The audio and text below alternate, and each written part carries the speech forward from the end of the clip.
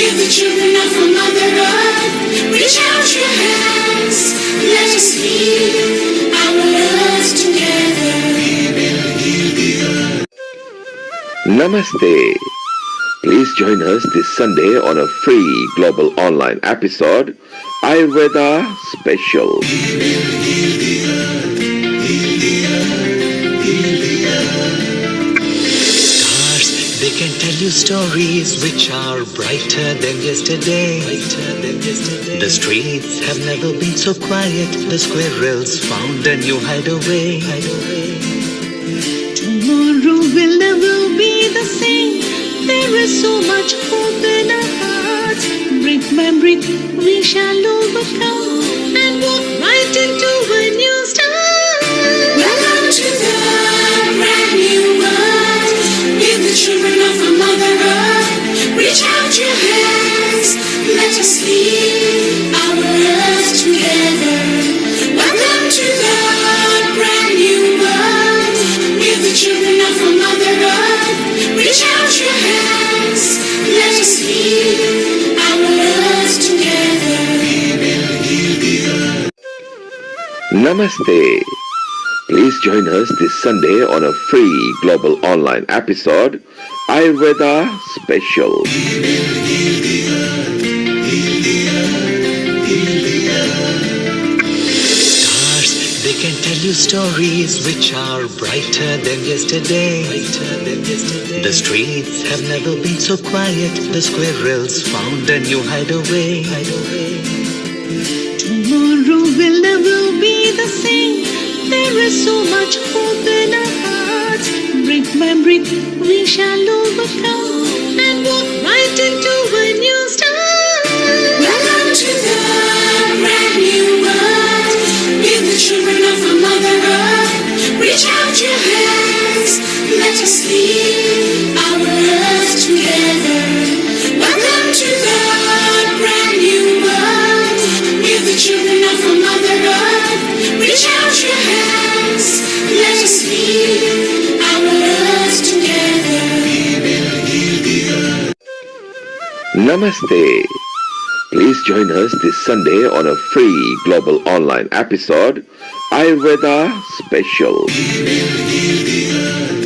Heal the earth. Heal the earth. Stars, they can tell you stories which are brighter than yesterday. The streets have never been so quiet. The squirrels found a new hideaway. Tomorrow will never be the same. There is so much hope in our hearts. Brick by brick, we shall overcome and walk right into a new start. Welcome to the brand new world. We're the children of a Mother Earth. Reach out your hands. Let us heal our earth together. Welcome to the brand new world. We're the children of a Mother Earth. Reach out your hands. Let us heal our earth together. We will heal the earth. Namaste. Please join us this Sunday on a free global online episode, Ayurveda Special. We will heal the earth. Heal the earth. Heal the earth. Stars, they can tell you stories which are brighter than yesterday. The streets have never been so quiet. The squirrels found a new hideaway. Tomorrow will never be the same. There is so much hope in our hearts. Brick by brick, we shall overcome and walk right into a new start. Welcome to the brand new world. We're the children of a Mother Earth. Reach out your hands. Let us heal our earth together. Welcome to the brand new world. We're the children of a Mother Earth. Reach out your hands. Let us heal our earth together. We will heal the earth. Namaste. Please join us this Sunday on a free global online episode, Ayurveda Special. We will heal the earth. Heal the earth. Heal you stories which are brighter than yesterday. The streets have never been so quiet. The squirrels found a new hideaway.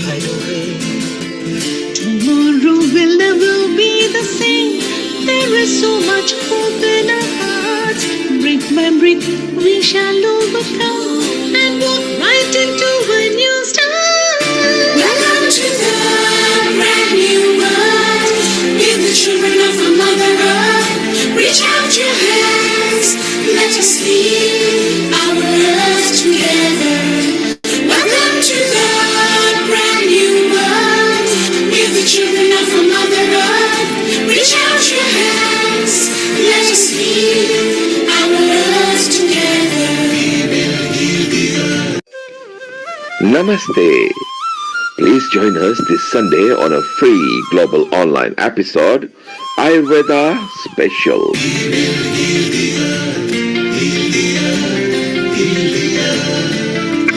Stars, they can tell you stories which are brighter than yesterday. The streets have never been so quiet. The squirrels found a new hideaway. Tomorrow will never be the same. There is so much hope in our hearts. Brick by brick, we shall overcome and walk right into a new start. Welcome to the brand new world. We're the children of a Mother Earth. Reach out your hands, let us lead our earth together. Welcome to the brand new world. We're the children of a Mother Earth. Reach out your hands, let us lead our earth together. Namaste. Please join us this Sunday on a free global online episode, Ayurveda Special.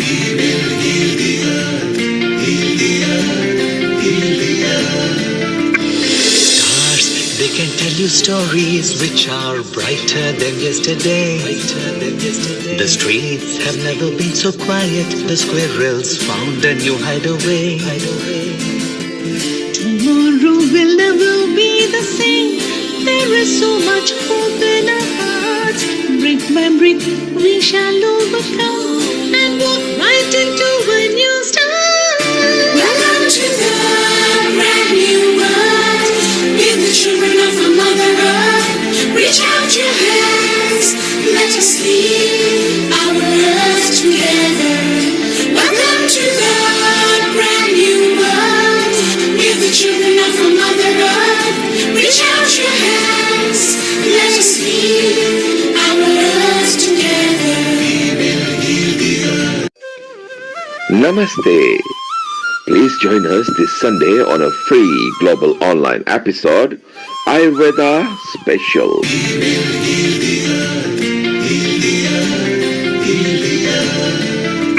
Stars, they can tell you stories which are brighter than yesterday. The streets have never been so quiet. The squirrels found a new hideaway. Tomorrow will never be the same. There is so much hope in our hearts.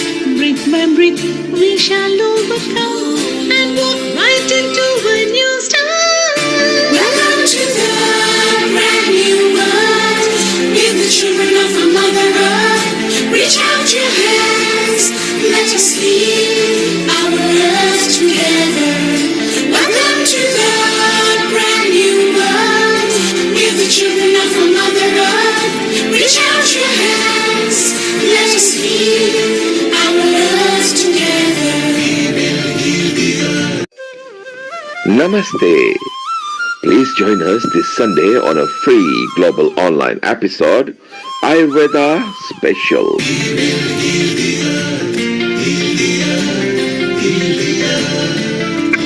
Stars, they can tell you stories which are brighter than yesterday. The streets have never been so quiet. The squirrels found a new hideaway. Tomorrow will never be the same. There is so much hope in our hearts. Brick by brick, we shall overcome and walk right into a new start.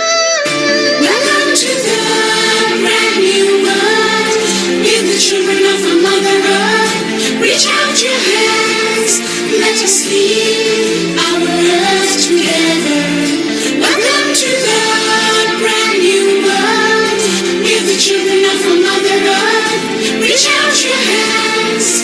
Let us lead our earth together. We will heal the earth. Namaste. Please join us this Sunday on a free global online episode, Ayurveda Special. We will heal the earth, heal the earth, heal the earth. Stars, they can tell you stories which are brighter than yesterday. The streets have never been so quiet. The squirrels found a new hideaway. Tomorrow will never be the same. There is so much hope in our hearts. Brick by brick, we shall overcome and walk right into a new start. Welcome to the brand new world. We're the children of a Mother Earth. Reach out your hands. Let us lead our earth together. Welcome to the brand new world. We're the children of a Mother Earth. Reach out your hands. Let us lead our earth together. We will heal the earth. Namaste. Please join us this Sunday on a free global online episode, Ayurveda Special. We will heal the earth, heal the earth, heal the earth. Stars, they can tell you stories which are brighter than yesterday.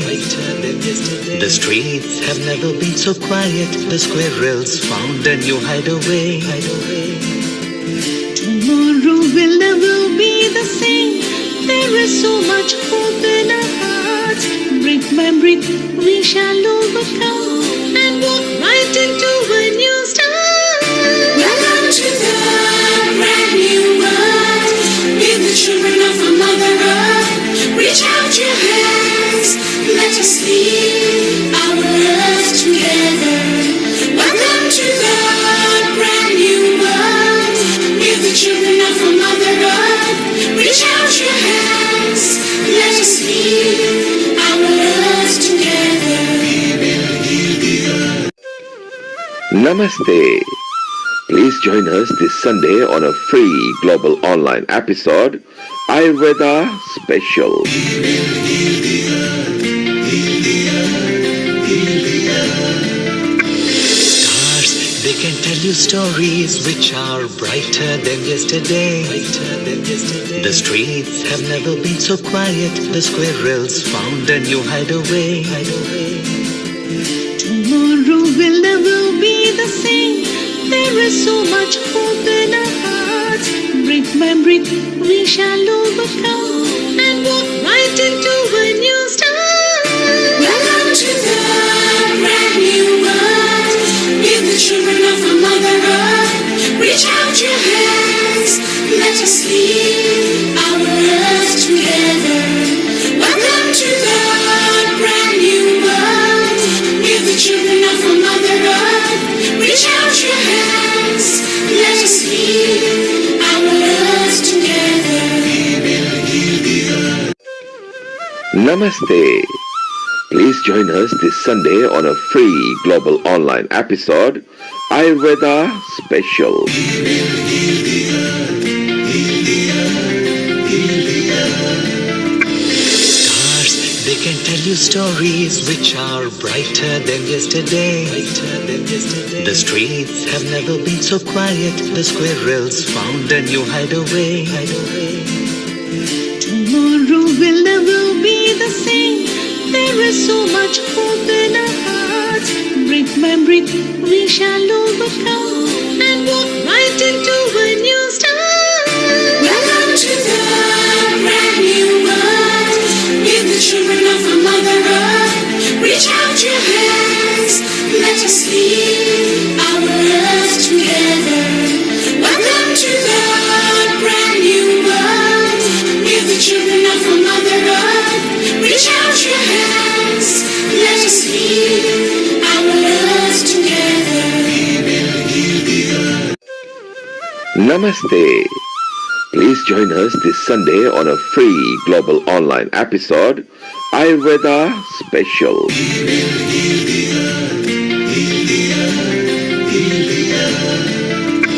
Stars, they can tell you stories which are brighter than yesterday.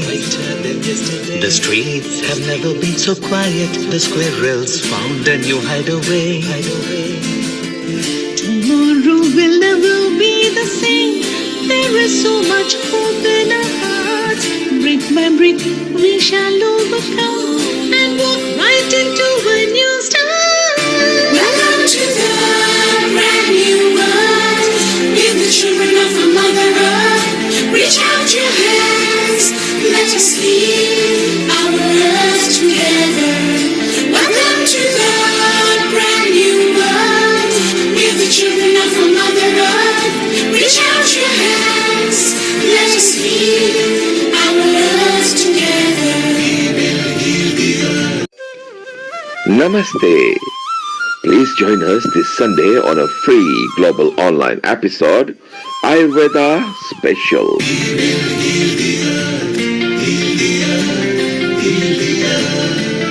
Stars, they can tell you stories which are brighter than yesterday. The streets have never been so quiet. The squirrels found a new hideaway. Tomorrow will never be the same. There is so much hope in our hearts. Brick by brick, we shall overcome and walk right into a new start. Welcome to the brand new world. We're the children of a Mother Earth. Reach out your hands, let us lead our earth together. Welcome to the brand new world. We're the children of a Mother Earth. Reach out your hands, let us lead our earth together. Namaste. Please join us this Sunday on a free global online episode, Ayurveda Special.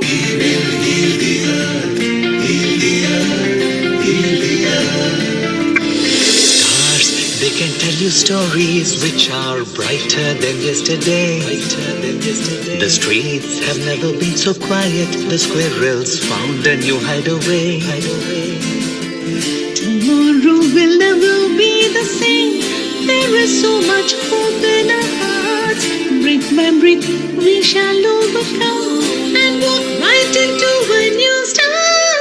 Welcome to the brand new world.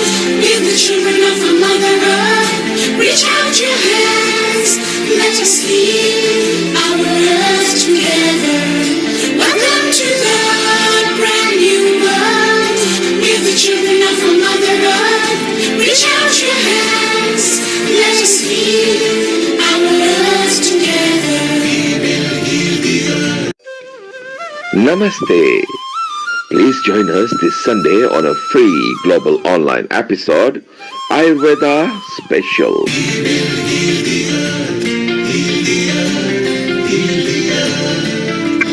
Stars, they can tell you stories which are brighter than yesterday. The streets have never been so quiet. The squirrels found a new hideaway. Tomorrow will never be the same. There is so much hope in our hearts. Brick by brick, we shall overcome and walk right into a new start. Welcome to the brand new world. We're the children of a Mother Earth. Reach out your hands, let us lead our earth together. Welcome to the brand new world. We're the children of a Mother Earth. Reach out your hands, let us lead our earth together. Namaste. Please join us this Sunday on a free global online episode, Ayurveda Special.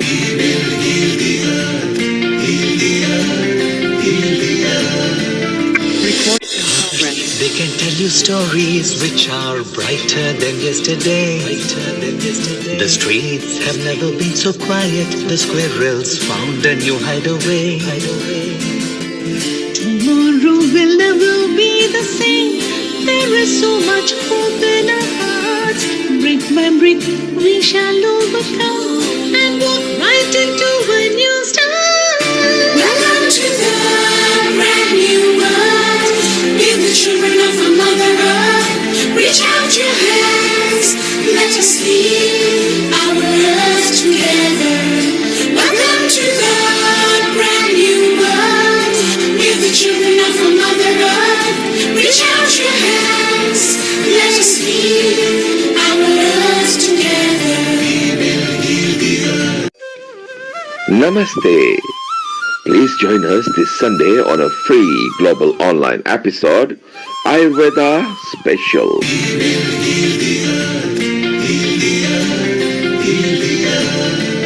Stars, they can tell you stories which are brighter than yesterday.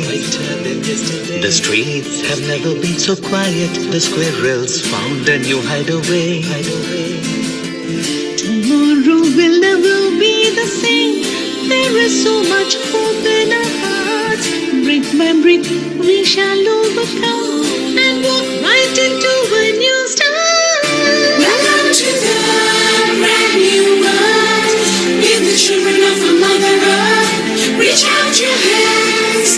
Let us lead our earth together. Welcome to the brand new world. With the children of a Mother Earth. Reach out your hands. Let us lead our earth together. We will heal the earth. Namaste. Please join us this Sunday on a free global online episode, Ayurveda Special.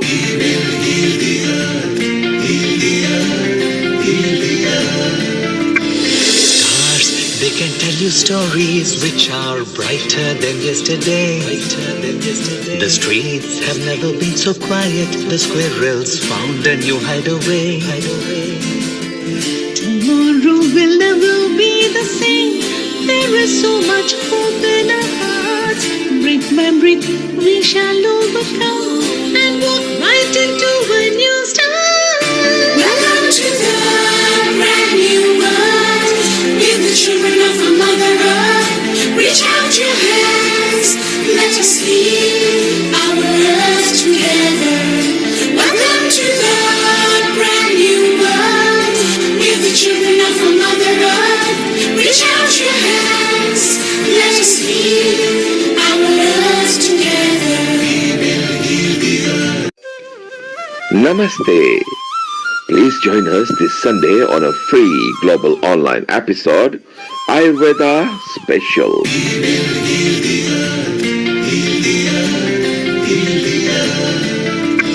Stars, they can tell you stories which are brighter than yesterday. The streets have never been so quiet. The squirrels found a new hideaway. Tomorrow will never be the same. There is so much hope in our hearts. Brick by brick, we shall overcome and walk right into a new start. Welcome to the brand new world. With the children of a Mother Earth. Reach out your hands. Let us lead our earth together. Welcome to the brand new world. With the children of a Mother Earth. Reach out your hands. Let us lead our earth together. We will heal the earth. Namaste. Please join us this Sunday on a free global online episode, Ayurveda Special.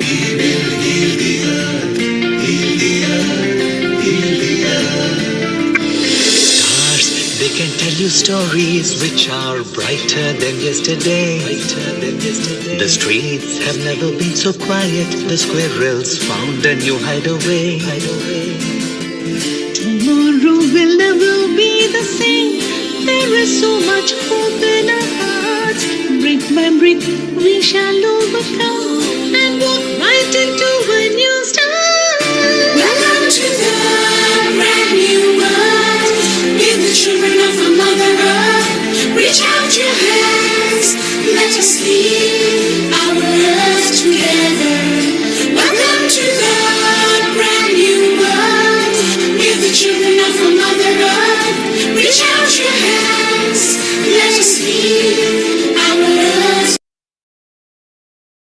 10, 9, 8, 7, 6, 5, 4, 3, 2, 1. Hi, namaste to all. Good morning, good afternoon, good evening, wherever you are from. And welcome to another wonderful session where we have got 6 speakers who are with us for the first time on this platform, Healing Our Earth. And before we take off, before we start, we would be praying for the victims of this Syria Turkey earthquake, and we pay our deepest condolences for the departed souls, and we may the peace and health bestow upon them.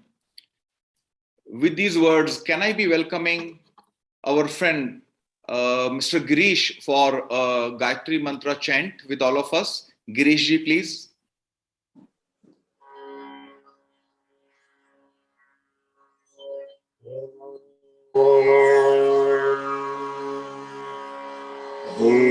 भूर्भुवत्स्वः तत्सवितुर्वरेण्यं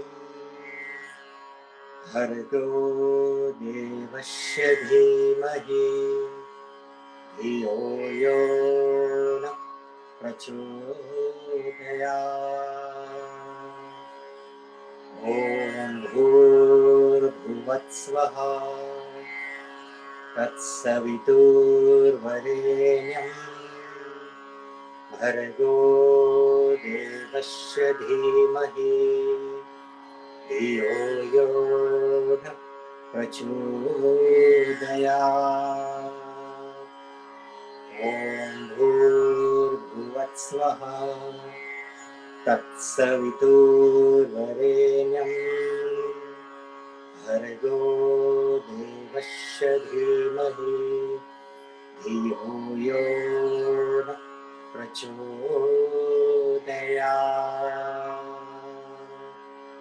ॐ शान्ति शान्ति शान्तिः।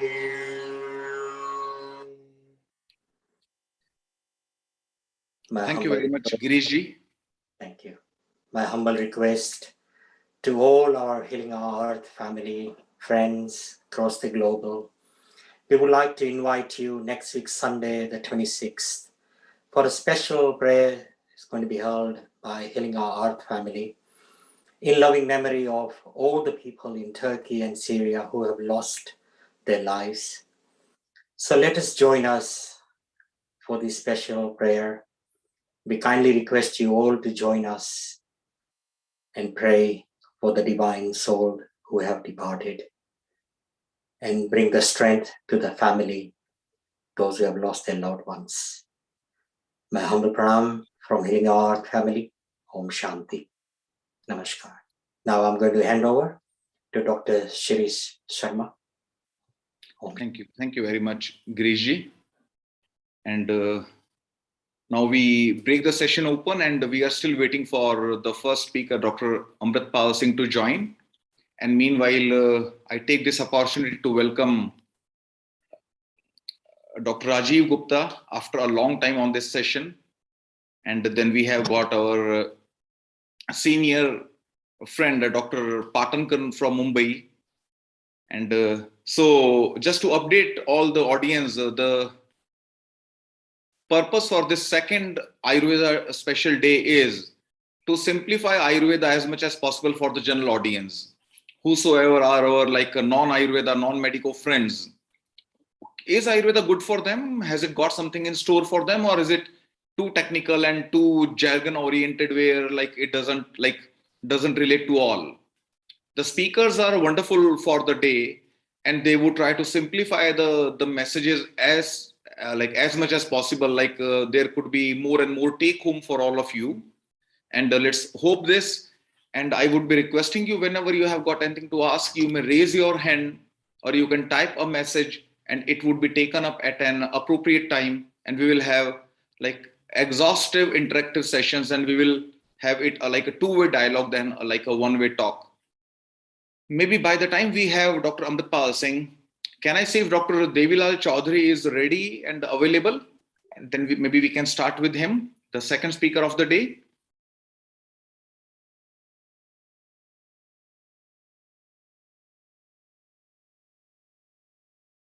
So Ish, he's there. He's not ready at the moment. Okay. When he is, I'll bring in. The beautiful part is you've told us what Ayurveda is and everything. Maybe you can chit chat with Yes, Rajesh yes. at the moment, and Great. our resident health producer Rajiv Gupta is here as well, so we can have a dialogue between three of you. Over. Yes, yes. Rajiv ji, wonderful to see. If I can take this opportunity to introduce Dr. Rajiv Gupta, because all our audience are new, all our speakers are new to this platform. They're here for the first time. So Dr. Rajiv Gupta is a specialist with NHS, with the National Health Services England, and has got a very huge, extensive experience in England. And he has got a very special endeavor taken up for last many years, where he's coming up with like think well, eat well, and think smart, eat smart program for the school kids, because he does identify the importance of catching them young and to correct the eating habits ab initio from their habit forming years. So maybe if I can request Dr. Rajiv Gupta to please add some value to this session and share your experience. Dr. Rajiv Gupta ji, please. Can you hear me? Yes, sir, we can hear you. Yeah, it's wonderful to see all people who are really keen to make changes in this planet, and healing our earth is a good platform to make that difference. It's really nice to see the whole dream of integration of different disciplines coming together. As all of us know, one health discipline is not there to solve all problems or to cure the diseases. So I think it's a very good opportunity to see how we can bring the disciplines together. Say, for example, the conventional medicine, Ayurveda, homeopathy, and together with hypnotherapy and Tai Chi and yoga and aromatherapy, music therapy, dance therapy. There are plenty of things to do. So I think it will be really good. And today is a good opportunity, second in the series of Ayurveda. And I think it has been a very bright session last time. And I think we will hear from a lot more powerful speakers today. I suspect from a patient point of view, he or she does not understand what. He or she is interested, can you help me? And can you heal me? And can you bring me to a comfortable life, even without medication or therapy? So I think these are three steps which, if I was a patient, I will think of. And as a toolkit, if we can provide, okay, one tool is not fit for every vehicle. So different vehicles need different tools. Let's have a toolkit. If it's a Mercedes, it might need different tools. If it's a Toyota, maybe different ones, maybe Jaguar different and Tesla different. So all I'm thinking is that let's try and make some effort, and that would only happen if we understand each other better. So I think no better platform than here. So let's put our plan together. I know that at times there is more focus on how to diagnose, which actually is good in view that we can't diagnose, we can't treat. But at times the techniques for diagnosis may be different. However, if we can come to common conclusion and try and help, that this is common terminology, like if somebody has pain, we ask these 5 questions, and based on that we can give some sort of solution, if not the cure. It might be a good thing. It's a big task, but I think I agree. We need to do a lot of work. A lot of work has gone in, a lot more work will go.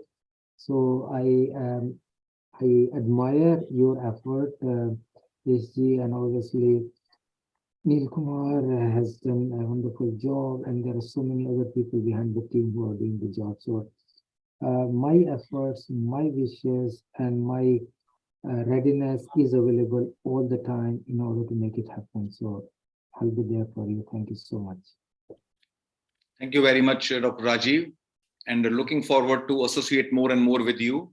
And very happy to see three of my students again.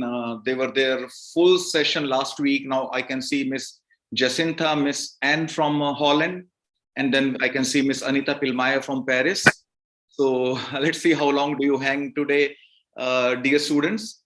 But I can assure you all the 6 speakers are for the first time on this platform, and they are professors in their respective specialties, and wonderful speakers have got immense information to share with you. And with these words, I can see Dr. Devilal Chaudhary. And maybe Dr. Devilal Chaudhary, can we start with a brief of your introduction? He has been a very dear friend.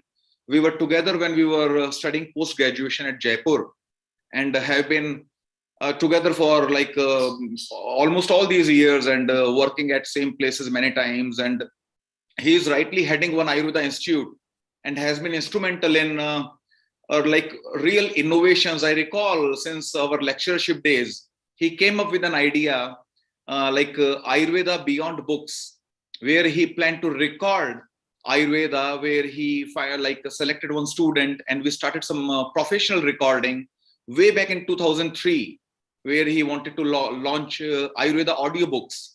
And so that is how he has been very innovative. And let's listen to him, Dr. Devilal, and we can be interacting as and when you feel like having me in, Dr. Devilal. We can keep talking and making it simple and simple as possible for the audience. Over to you. Hello, Dr. Ish, and namaste to all. Myself, Dr. Devilal Chaudhary, Doon Ayurvedic Medical College. Just to start with the topic, that is the kitchen in Ayurvedic way.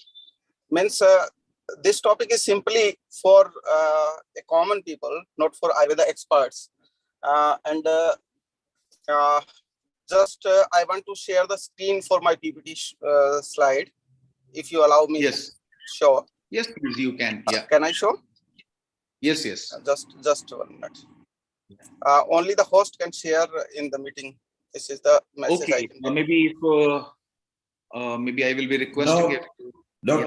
Dr. Lal, you can share. Just go to the green screen button at the bottom, please. Over. Yeah. And yes, Dr. Devilal, this is a very, very important topic. Like no topic can be more important, because we have got a hidden pharmacy in our homes, that is kitchen, and how to put it to right use is very, very important. So whatever you tell, everyone will be having, and they can put it to right use. Now, a rider before that, now you will be listening from all the experts. They could be coming up with some medications as well, for diabetes, take this, or blood pressure, take that. You should not be self-medicating, or you should not be replacing your regular medicines with whatever is told over here, because this is our awareness, and no way this can replace your regular treatment. So you can consult an Ayurveda specialist before you really take it up more seriously. Yes, Dr. Devilal. Sir, can you see my screen? Yes, we can see your kitchen. Yeah. Okay. So let us start with the topic, your kitchen in Ayurvedic way. Actually, as an Ayurvedic physician, I think the kitchen is the first pharmacy we can start. Just in a simple way, we can see that through our kitchen, we can keep ourselves healthy, as well as in many kind of pathological conditions, we can treat ourselves with our kitchen only. So kitchen is a very important part. Think about the treatment through the Ayurvedic pathy. Just start with the topic. Just 1 minute. Okay, the impact of food is directly related with the food. So we can give some time or some slides to the food also. So impact of the food is normally physical as well as the mental vitals. In allopathy, we concentrate on the physical vitals only like what is the heartbeat and the pulse rate and the blood pressures. So these are the physical vitals. But in Ayurveda, we focus on the physical as well as on the mental vitals also. Correct. So the impact of the food is actually on the physical vital and on the mental vitals. So let us start with the topic. So what are the mental vitals? In Ayurveda, we can say that there are 3 basic vitals we can calculate, or we should always keep in mind when we are going to treat someone or some patients. So these are the sattvic. First of them is the sattvic. What is sattvic? The sattvic is actually the neutral force which we can gain from the food. It is the neutral force. We can say the zero. Zero is the sattvic force. It is neither the positive force nor the negative force. It is a neutral force. Neutral force, what does it mean? It means the balance. It means the actual balance in positive way or in negative way. It is neither in the positive way and nor in the negative way. So some food which enhance the sattvic property means we can get more neutral force in ourselves. Right. Okay. Let us move to the first next slide. So what are the foods and what are their properties which enhance the sattvic properties in our body? Very, very important thing, that the fresh food we are getting, the vegetables and the food which is easy to digest, and most important, the part you can get only in Ayurveda, the food which is made with love. You can get sattvic properties if your food is prepared by your mother or your sister and your loved ones. You can get more sattvic property of that food comparative to the food which suppose you are eating some kind of vegetable or some kind of curry, right? You are eating curry in the restaurant, and while another you are eating the curry which is made at the home in your kitchen with the love of your mother. So the properties differ from in the same preparation. Like the food which is free of preservatives, like fresh vegetables, fruits, or fresh milks, these all can enhance the sattvic property in a person. What will we get from the sattvic property food? What are the symptoms? You can raise your consciousness. You can inspire positive actions, deeper meditations. So many sattvic properties you can get from the sattvic foods. So if you are happy, you are at peace, and you are actually conscious about your things, means you have more sattvic properties which you can get with the food you eat, right? So move to the next slide. The next one is the rajas. So the rajas vital means the vital which enhance the positive properties in yourself, right? Positive property means, what does it mean? Positive property means the motion, the outgoing principles. These are the positive mode of passion.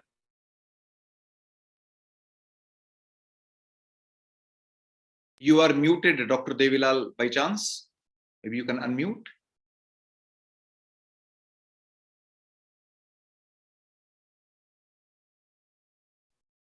Okay, there seems to be some technical issue with the network.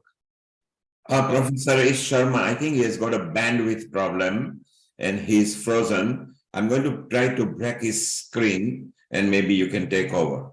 Yes. Okay. Maybe I continue the same topic till we have Dr. Devilal back with us. A very important topic, like sattvic, rajasic, and tamasic food, as he is telling. Rajasic food will be introducing some energetic principles which can activate us positively or negatively. That is why this is not considered as good as a sattvic food which keeps you grounded and stable and neutral. And the energy which you get, the neutral energy which you get, you can really modify it in either way. And surely we become what we eat is a very common saying in every culture. Like if we speak in Hindi, Jaisa khai ann vaisa hoye man. And the same word to word translation in English is, you become what you eat. And that is where a very mindful eating is very, very important. And that is where I believe Dr. Devilal Chaudhary would soon be coming to the spices we have got in the kitchen. Now, do we really become what we eat? Yes, almost. Will you believe we share 70% of the genes with a banana and 99% with a orangutan or chimpanzee? And we, each one of us shares 99.9% genes. Every human being is just 0.1% different from the rest of the world when it comes to your genetic makeup. Such small is the difference. So there being 70% genes we are sharing with banana. So this is very much likely that whatever you eat, that can be incorporated into your genetic makeup and can replace your original genes. And that is how GM food, genetically modified food, is really like such a threat. Because when we are trying a fruit or a vegetable to be immortal, it doesn't rot, it grows bigger, it stays on shelf forever, it has got more pulp, all these characters, for example, can lead to cancer. Refusing to die, cancer cells are called immortal because they refused the programmed cell death. They do not undergo apoptosis, which is a programmed cell death. So a genetically modified banana which you have prepared, which is bigger, which just stays out of refrigerator for maybe months and months. So surely your cells will be having those properties, maybe, God forbid, might be picking up those properties from a GM banana, like where you can trigger so many diseases with GM food. And as I was discussing with Dr. Patankar before the start of this session, and we hope Dr. Devilal to, maybe I believe we have you back, Dr. Devilal. Professor Sharma, yes, he's back. Let us not authorize him to screen share because he has locked us out. So maybe he can just chit chat. He is having a bandwidth problem. He's on a very low bandwidth. I think he's maybe traveling or something. He's there. Yes, he's traveling, I think he's in a car, and he shouldn't be in a car. He should be at the static and place. I hope he's not driving. Yeah. Yes, he's driving. He's driving, but he's not the one. I don't think he's the driver. What we do, we can bring him for chit chat. Let's not give him rights to share screen because he's locking us out. Let me see if I bring him back on. Here he is. Right. Yes, Dr. Devilal, we can have a discussion, often discussion without your screen. We have Dr. Patankar from Mumbai with us, Dr. Rajan Patankar, who would be adding value to our talk. So we three can have some like offhand discussion. Ish, 1 second. I think Dr. Devilal might be traveling to a place where he might be static in a while. So let's bring him on bit later because he's still got 40 minutes before he gets there. And then he will be very static. It will be better. Why don't we have a round discussion with you, Rajan and Rajiv, which will be fun, I think. Dr. Lal, you get to a stage where you are at a static place. It'll be fun because your topic is very important. Yes, sure, sir. Sure. Thank you. Okay, Dr. Devilal. Okay, yeah, Dr. Patankar and Dr. Rajiv Gupta, we can take up the same topic what Dr. Devilal started. And maybe your valuable comments, Dr. Rajiv Gupta, because you have been an expert on this topic and have been like pursuing it with NHS for so many years. So maybe the crux of your efforts for the audience, please. Can you hear me? Yes, very well. Cool. So I think you are absolutely right. And although it does go to some extent against the grain, I do within the National Health System, NHS, which is called in UK, which is traditional double conventional medicine, believe that natural is better. And this connect back to the old ancient mythology that Ayurvedic diet in eating pattern is around thousands year old and makes the principle of many medicines. And as you know, turmeric, cumin, cardamom, these are basic things which have been used, have antioxidant property, anti-inflammatory property, and are extremely good for the joint diseases, and also for respiratory diseases, for infections, etc. So I have found these quite useful, and I routinely recommend using these in this. And also for like memory, there is not very specific, powerful medicine without any side effects to increase the memory.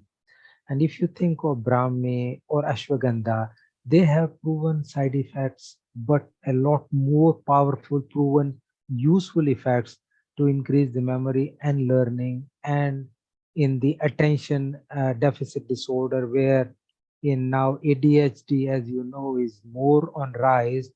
We can use these in a normal way in order to bring a powerful effect. And I think that all these kitchen medicines, which are cooked with love and affection, as Dr. Devil was saying, is extremely good. My wife says that she has the same recipe and she gives to children and to other people. Same recipe they cook compared to my wife, and it give different flavors. So my son rang to ask. He says, "Oh, exactly same ingredients I use in the same quantity. It doesn't taste the same." And then she said, "Well, it has got mama's love or mom's love." So sattvic food, although is not defined in the conventional medicine, does exist. And as you say, jaisa hove an, vaisa hove man. So as you eat the food, and that is how your heart or mind becomes, and mind determine all our body.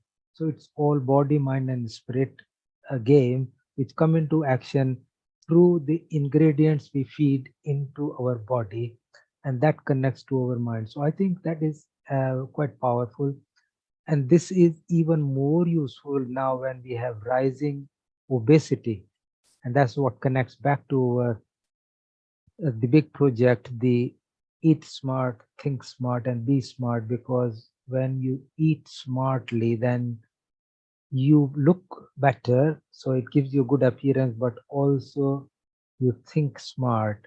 And then when you think smart, your professional performance or school performance improves, and therefore your outcome improves. So I think I'm quite glad that it is already trying to tie together many of strands and threads. So probably bring it back to you for your comments.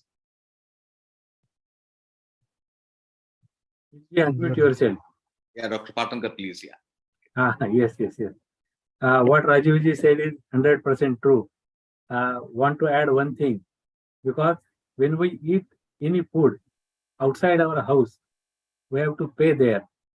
And because we pay there is no love in it while preparing. And when our mom, our wife, when she prepares in the house, that mind which she puts in is 100, not only 100, but 1000% more sattvic than any other food. So that's why it is very valuable to our mind and body also. But still add to one more thing. While taking any kind of medication in a school-going children or any person, we have to think about the constitution of the patient or the person. That is also important, because so many young children I had seen, because nowadays everything you can get across the counter, especially in India. So they used to take Brahmi or Shankapushpi syrup of so many companies, and they get little more drowsy.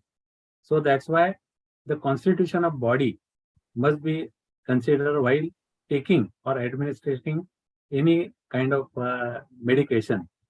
And the things which were discussed by Dr. Chaudhary, very excellent. And Sattva Raja Tama, tamasic food, definitely. Nowadays, what is going on, all where war and there's terrorism, in my opinion, they are all eating that tamasic food, and that consider of so many kind of animals, or raw animals, or cooked animals, and with their lot of spices and everything, they become tamasic. So yeah, it will, I think so, come up in discussion with Chaudhary ji. But thank you. Thank you very much, Dr. Rajan ji. And as Dr. Rajiv Gupta ji very importantly brought up one topic of ADHD, Yes, attention deficit hyperactivity disorder, I have got one information to share.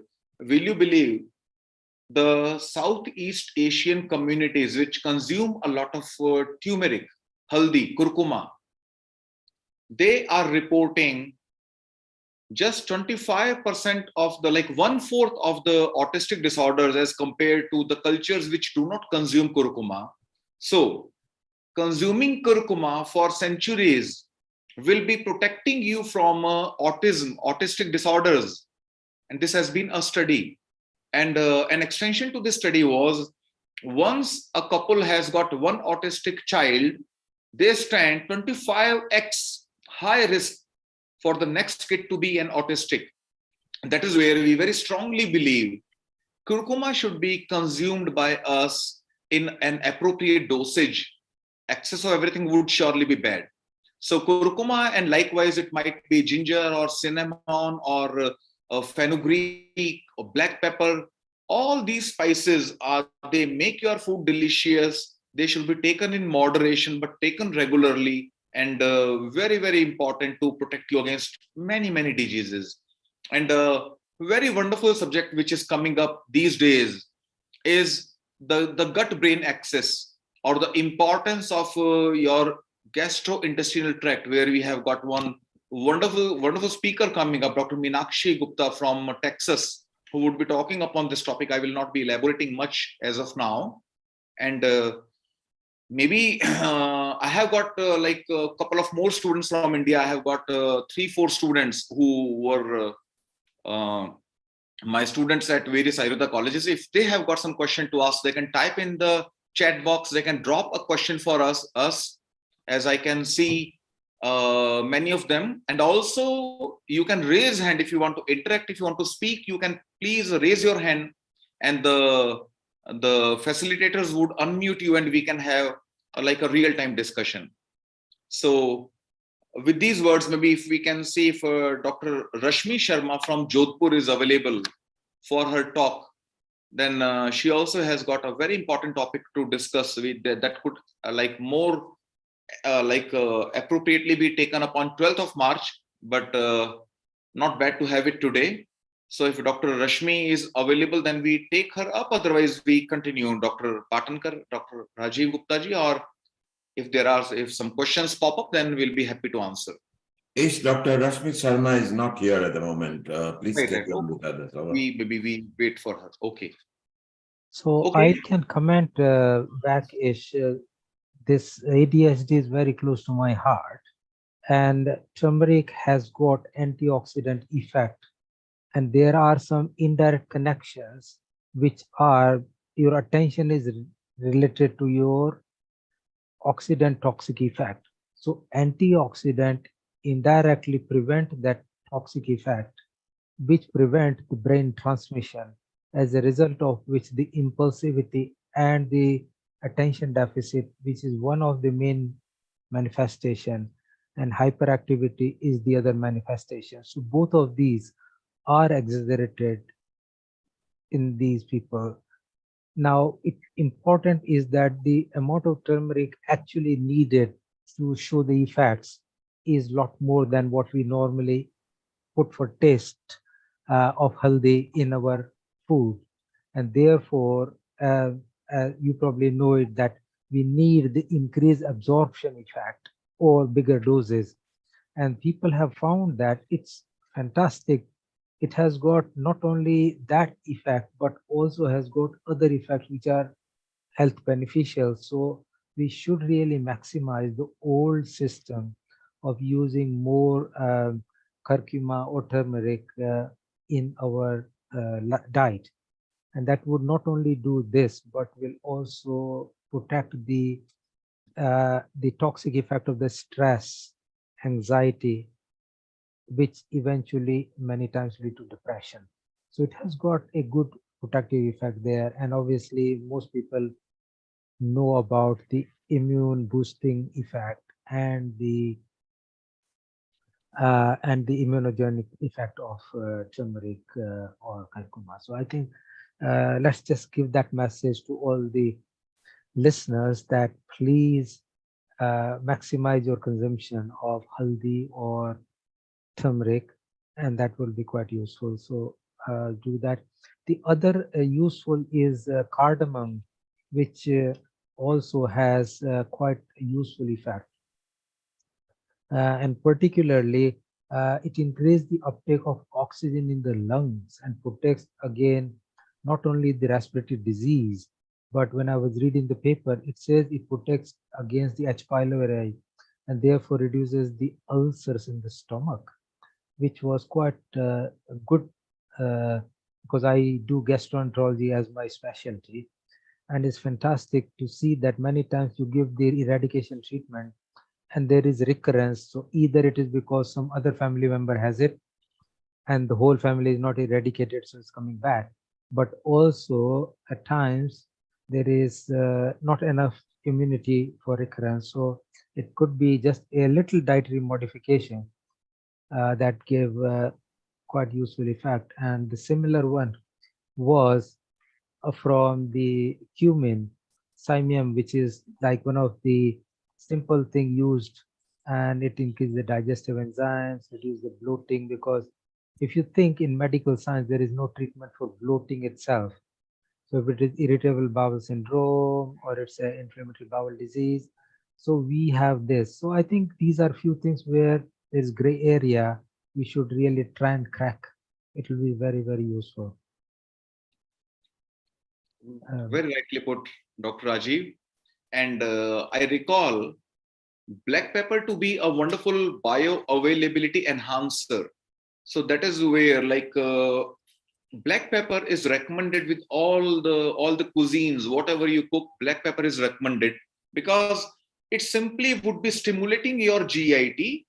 It would be ensuring release of more gastroenteric juices, and more contents can be picked up from your GIT.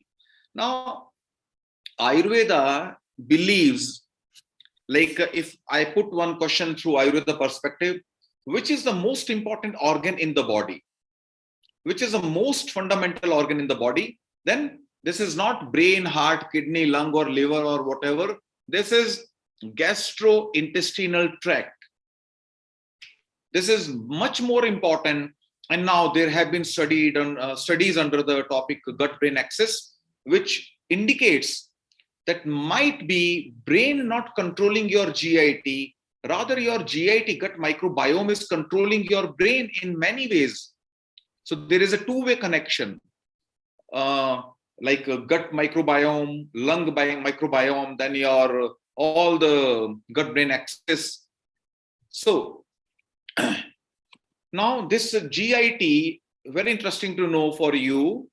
Small intestine has got a tissue called MALT, mucosa associated lymphatic tissue, lymphoid tissue.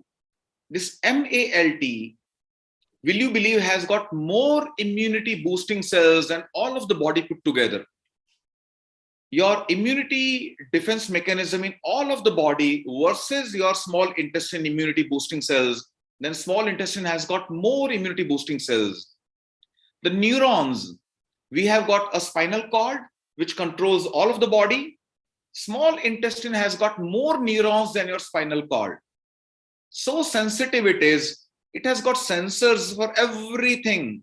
Whatever you eat, if your body is deficient upon that particular entity, that calcium or iron or vitamin or whatever, it would pick up more. The bioavailability will change. If you are sufficient, you don't require any multivitamin because you are well nourished and you're eating fancy vitamins, those would pass out with stool, unabsorbed, most of them. Iron absorption can vary up to like 50 times. If you're iron deficient, very poor food you eat, very economical food you eat, all the iron from your food would be picked up by your gastrointestinal tract. Your jejunum has got the sensors. But if you are iron rich, you are not deficient in iron, then it would reduce to maybe 10% of absorption.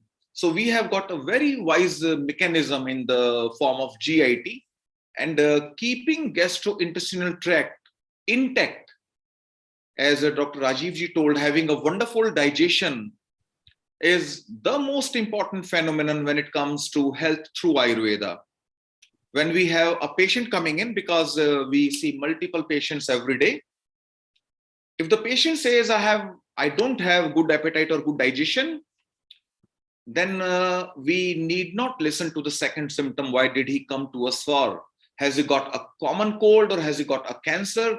Because digestion being not correct, this is without exception the first step we have to undertake to cure or treat or try to recover some of the health for the person. Rajiv ji, then we have Patankar ji to comment.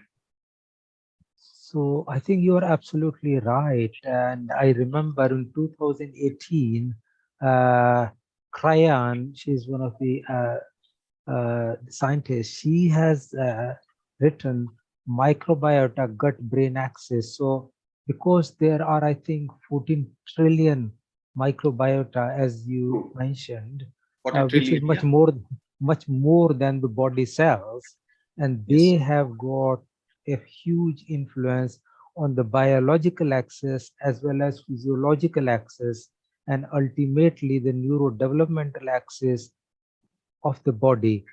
And they have indicated and hypothesized, although it will take many years to complete a study, that this has influence on the age-related and the neurodegenerative disorders. They have also developed rat models to have a link identified with this gut microbiota with many conditions, including the autism, anxiety, obesity, schizophrenia, Parkinson's disease, and Alzheimer's disease, etc. And they have related it to the neurogenesis and the myelination. And it's so fascinating that this was published in 2019, and now is 2023, which is less than 4 years. It actually brings that there has been a massive growth, and there are now just increased expansion, and we have found that there is so much growth in the market. We know that, I don't know what's available in India, but here Yakult, Actimal, Denim, these are flooded in all supermarkets as prebiotics and probiotic healthy bacteria drink in order to improve the gut health and replacement of unhealthy bacteria with the healthy bacteria in order to reset this gut microbiota with the brain axis. And I think this is really fascinating work.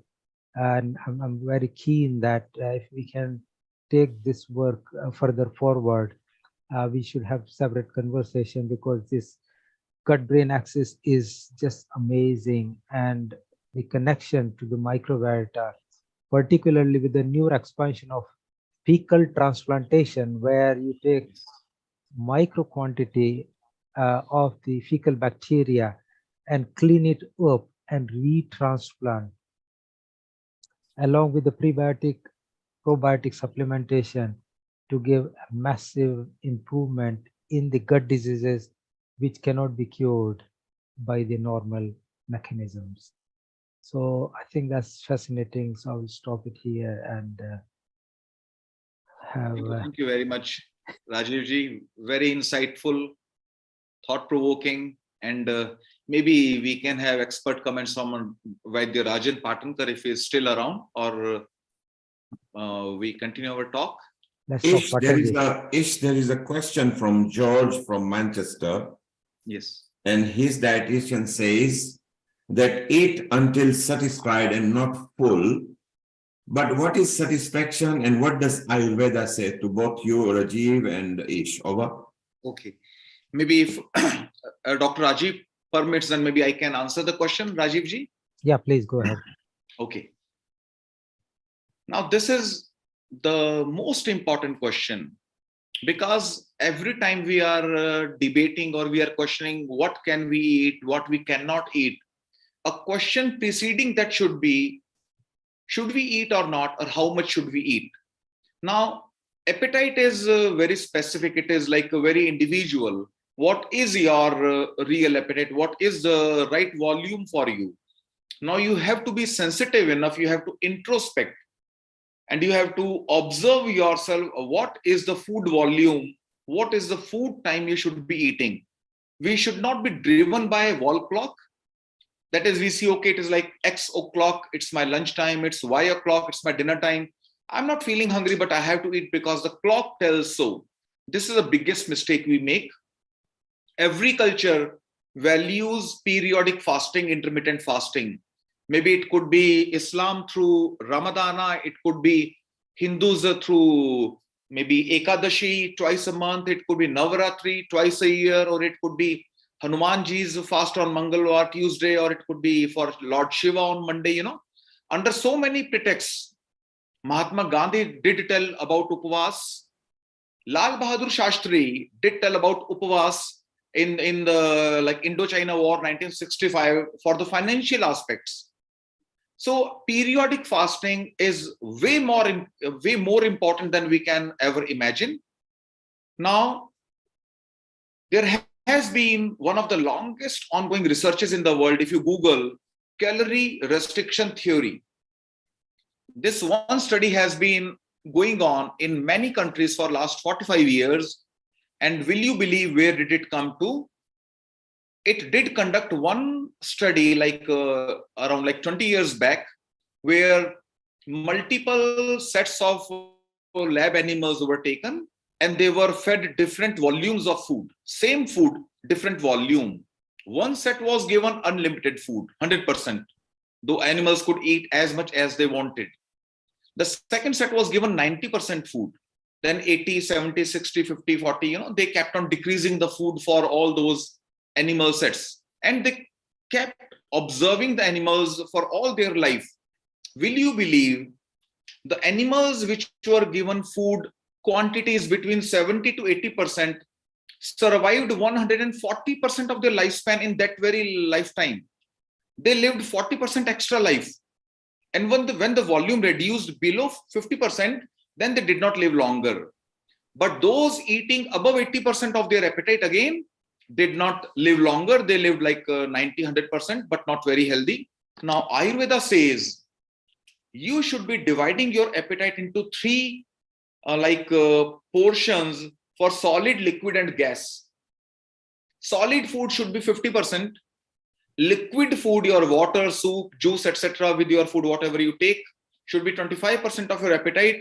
And the remaining 25% should be left empty for vata movement. That is, you should actually be eating 75% of your volume, which was told by Ayurveda 10,000 years back, proven back by the calorie restriction theory 20 years back, and has been re-established by autophagy. Now, what is autophagy? Professor Ohosumi got the Nobel Prize for Physiology or Medicine in the year 2016. What did he prove was not feeding the baker's yeast, where he developed some diseases, and not feeding them for 8 hours to 16 hours. The baker's yeast model, the fungi model, was eating away its own toxins. So Ayurveda has very clearly told, if your metabolism is given a chance, if your metabolism is not burdened with food, if you do not keep on eating, if you give some rest to your Agni, your metabolism, if you go for intermittent fasting, your digestive juices would be redirected to combust, to burn away your toxins, and you could be healthier. So volume surely might not be like one volume might not fit all. We cannot say like a 10-year-old should eat this much, a 20-year-old should eat that much, one size of volume would not suit all, because we all are individual, we all are different. Yes, Rajiv ji or Patankar ji. I think I can add some. So it was very good. Patanji, do you want to talk first? I probably have got something in my mind, but I know I would rather give you a chance to speak. You can unmute, sir. Patankar ji, you are muted.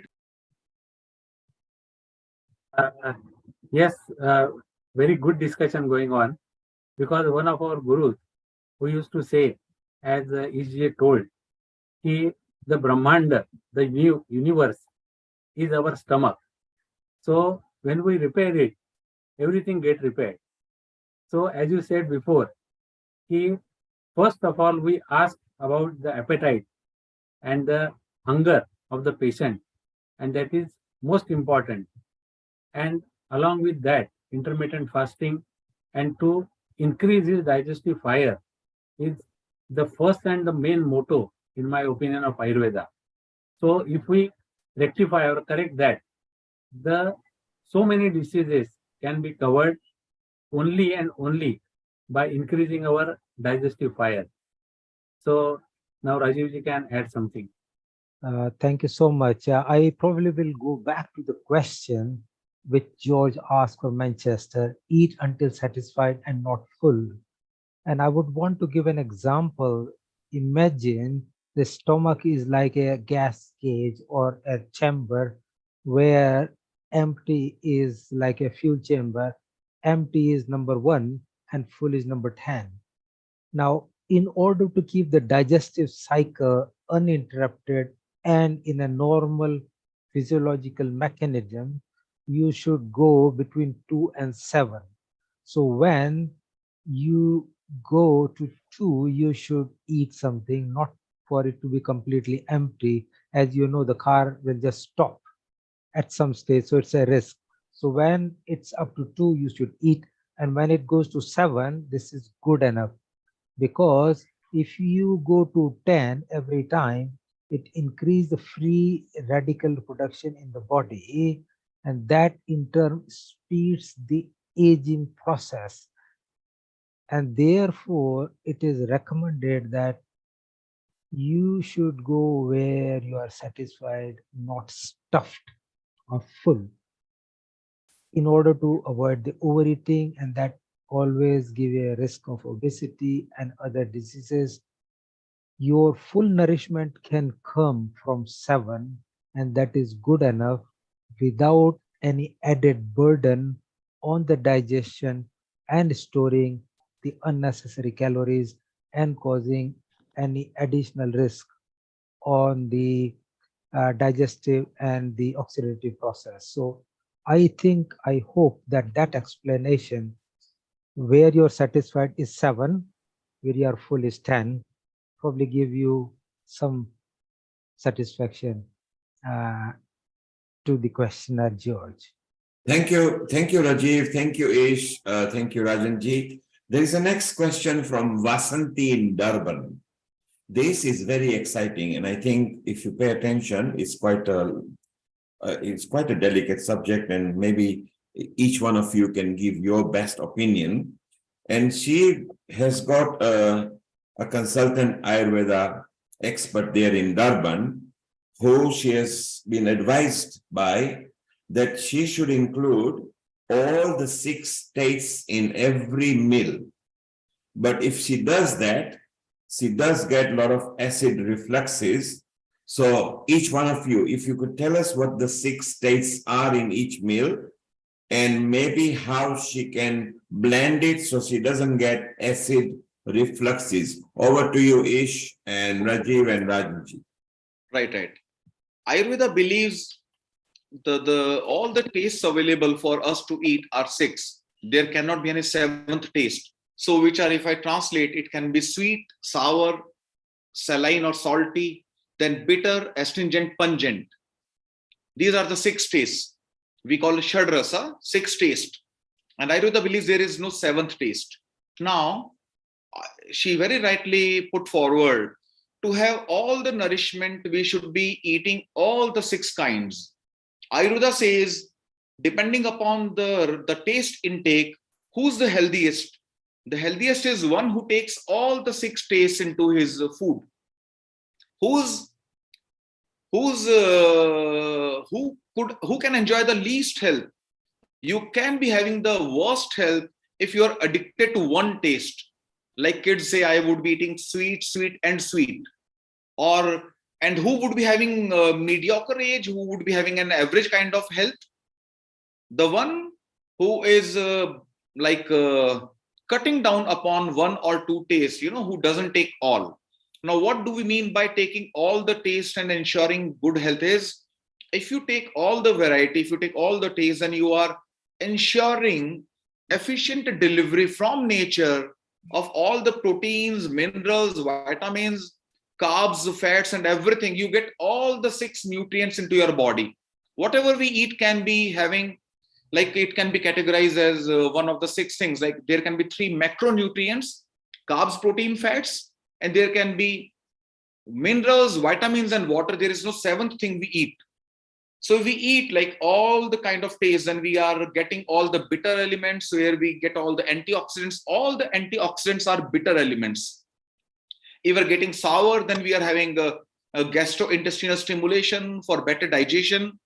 So she has very rightly advised by her doctor in Durban that if you can take more and more taste now, she doesn't feel nice with it, because she is conditioned to a particular kind of a circadian rhythm.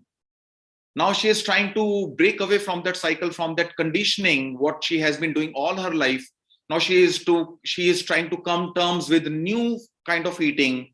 That is where her gastric juices could be releasing as per the old circadian cycle, and she could be experiencing like a periodic acidity or acid reflux.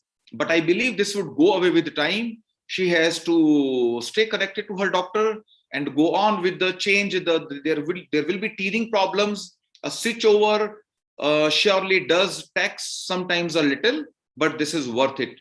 Dr. Rajiv ji.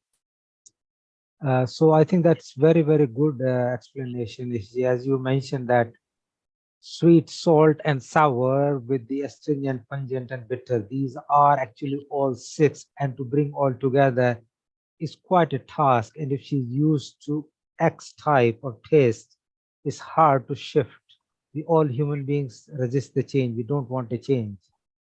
But a simple way, in case, I'm pretty sure in Durban, all food of Indian taste is available. So you can have dal with roti, chapati, or naan, whatever. And we all add salt into dal. We add squeeze of lemon into it. So that add salt and sour, and to some extent sweet. If you are Gujarati, you can add that, but you don't physically have to add sugar. Carbohydrate itself Are sweet. is a sweet thing, so you can do that. Now, when we use lemon, in addition to being sour, it also has detoxifying property and the mineralizing property, and therefore that will serve the purpose of being bitter. Sour, yes, sir. Sour. So that will do that job.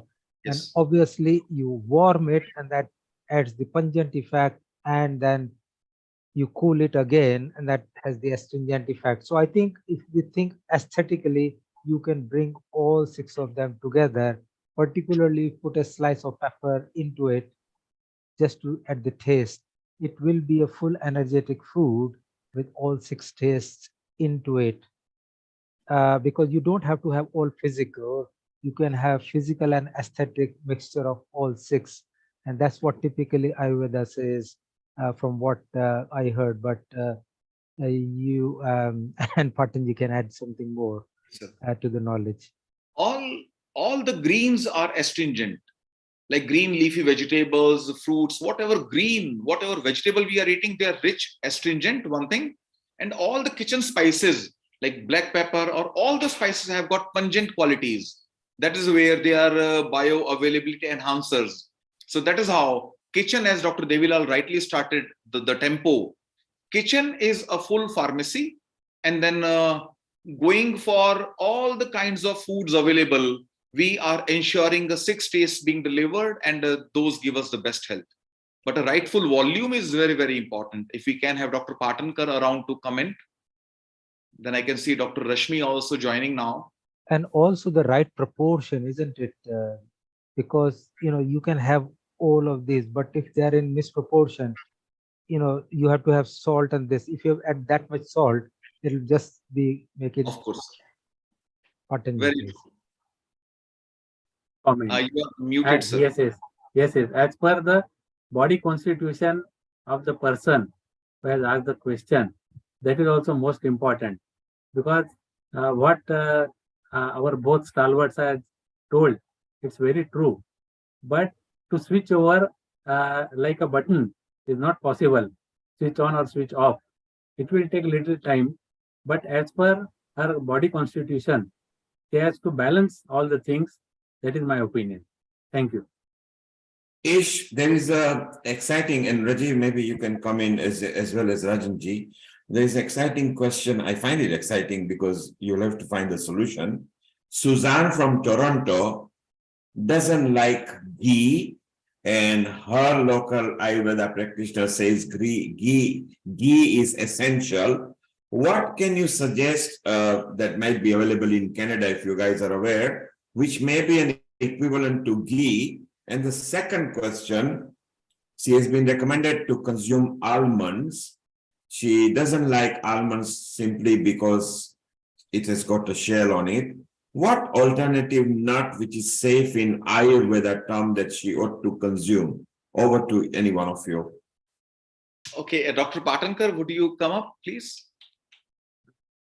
Yes, walnut can be a substitute, in my opinion, against almond. And ghee can be consumed in various forms, like while preparing any food. If she can prepare it in ghee, that is also important. Or if she is eating rice, then you can put a little bit of ghee on that also.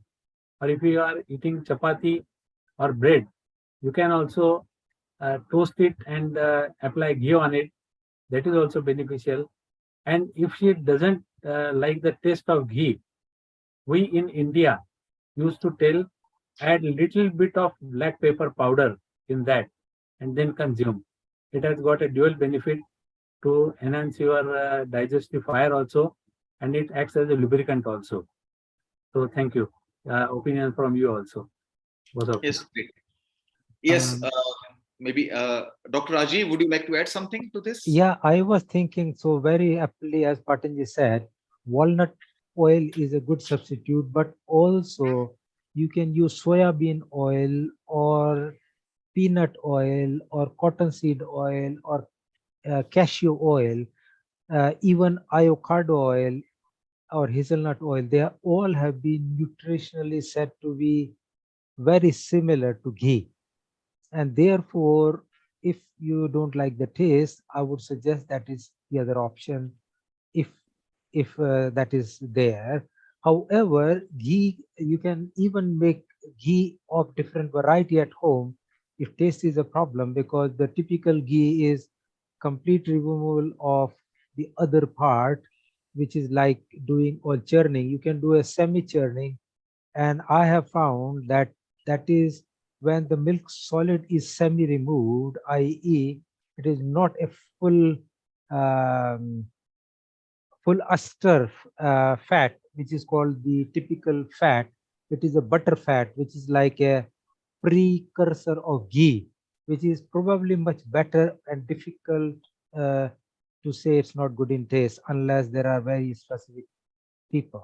So I would suggest that that is the other thing to try. So there are quite a few other alternatives available to try. I would suggest.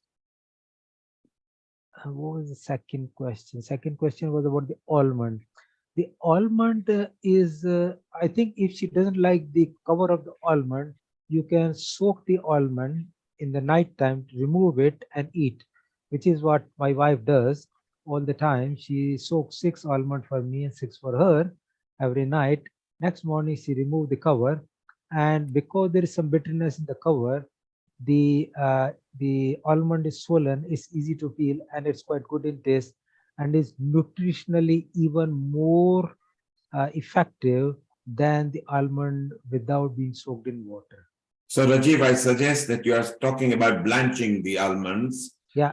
She's not there now, so we can't ask her. I think she just didn't want to eat almonds, but maybe she can try blanched almonds. Well, let's move on something now in a conclusion from the Ayurveda and food. And I'm going to go around each one of you. Can you name top 5 or top 10, if you can remember? What are your top 5 or top 10 Ayurveda food that you should include in your diets? Let's start with Ish first. Okay. As Dr. Rajan Patnankar already highlighted the importance of Prakriti, everyone is different, but still there are some food groups which are generally good for all. Ayurveda says rice, then wheat, and moong dal, then warm water, ghee, milk, and fruits and green vegetables. These are, in general, these are suitable to most of us, until and unless you are really allergic, particularly allergic to one ingredient or the other. So we can be taking more and more of this. And you have to be very careful of not to overeat, not to have calorie burden, not to have excess calorie, because that would be leading to excessive free radical production, as Dr. Rajiv Gupta rightly pointed out. So I believe these are the general food categories which can be taken like as your daily dietary intake. And Ish, you didn't mention, so this is where I come in as well. You didn't mention one of my favorites is, lassi. Is lassi good? Lassi is the best. Will you believe Ayurveda says lassi? Ayurveda calls it takra, and Indra has got one synonym as shakra. So Ayurveda says this takra, that is salted lassi, is even not available to Lord Indra. So important is the takra. So this is exceptionally wonderful. If you can have a lot of buttermilk, lot of salted lassi with your food, before food and after food, the only drink which can be taken after food. Otherwise, bhojanante vishamvari, every drink is a poison after your food. But takra is the only liquid which can be taken with your meal and after your meal. So takra surpasses all other drinks. What are the other example of takra? Takra means buttermilk. So how do we prepare it? We take like 1 part of yogurt, and we add like 3 to 4 times water, and we add some black pepper, some Himalayan salt, some fresh coriander, and we blend it. We beat it in a mixer grinder, and within 30 seconds we have got a wonderful drink ready. So now, you have included 3 of my favorites, which is the lemons, the moong, particularly sprouted moongs with the longer tails, because I believe it's got more water in it, and lassi. So let's go to Rajiv. Rajiv, what are your either top 5 or top 10 Ayurvedic foods that one should consume almost daily? All right. So my top 3, well, let me call them top 5. So top 5 are now dates. Second is almonds and sprouted moong. This is what my wife gives every day, and I've been taking for several months. So they are extremely good in not only nutritional value, but also body repair mechanisms. And particularly almond is very good for your memory, learning, and brain. The additional 2 to make 5 is figs and ginger, because figs are quite good for your bowel. They regulate the bowel, reduce the constipation, but also reduce the fermentation. So that is quite good. And ginger has got, well, people in Ayurveda call it universal medicine, because it has got a property of digestion and removing ama. And dried ground ginger is actually, it can be mixed with your flour or whatever, and many people have used it for a long time. So I would say that, and then seasonal fruits and leafy vegetables. So like particularly, I like these, although I shouldn't say the seedless small oranges or tangerines, because they are extremely good. You eat every day. It's so good. It is refreshing and has got high level of vitamin C, which increase your immunity. And the green leafy vegetables are very good for both bowel and for skin conditions and for regulating your blood sugar, preventing diabetes. So I would Thank stop you. here. Thank you, Rajiv. So you like sprouted mungs, you like almonds, you like dates and figs, and you also like ginger. And yes, they are very common. I always got an objection on dates because it's very highly sugar. So those who are actually having a sugar problem, they do need to take advice when to consume dates. Let's move on to Rajanji. We also got Dr. Rashmi Sharma available, who we will take on next as her session. We also got Vaidya Meenakshi ji from USA. Her session is a bit later, but she's there and smiling with us. So we will go there. So before we go there, Rajanji, your favorite foods. And there is one question, I'm just going to digress at the moment. There is a person who is saying that she is from UK or the person is from UK and suffers from sinus every other week. Doctor gives them antibiotics, but it's occurring so regularly. So please advise them what they should avoid eating and what kitchen pharmacy would help. Just before that, Rajanji, your favorite 5 foods. All the food which were told by both the stalwarts, I only try to emphasize on buttermilk. Means to take 1 spoon of curd, you can have 1 liter of buttermilk, because that is the only food you can, as told by EG, you can have any time, any day, anywhere. And regarding the question about that a person from UK, avoid drinking water at bedtime. Means as soon as you finish your dinner, no water intake till morning. So that will definitely give her benefits to that sinus problem, in my opinion. Thank you. Thank you for being specific. Well, Rajiv, we can now maybe move to Dr. Rashmi Sharma. I'll ask her to start her video. There she is, and let's welcome her. Just bear with me one moment. And here we've got from India, Dr. Rashmi.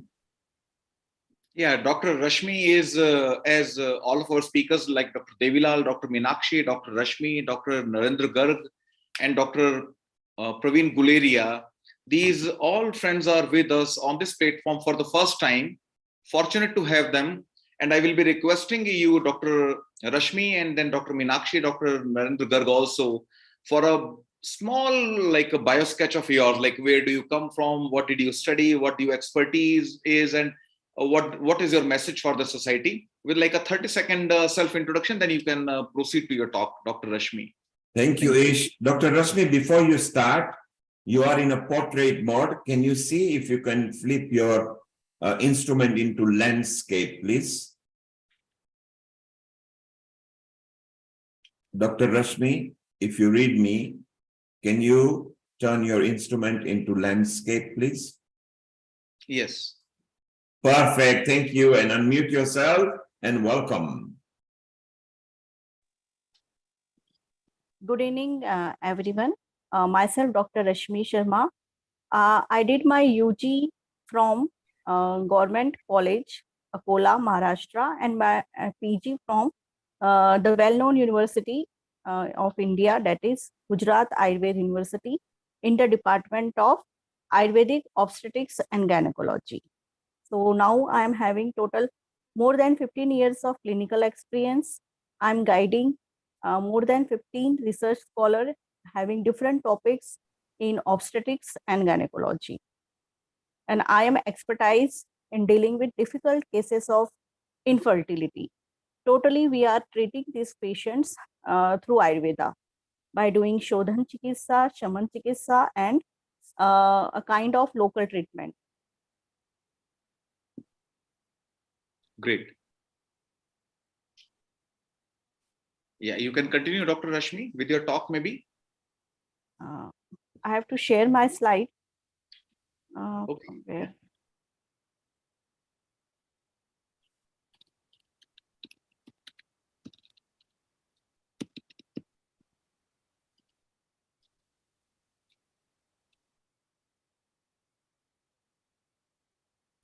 So Ish, okay, carry on.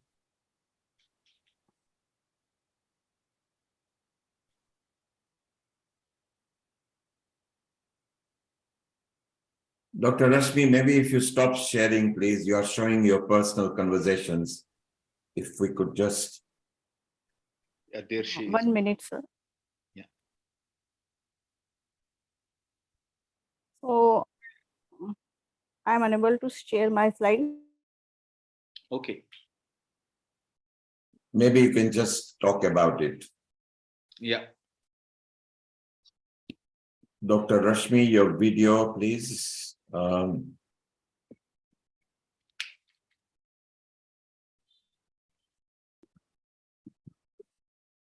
So Ish, what was the topic for Dr. Rashmi? Yeah, her topic was this Cervical problems. erosion, was it? Cervical erosions leading to infertility, and her success stories. You know how did she treat many patients with the pure Ayurveda treatments with no Western treatments, and that is what she wanted to share. So what are the local treatments? What are the general purification, general panchkarma, etc.? What do's and don'ts did she advise? So she wanted to share all that. So we hope to have her back soon. And I think that topic would be very useful in when we do the women's self-care program on the 12th of March. Yes, I think that will also be very appropriate. So while maybe she'll try to reconnect to us, we have Dr. Narendra Kumar Gar. Let's see if we can prompt him to put his Rashmi meanwhile is trying to sort her. Yes, here is Dr. Rashmi is back as well. Let's bring Rashmi back. Rashmi, you can try to unmute yourself. There you are, Dr. Rashmi. Yes. Carry on. You are live now, Dr. Rashmi. So my topic is cervical erosion. But how to share my slide? I'm not getting that option. Maybe you can talk about it. So cervical erosion is a very common gynecological disorders which we are getting in our day-to-day OPD patients. So it is a primary stage. If we can't cure the patient in time, it will be later stage of cervical carcinoma. As we all know, the cases of cervical carcinoma is very common in developing countries like India. So for the prevention of this condition, this fatal condition, we have to cure this condition in an early stage. So we can take cervical erosion as a alarming sign for the prevention of this fatal condition. So what happened in cervical erosion? In a simple language, cervix is divided into two parts, ectocervix and endocervix. So ectocervix is covered by squamous epithelium and endo is by columnar epithelium. The condition in which this squamous epithelium is converted into columnar epithelium, that condition is known as cervical erosion. So the epithelial cells, these are the basic units of animal tissue. Total 4 tissues we are having. The first one is epithelial tissue, then connective tissue, nervous tissue, and muscle tissue. So depending upon its principal shape, these epithelial cells are divided into 3. Squamous epithelium, columnar epithelium, and cuboidal epithelium. So in which types of epithelial cells are present around ectocervix and endocervix. So in a simple language, we can say the outermost part of cervix and innermost part of the cervix. So nearby cervix, in Latin, the cervix, meaning of the word cervix means neck. So cervix is the neck of uterus is having parts. The first one is body, second one is isthmus, and the third one is cervix. The cervix is considered as the neck of the uterus, and it is the connecting part which is communicate the vagina with the uterus. So any infection which is coming from vagina through cervix enters to the uterus. So to prevent infection, ascending infection towards uterus, we have to take care. So in vaginal infection, we have to treat. If you are not treating, it will infect the cervix and then later on to the uterus. So the cervical mainly affects the cervix. Its prevalence is more common between 17 to 35 years.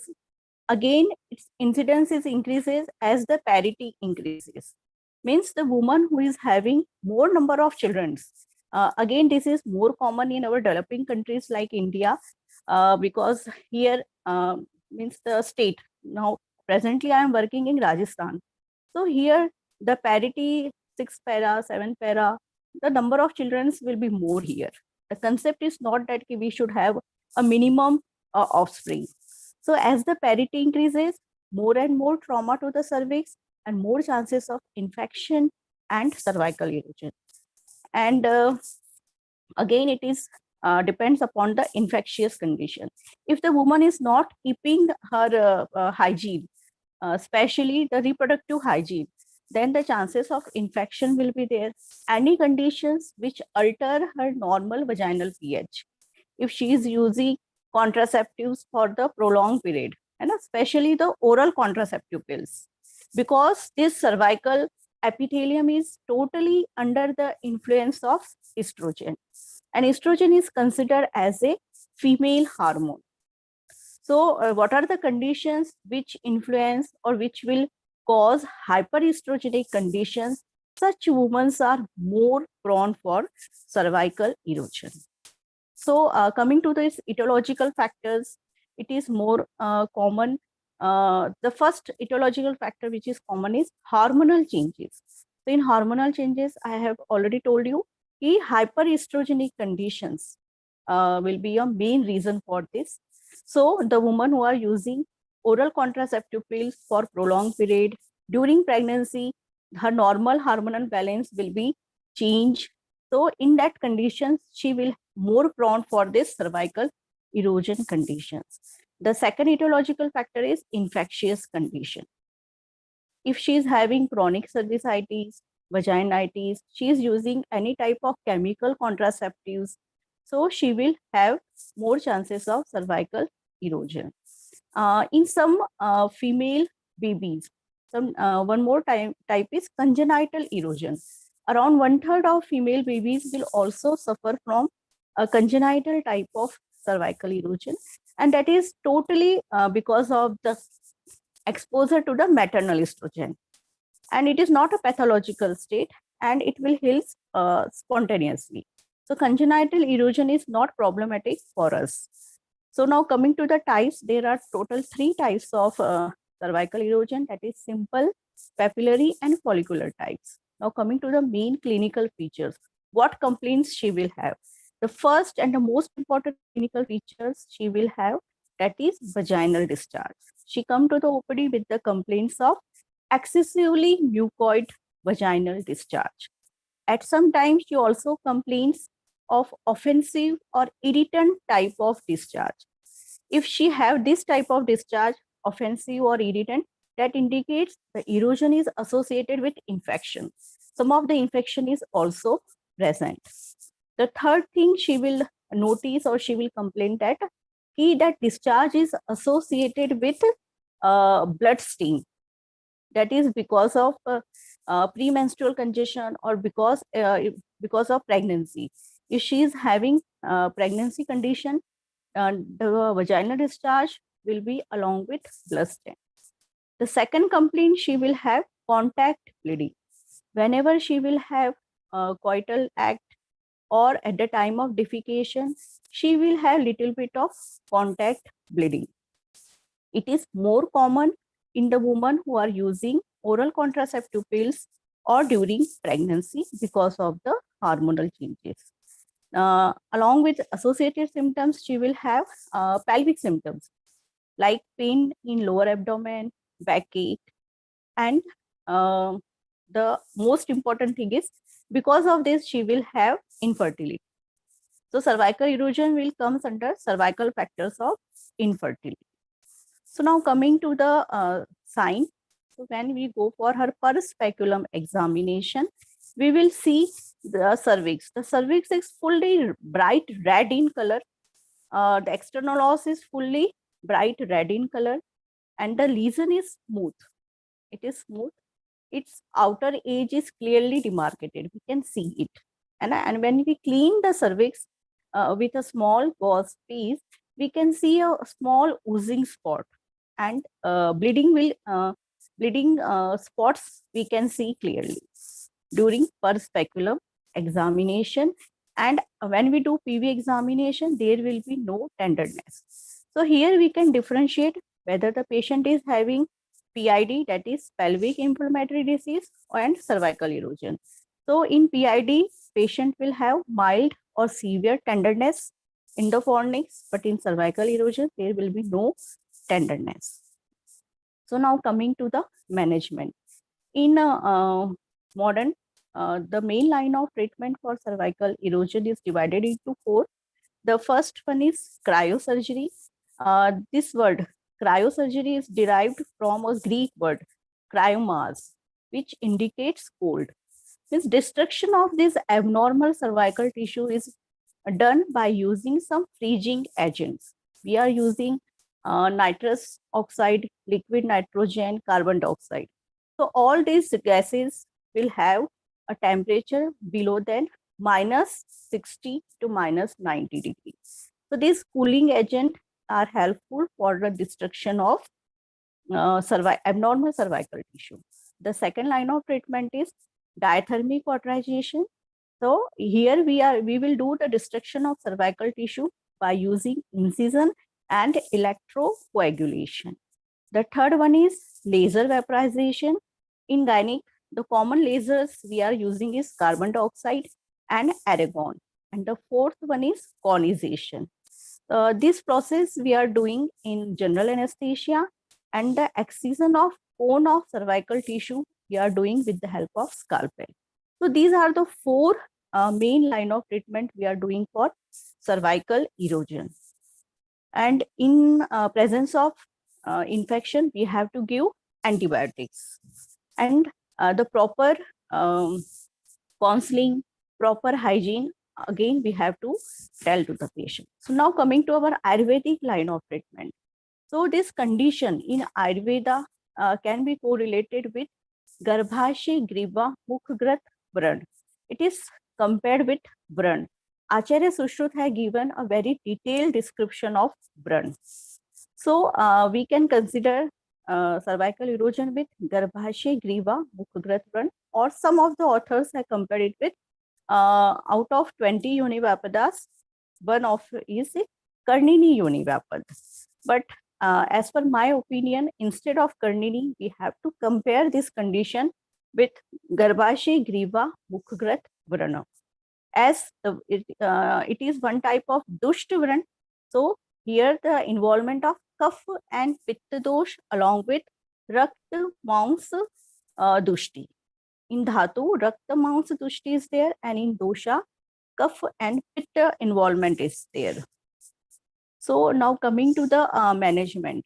So as we all know, Ayurvedic line of treatment is divided into 3: Shodhan, Shaman, and Sthanik Chikitsa, that is local line of treatment. So Shodhan is considered as a body purifying process in which we have to total 5 karmas, that is Vaman, Virechan, Basti, Nasya, and Raktamokshan. In Shaman line of treatments, we are giving different Ayurvedic herbs, either in single or in yogic forms. So in Shaman Chikitsa, the best line of treatment is we are giving Pradrantak Glow. Pradrantak Glow is the better drug. We can give Chandra Prabhavati. Chandra Prabhavati is considered as an antibiotic in Ayurveda. It is very useful. Then we can give Trifla Goglu, And for discharge, as I told you, there will be an excessive mucoid discharge. For that, we can add Lodraso. Lodra will absorb the excessive mucoid vaginal discharge. Then Dr. Rashmi, this is very exciting, very nice, and very academic. We've got audience in our social media who are connected to us from different countries. And since we are not seeing the presentation, let's make it interesting. Jyotika from Mombasa has been advised to try Agni Karma. Can you now specifically talk about Agni Karma and guide her and even the general consumer in different parts of the world? What is Agni Karma and how can it help this erosion? Over to you. You can unmute yourself. Thank you. yes, sir. Sir, Agni Karma, now I am coming to the local treatment. In local treatment, Agni Karma we are doing in our IPD patients. First, we will admit the patient. And for Agni Karma, the same thing that is mentioned in modern, that is diathermic cauterization. We have to use some hot agent for the restriction of cervical tissue. The same concept is here for Agni Karma. So for Agni Karma, either we are using Agni Karma Shalaka. My slides are not showing. Otherwise, I will show. We are having Agni Panch Dhatu Shalaka. It is made up of 5 dhatu, that is Swarna, Rajat, Tamra, Loha, and Vang. So you can get this Agni Karma Shalaka online also. So we have to make it hot, and then we will apply that Tapt Loha Shalaka over the eroded part. And Binduvat means like dot. We have to do the Agni Karma. Along with this, we are also using some Shalaka. Index finger like Shalaka we are prepared in our pharmacy. The contents of Agni Karma Shalaka is Lodhra, Haridra means turmeric, Nimb we are having, and Guglu we are having, Bidang we are having. All these are considered as antibiotic, antifungal, and disinfectant. So from these drugs, we have prepared Agni Karma Shalaka. Again, we will make it hot, and then Binduvat Agni Karma we are doing. So Dr. Rashmi, will you suggest that Jyotika from Mombasa tries Agni Karma? Yes, definitely, sir. We are doing, and we are having excellent result of Agni Karma. Thank you, Jyotika. If you are listening, Agni Karma is what for you to try and have a go at it. Ish, we have got Dr. Narendra Garg here, and maybe you can conclude with Dr. Rashmi Sharma and we move to Dr. Narendra Kumar Garg. Great. Thank you very much, Dr. Rashmi. This was very academic, very useful for the general public as well as for the Ayurveda students who are overhearing to you. And this surely will give a real insight to the patients, who are actually suffering from it. And as you really have one taker already from Mombasa, and this being a very specific treatment, this has to be taken under a strict supervision of under an expert like Dr. Baljot Kaur or Dr. Rashmi Sharma, who we have both of them online right now with us in this session. So surely we'll be telling you again not to self-medicate you after listening to these talks, because you might not be doing correct. You have to get back to us. We are there with you, not for this session. We are there with you for forever. You can drop your questions anytime. Off session also, you can drop a message to our platform and we'll be responding you in time. And maybe I'll request you, Dr. Rashmi, to put on for a bit longer till we have some questions coming up for you. Meanwhile, we can start with Dr. Narendra Kumar Garg, and or maybe we'll be requesting Dr. Baljot Kaur and Dr. Indrapal Kaur for their comments in the due course of time. Dr. Narendra, we are very happy to welcome you. And thank you, sir.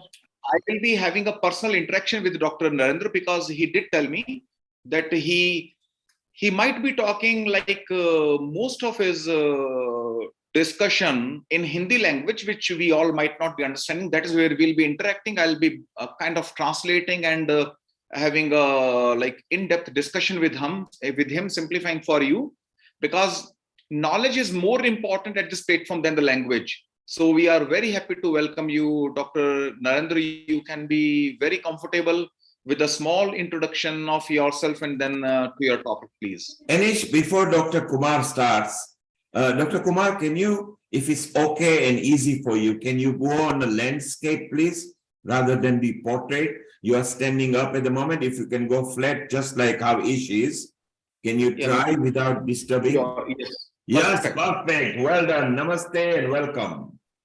Namaste, namaste, sir. Namaste, all of my respected seniors, my dear friends and lucky participants. Myself, Dr. Narendra Kumar Garg. I did my BMS from National Institute of Ayurveda, Jaipur, and my MD, PhD from Government Ayurvedic College, Udaipur. I am 5-year experience as a professor in Kaya Chikitsa and various colleges or principal, ex-principal, extra. So I am continuing my discussion in Hindi. Yes, please. Yeah. जी सबसे पहले मैं राग द्वेष औत्सुक्य मोह अरति आदि रोगों को नष्ट करने वाले अनादि वैद्य परम ब्रह्म परमात्मा को नमन करता हूं और स्वर्ग लोक से और पृथ्वी की ओर आने के लिए आयुर्वेद को लाने वाले जितने ऋषि महर्षि मुनि हैं उन सबको नमन करते हुए और आज अपने विचार प्रस्तुत करता हूं। तो जैसा कि आपका जो आज टॉपिक है benefits of Ayurveda for all, तो ये बेनिफिट्स ऑफ आयुर्वेद जब भी हम समाज को दे पाएंगे जब तक कि हम पूरी तरह से आयुर्वेद को समझ ना पाएं, जब तक हम आयुर्वेद की विचारधारा को उसके विचारों को नहीं समझेंगे हम आयुर्वेद का बेनिफिट्स किसी भी कीमत पर नहीं लेंगे। और जैसा आपकी जो वेबसाइट पे मैं Dr. Garg, I will be stopping you after like one sentence of yours just to translate it. Is that fine? Okay. So Dr. Narendra Garg paid his respect to the divinities of Ayurveda from the celestial world, from heavens, who brought Ayurveda to this world. And then he says, to execute Ayurveda, we have to first understand Ayurveda very well. So that is where he would try to simplify it for all of us. Yes, Dr. Narendra.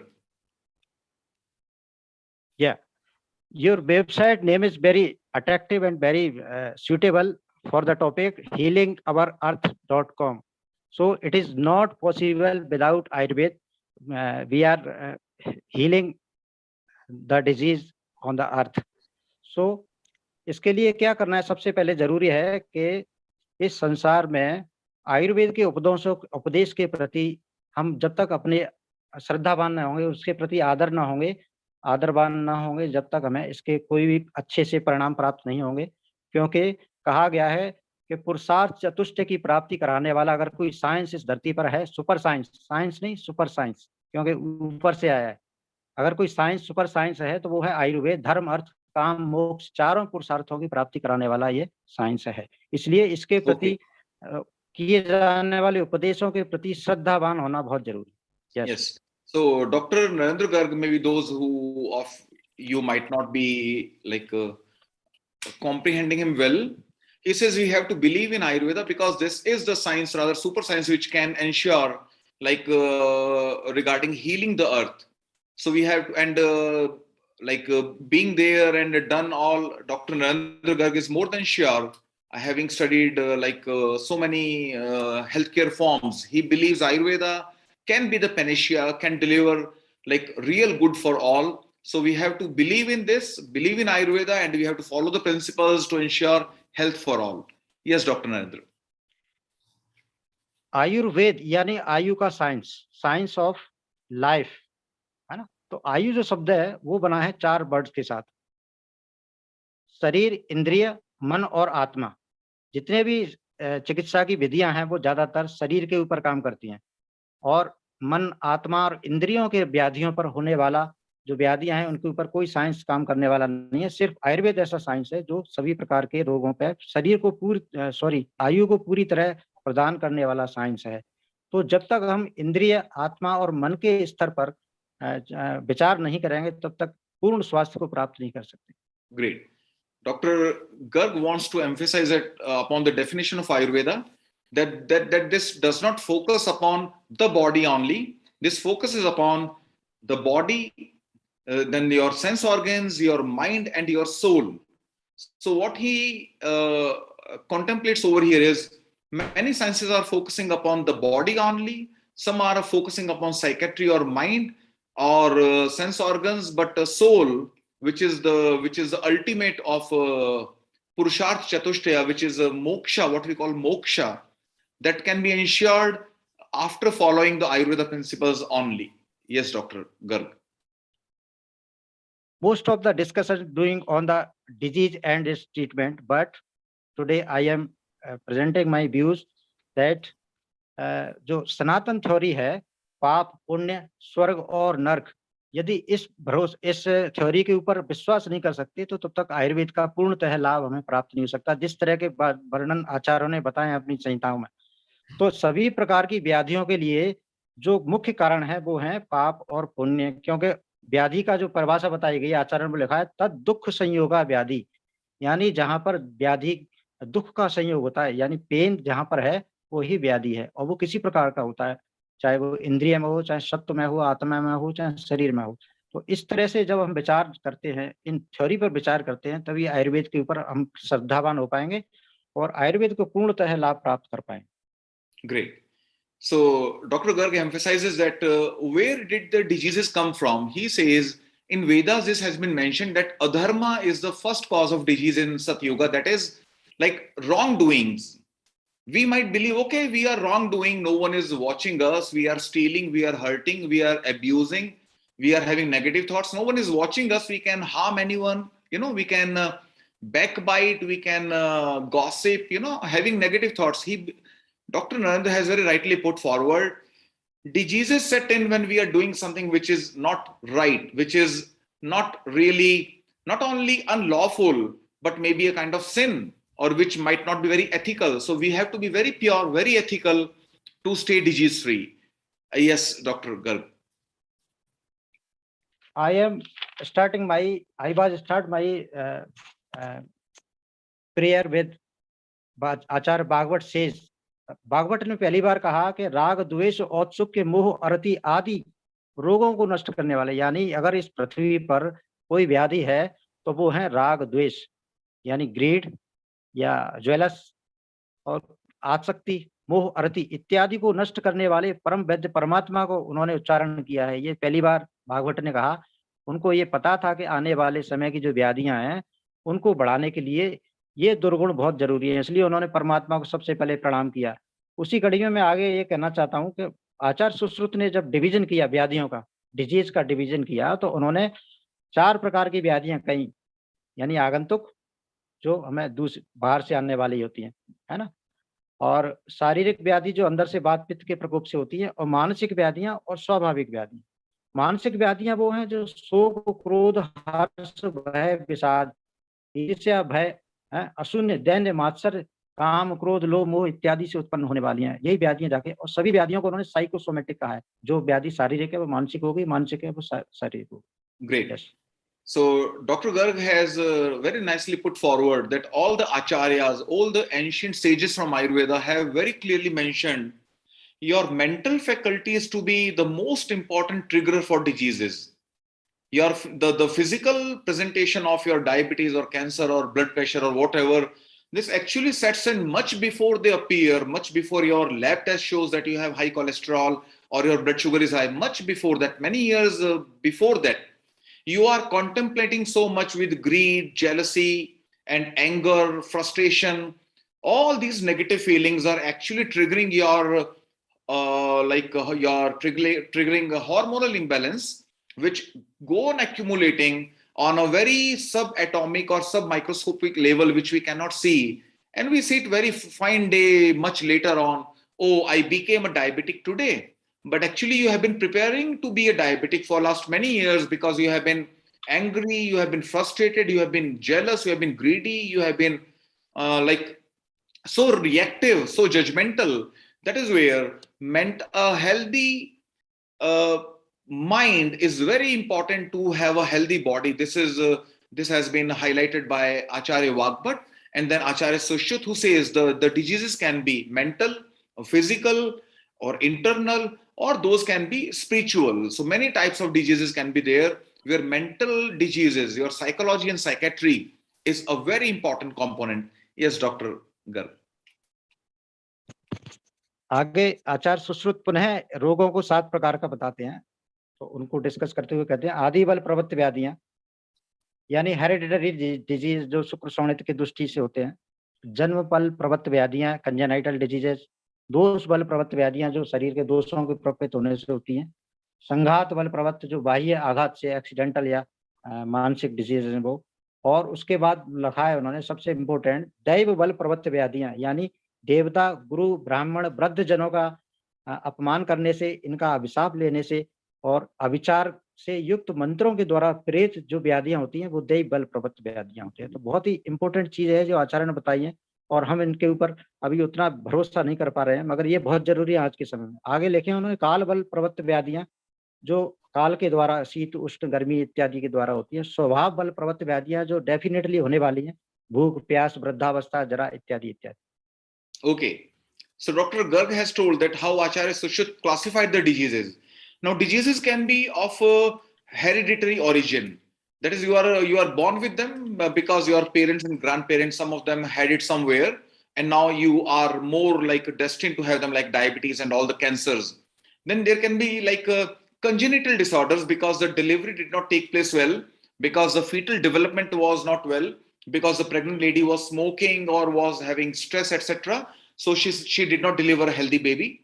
Then disease can set in later on when a healthy child is born and one child starts living one's life. Then there can be external trauma, there can be internal vata pitta kapha imbalance, there can be timed diseases like after some regular time, after regular interval, we feel like thirsty, we feel hunger, we age and we die. These are called natural diseases. They are bound to come with time. And there can be diseases which are called Daiva Bala. That is, there can be when you are not very ethical in your behavior, then it can stress you, it can give you guilt conscience, which can trigger many, many diseases, especially heart diseases and skin diseases. So your conscience has to be clear. Otherwise, you are preparing a ground for yourself to be taken ill with so many diseases. That is where he re-emphasizes upon your mental clarity, you're being non-judgmental and you're being very ethical towards the society and everyone. Yes, Dr. Garg. आचार्य सुश्रुत आगे एक और बात कहते हैं, उन्होंने अभी तक का जो मेडिकल साइंस है उन्होंने सिर्फ बॉडी में होने वाली हेरिडिटरी और जेनेटिक डिजीज को ही देखा है, मगर आचार्य सुश्रुत ने वो व्याधियां देखी हैं जो आत्मा के साथ दूसरी आत्मा शरीर में प्रवेश करते हुए। उन्होंने लिखा है कि म्रियते यदि कुष्ठम पुनर्जाते भी गच्छति, यानी कुष्ठ के द्वारा अगर कोई मृत्यु को प्राप्त होता है तो अगले जन्म में भी उसकी आत्मा उसको कुष्ठ के रूप में ही जन्म देने वाली होती है। क्या हम इस बात पे ऐसा कहेंगे कि ये गलत बात लिखी है उन्होंने या असत्य है? जब पूरा सुश्रुत लिखा हुआ सही है तो ये कैसे गलत हो सकता है? हाँ, हम गलत हो सकते हैं, हमारे पास वो ज्ञान चक्षु दिव्य चक्षु नहीं है जिनसे हम देख पाए। मैं सोचता हूँ कि सुश्रुत जब उनको इतना जबरदस्त आयुर्वेद फलित हुआ तो उसके पीछे कारण क्या थे? क्यों नहीं हम देख पा रहे हैं कि एक आत्मा से दूसरे आत्मा को एक शरीर से दूसरे शरीर में प्रवेश करते हुए हम क्यों नहीं देख पा रहे हैं?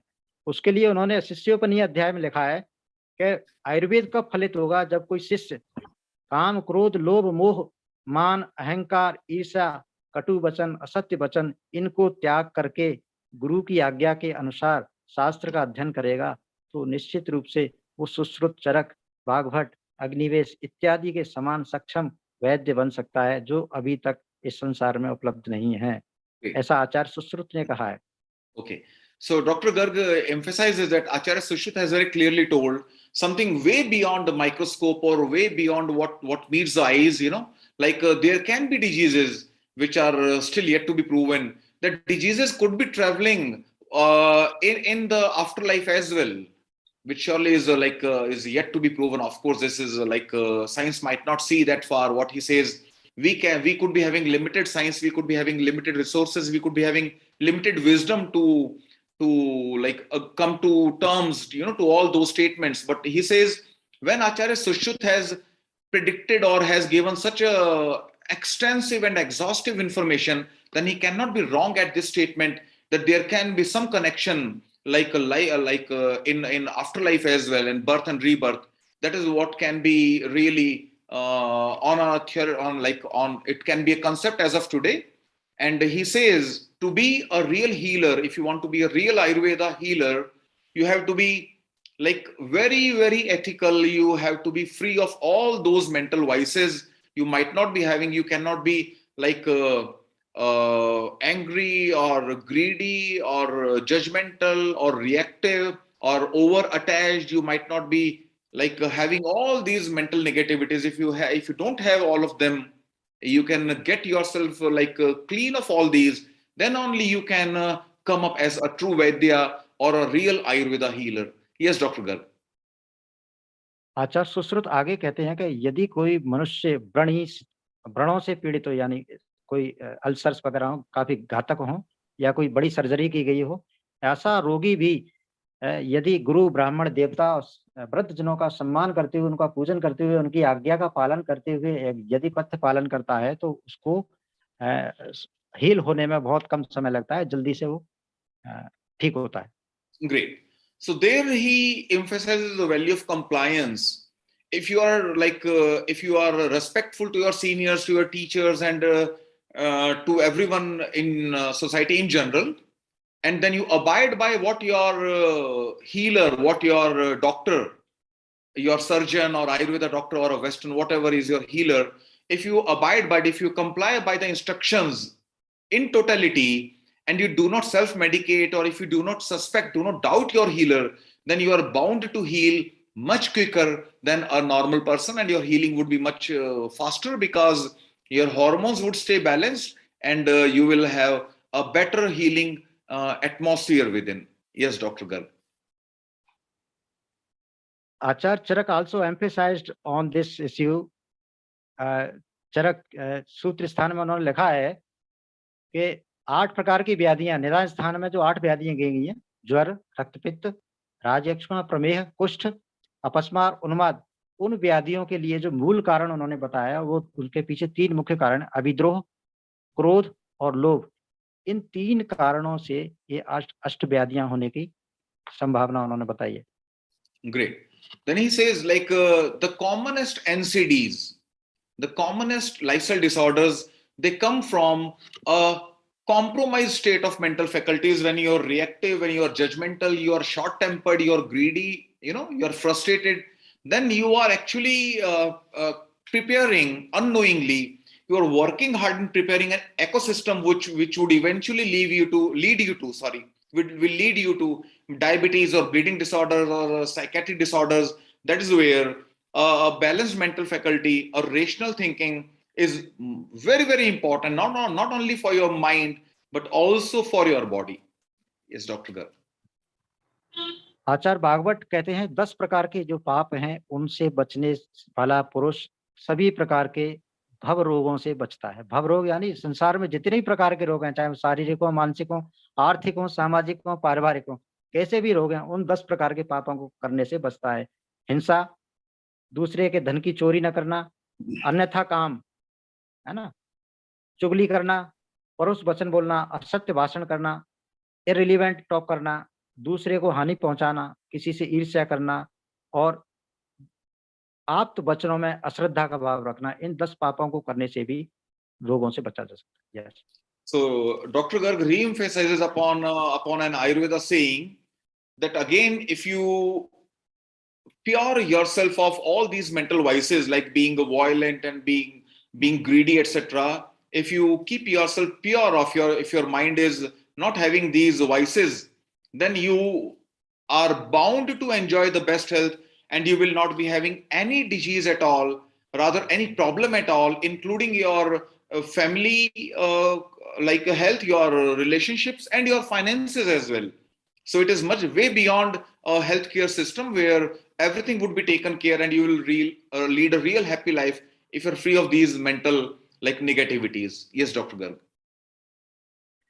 तो इन द लास्ट मैं ये कहना चाहूंगा कि as a physician, as a teacher, as a human being, यदि हमें इस संसार में, हम मनुष्य का जन्म एक ही लिए हुआ है, इस काम के लिए हुआ है कि पुरुषार्थ चतुष्टय की प्राप्ति करें. धर्म, अर्थ, काम, मोक्ष प्राप्त करना जीवन का उद्देश्य है, और इसके लिए चाहिए आयु, और आयु कैसी? स्वस्थ आयु और हितायु. और ऐसी स्वस्थ आयु और हितायु प्राप्त करने के लिए आयुर्वेद के प्रति श्रद्धावान, उसके प्रति ज्ञानवान होना, उसको अध्ययन करना, उसको जानना, ये सब करने से हमें इस धरती के सभी सुखों को दिलाने वाला ये आयुर्वेद शास्त्र है। इसलिए इसके प्रति श्रद्धावान रहते हुए और हमें अपना काम करना चाहिए। जय Great. हिंद, Thank you जय very much. Ayurveda.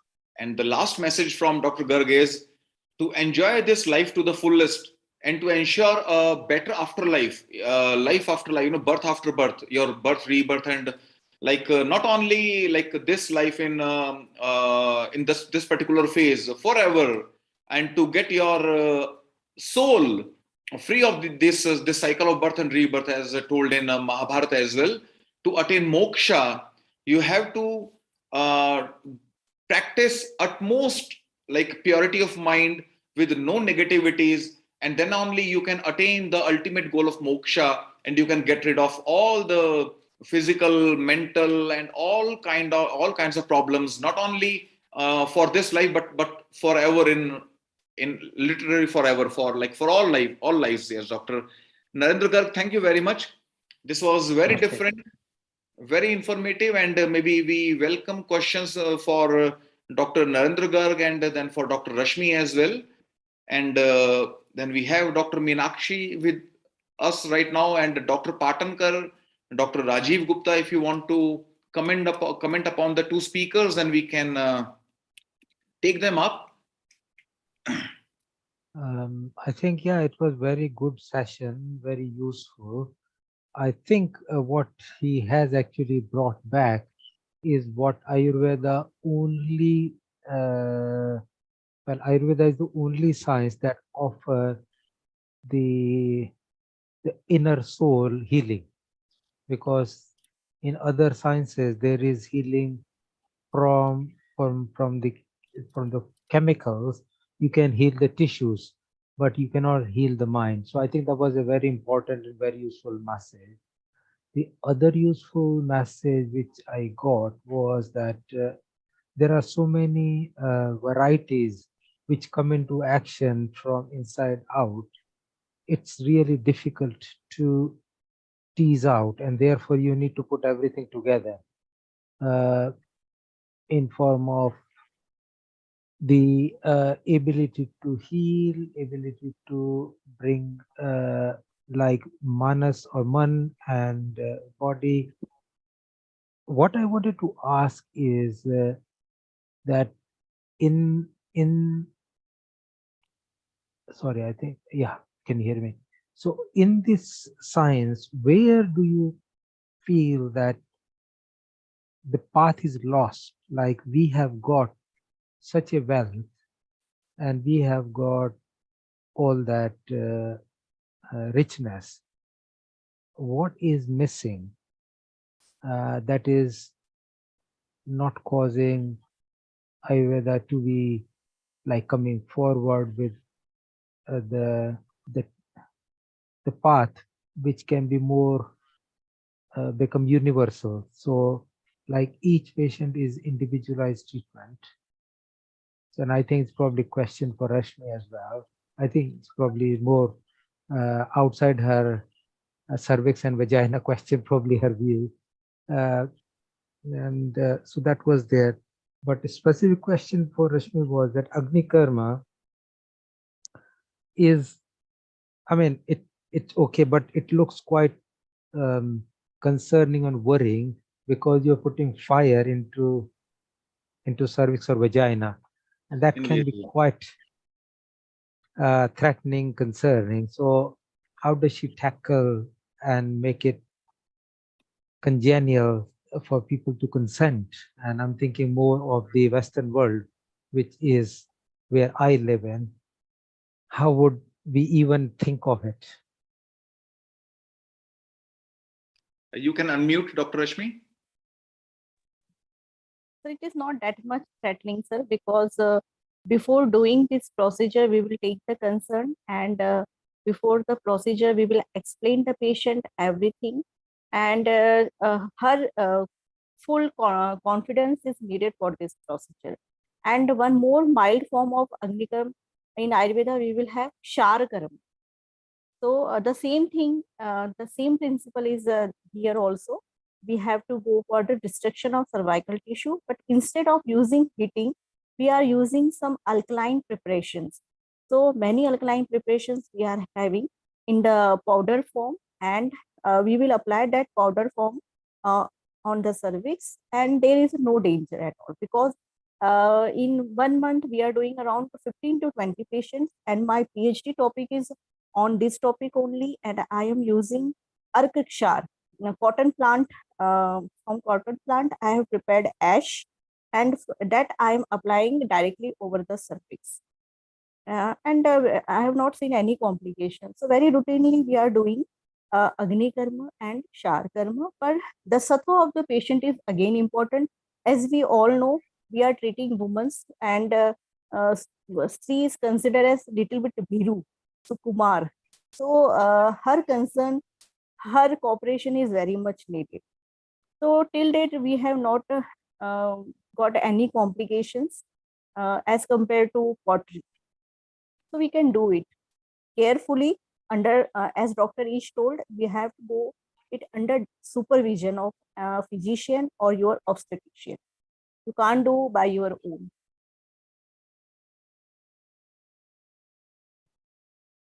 And do you practice like local anesthesia or spinal block or general anesthesia, as you were telling Dr. Rashmi? No, sir, nothing. There is no pain in this procedure. It's a painless procedure. We are not using any type of anesthesia. Okay. And you are saying under the supervision of gynecologist, yes, who you think that would be? I myself, sir. Our Okay. PG as PG research scholars, we are giving the topic. So whenever they are doing, I will stand nearby them. When I will see they are doing perfectly, then I will give them free hand. So our PG scholars also doing it, this procedure very carefully and neatly. Thank you. Ish, we have got Suraya here who has got a question, so over to her. Thank you. Hi, Suraya. Namaste, Dr. Ish. I also want to show my respect to Dr. Narendra Kumar Garg, because Namaste, Dr. Narendra Kumar, because I'm so happy he spoke, actually, because I was listening, and we have, I mean, from the moment I joined the sessions, we are only talking about food intake and about the sharir, right, the body. But it is very important, you know, to go back also about the mind and obviously the atma. So I was wondering also, like, in future, can we have more sessions, you know, about the mind and the atma? Apart from that, is it also not, I mean, with every human being or with patients, when they come to the doctor and they have questions, that actually the decisions making, when doesn't matter, is it already, do they already have any sickness or not? Before food intake, it starts in the mind, right? Like, you make the decisions in the mind. Like, so when the patients comes to the doctor, is it also not like that you give also any, I mean, the doctors give maybe advice about where the sickness starts, okay, and what medicines, but also any small exercises about the mind, because we are not perfect. We cannot control the mind yet as a saint, or we can also not control our senses. So we get the information from the doctor, we go back home, and again we are going to cheat a little bit because we cannot control the senses. Also, another question: will periodically fasting also have positive effect on the mind? And that's it. Thank you so much, Radhe Radhe. Great. Thank you very much, Suraya. And we have Suraya from Connecticut, USA, and she has been my student at Netherlands, and I recall her as a very enthusiastic student and very keen learner, and she is an ardent follower of the Indian wisdom, all the kinds of Oriental wisdom that fascinates her. That is how she came to Ayurveda. And Suraya, you can see Dr. Meenakshi Gupta from Texas. She is my friend and an Ayurveda expert. You'll be listening to her later on, and you can connect to Dr. Meenakshi after this talk also. And yes, Surya, very rightly put forward. If you go for periodic fasting, this doesn't only benefit your body, because as Dr. Rajiv Gupta told, if you eat lesser, you produce lesser free radicals. Why do we age? There is only one theory out of 10, which is the most consistent. Why do we age? So what if we are 100 years old, and why can't we be 200 years old? Why do we age? Why do we die? There is one universal theory, that is free radical damage. We are attacked by free radicals, and eventually this repeated wear and tear and repair and wear and tear, and then injury, then repair, injury, then repair. Eventually we give up, the systems give up, and our organs are failing, then we age, and then we die. Now, food and stress, these are the two most important sources for free radical generation.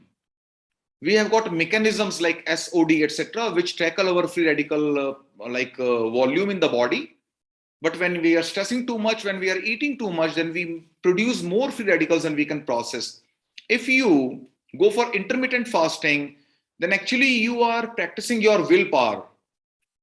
That is, if you can avoid food, you can stop yourself. Food is there, but you are not eating. Then this is such a wonderful exercise for your willpower. That is how you emerge a stronger person, not only at your body, but from your mind as well. You can really control your mind. So intermittent fasting makes you physically strong and mentally strong as well. Surya. Yeah, you want to ask more, Surya, or you want to interact more?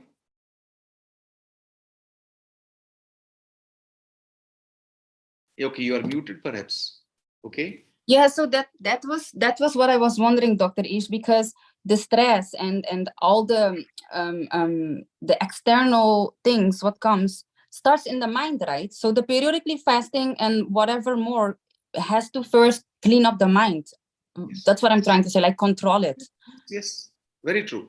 Because you decide at your mind only, when you have to decide for intermittent fasting, where your mind comes in first. Right, exactly. So that is the, yes, yeah. Okay, that's all I wanted to ask. Okay, maybe we can welcome Dr. Meenakshi Gupta for the next talk.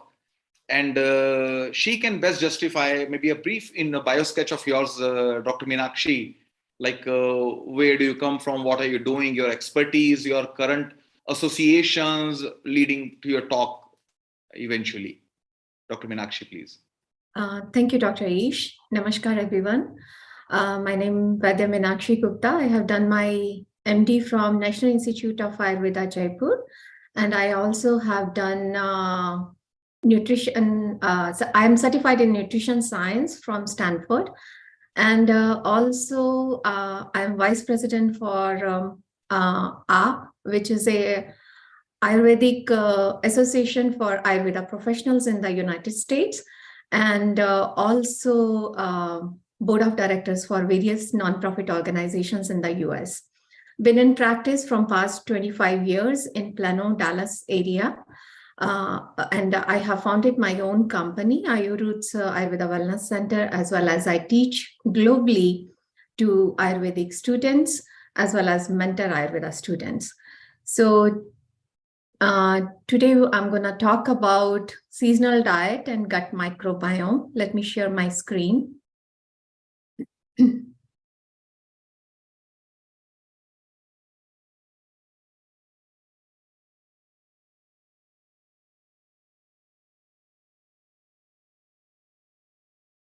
Okay. So today we are going to talk about Ayurvedic seasonal diet and gut microbiome. We all know that when diet is wrong, medicine is of no use, and when diet is correct, medicine is of no need. And that is the core principle of Ayurveda, which we are going to discuss today. But before that, there is a little disclaimer, because I practice in United States, where the laws are totally different from the way we practice in India or any other part of the country. The information, including but not limited to text, graphics, images, and other material contained in this presentation, is for educational and information purpose only. And this presentation is not intended to make any claim regarding any treatment or any other medical condition. and it is not intended to substitute for professional medical advice, diagnosis, or treatment. And always seek the advice of your physician or other qualified healthcare provider with any question you may have regarding any medical condition or treatment before undertaking a new healthcare regimen, including the Ayurveda diet and lifestyle. So let's talk about the gut health. All diseases begin in the gut. Many of you might heard about this proverb. Health is determined by the microbiota in our gut. That is the power of the microbiome. If your gut is healthy, you are healthy. And if gut is bad, your health is bad. And when we were having discussion about how mind impact the gut and how we should do the intermittent fasting, I'm going to explain that also a little bit, because your gut contains the neurons, more neurons than your mind, your brain. So they communicate with each other. So it is a vicious cycle. If the gut is bad, mental health will be bad. If the mental health is bad, it's going to affect the gut health as well. So if we see the gut health, which is gut flora, is very, very crucial to the healthy gut. And if we see, there are almost 100 trillion microorganisms in the gut. So human gut actually contains 10 times more bacteria than all the human cells in the entire body. So you can say that we are more built up of those bacteria rather than the cells.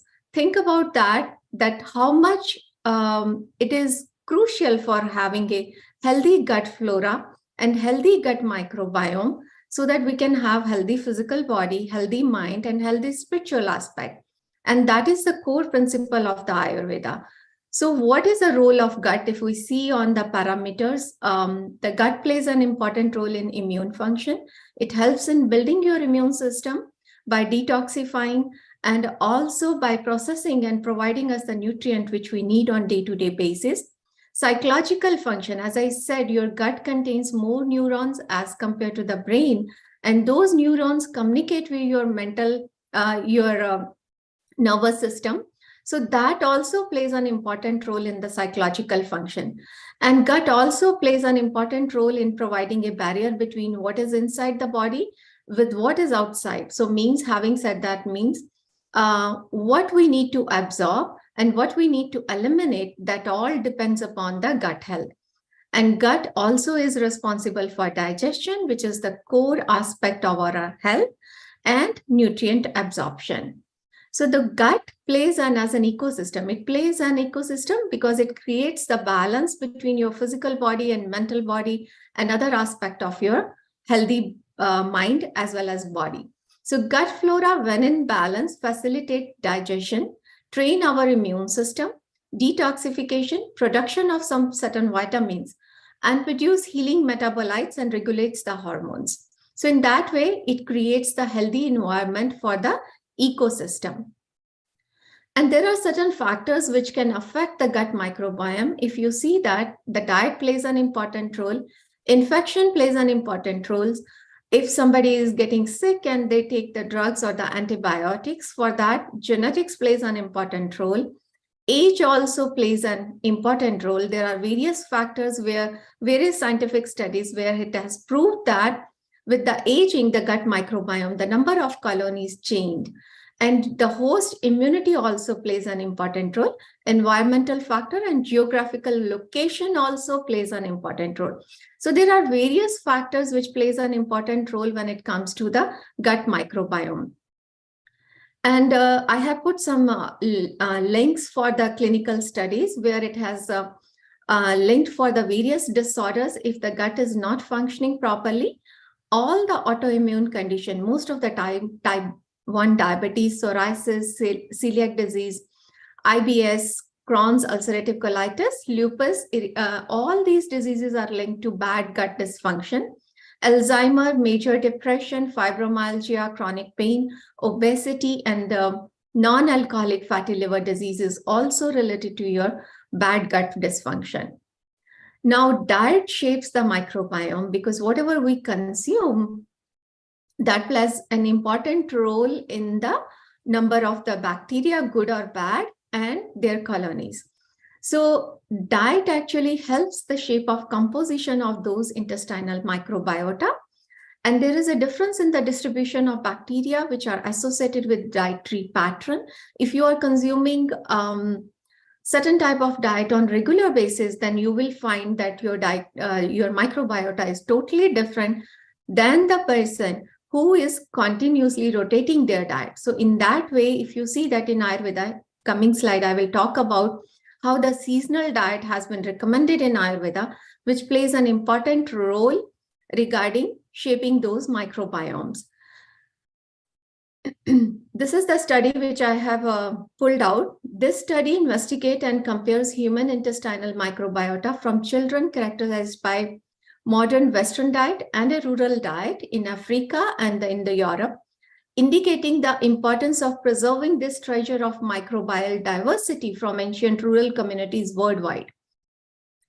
And you can search up this study and you can read this complete study. It is very interesting studies regarding how the diet plays an important role in gut microbiota between the children from Europe and rural Africa. So gut microbiota co-evolved with the polysaccharide-rich diet, which is a short-chain fatty acid of rural African kids, allowing them to maximize energy intake from fiber. That those type of microbiota were responsible for protecting them from inflammation and non-infectious colonic diseases. There are seasonal variation in human gut microbiome composition also. The mix of bacteria that live in our gut changes throughout the year as per the season to match the food we eat in every specific region. For example, bacteria that process fresh fruits and vegetables are more abundant in the summer, and those that process fats are more abundant in the winter times. So there is another clinical study which I have done by the University of Chicago in the Hutterites. They did the study where the diet was relatively stable throughout the season, except that in the summer, the people over there, they used to eat more fresh fruit and vegetables. And in winter, they eat less fresh fruits and vegetables and more turned into the frozen and canned food.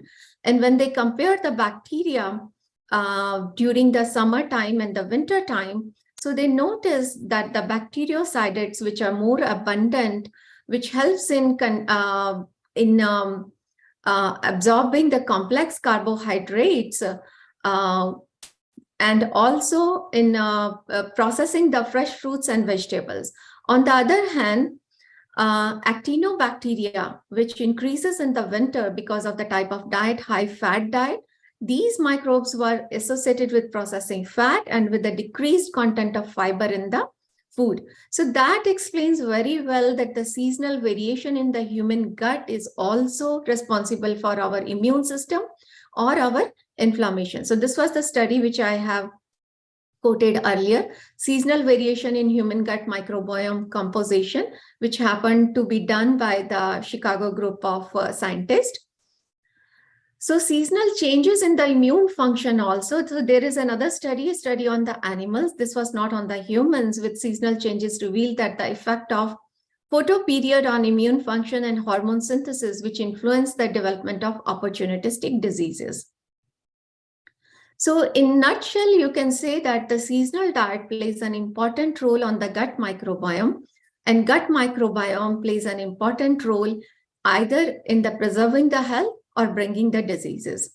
So in Ayurveda, we say that there is a one concept of Yat Pinde Tat Brahmande, means whatever there is in the environment is also there is in the human body. So for that, our acharyas, our sages has mentioned the seasonal regimen. I'm not going to go into the details of the seasonal regimen, but I have pulled small chunks from the various samhitas to explain how the diet was recommended during those seasons. So if we see that there is a variation of strength in the season, in winters, there is a highest digestive capacity. Summer and rainy season, there is a lowest digestive capacity, and the physical strength also slows down.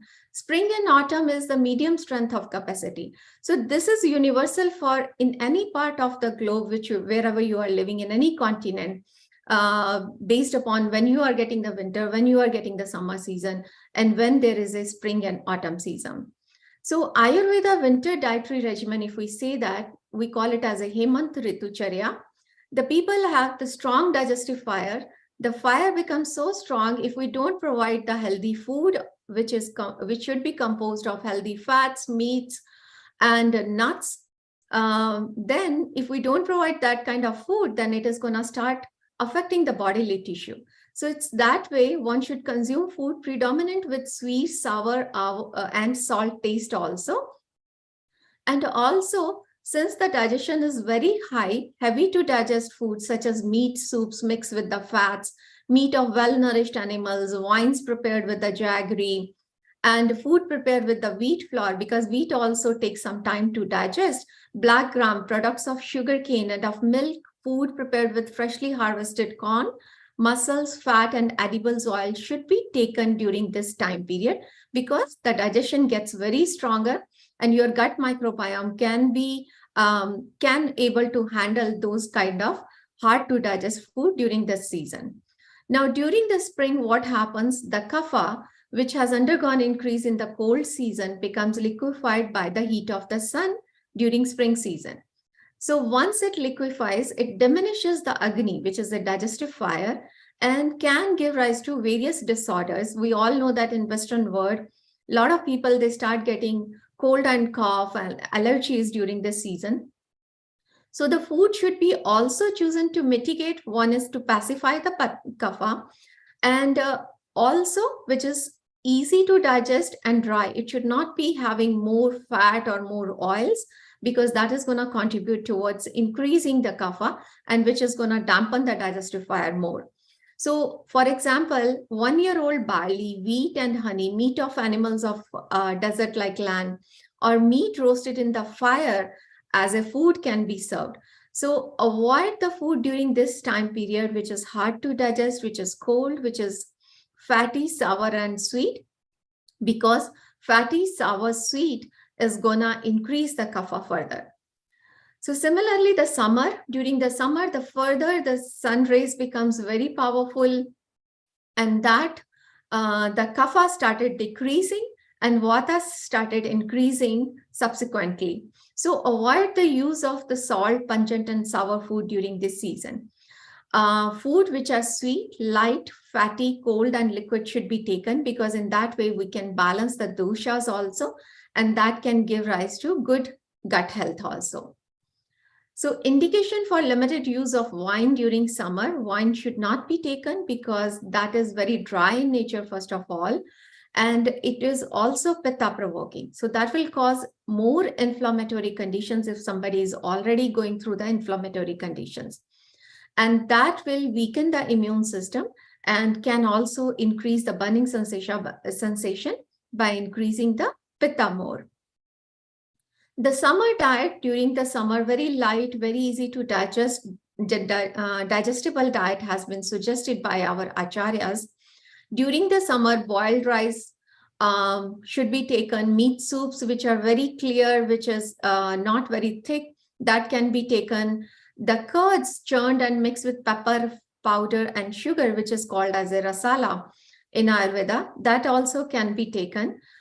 Syrup prepared with raisins, dates, and summer fruits also can be consumed during that time period, because that will help in balancing the pitta and increasing the power of your gut health.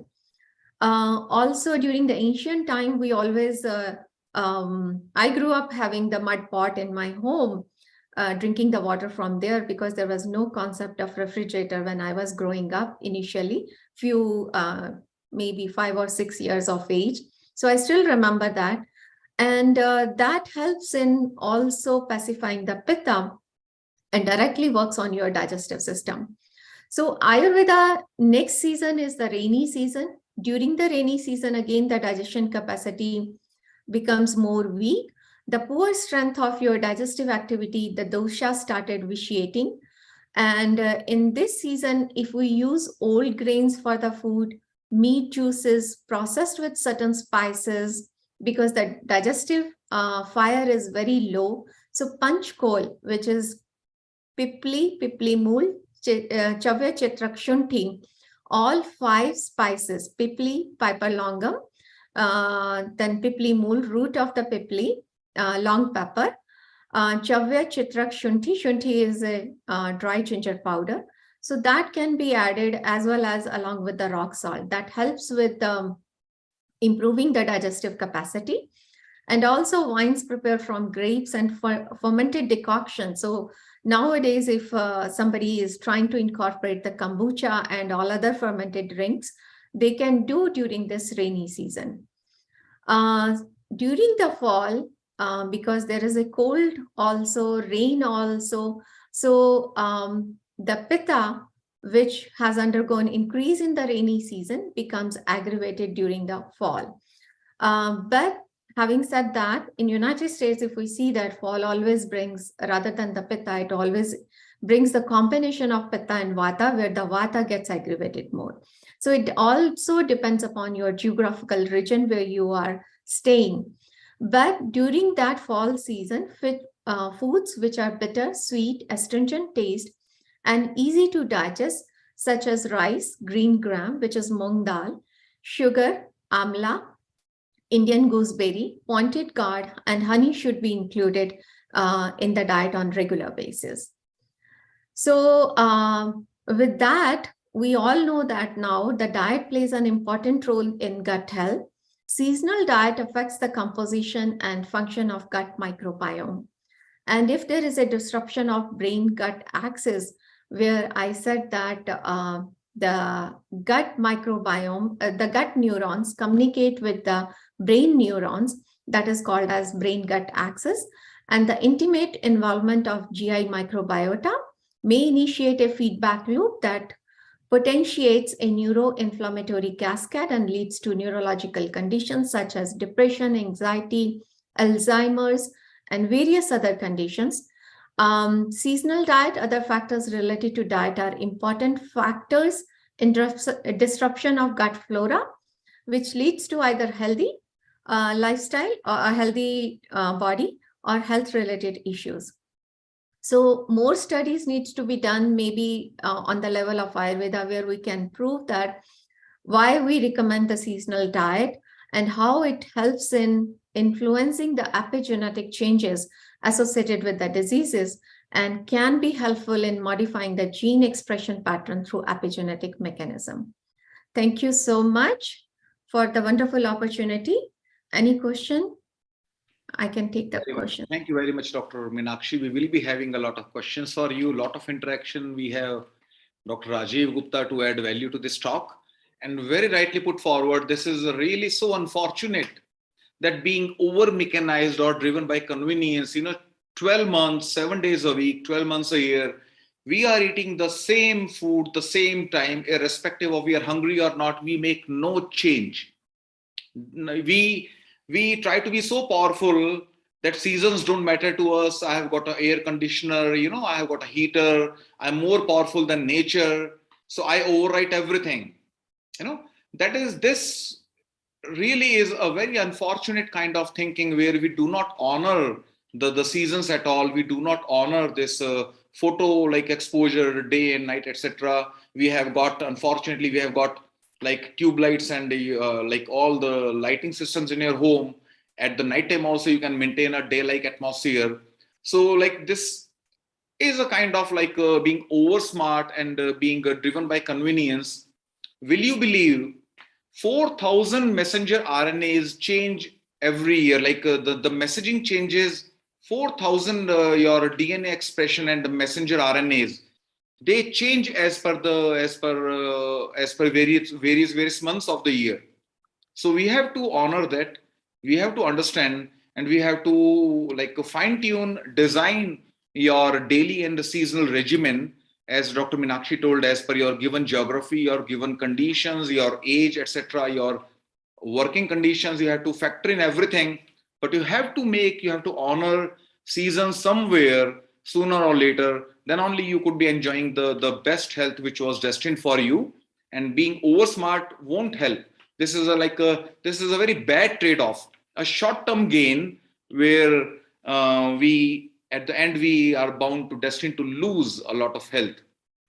Dr. Gupta will be very, very crucial at this time. And Dr. Meenakshi, before you came in, we did like start with your topic before you joined in regarding this gut microbiome. And Dr. Gupta, please, if you can add some value to this talk. Mute myself. Yes, great. I think that's really helpful. I'm a medical consultant in NHS in the National Health Service for nearly 20 years now, and I specialize in gastroenterology and nutrition. So it's really good to hear your view, and I'm trying to connect to my view from the allopathy point of view to the Ayurvedic point of view. Interesting thing is there are a lot of synergy and a lot of commonness.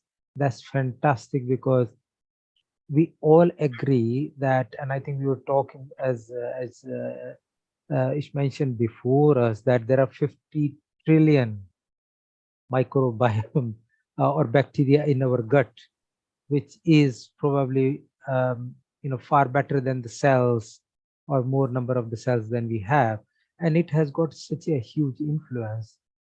The interesting fact is that this brain gut connection was identified almost more than a decade ago, and I remember our gastroenterology conference where it was discussed and people were thinking, does it really happen? But you see that over a period of time, it has been identified, it has been commercialized, and we have, I am pretty sure, in UK, USA, and Europe, and India, everywhere, there are healthy bacterial drinks available, which are modified yogurts to eat. But if you look back, our ancient forefathers were using yogurt with food all the time to feed these gut bacteria in order to produce those neurochemicals which are good for brain circuits. And 5-HT3, which is one of the hormone, and the serotonin, which are the feeding ones, they are being stimulated by this. And the curd with rice has been, particularly South India, used all the time. They would not finish a day without eating that.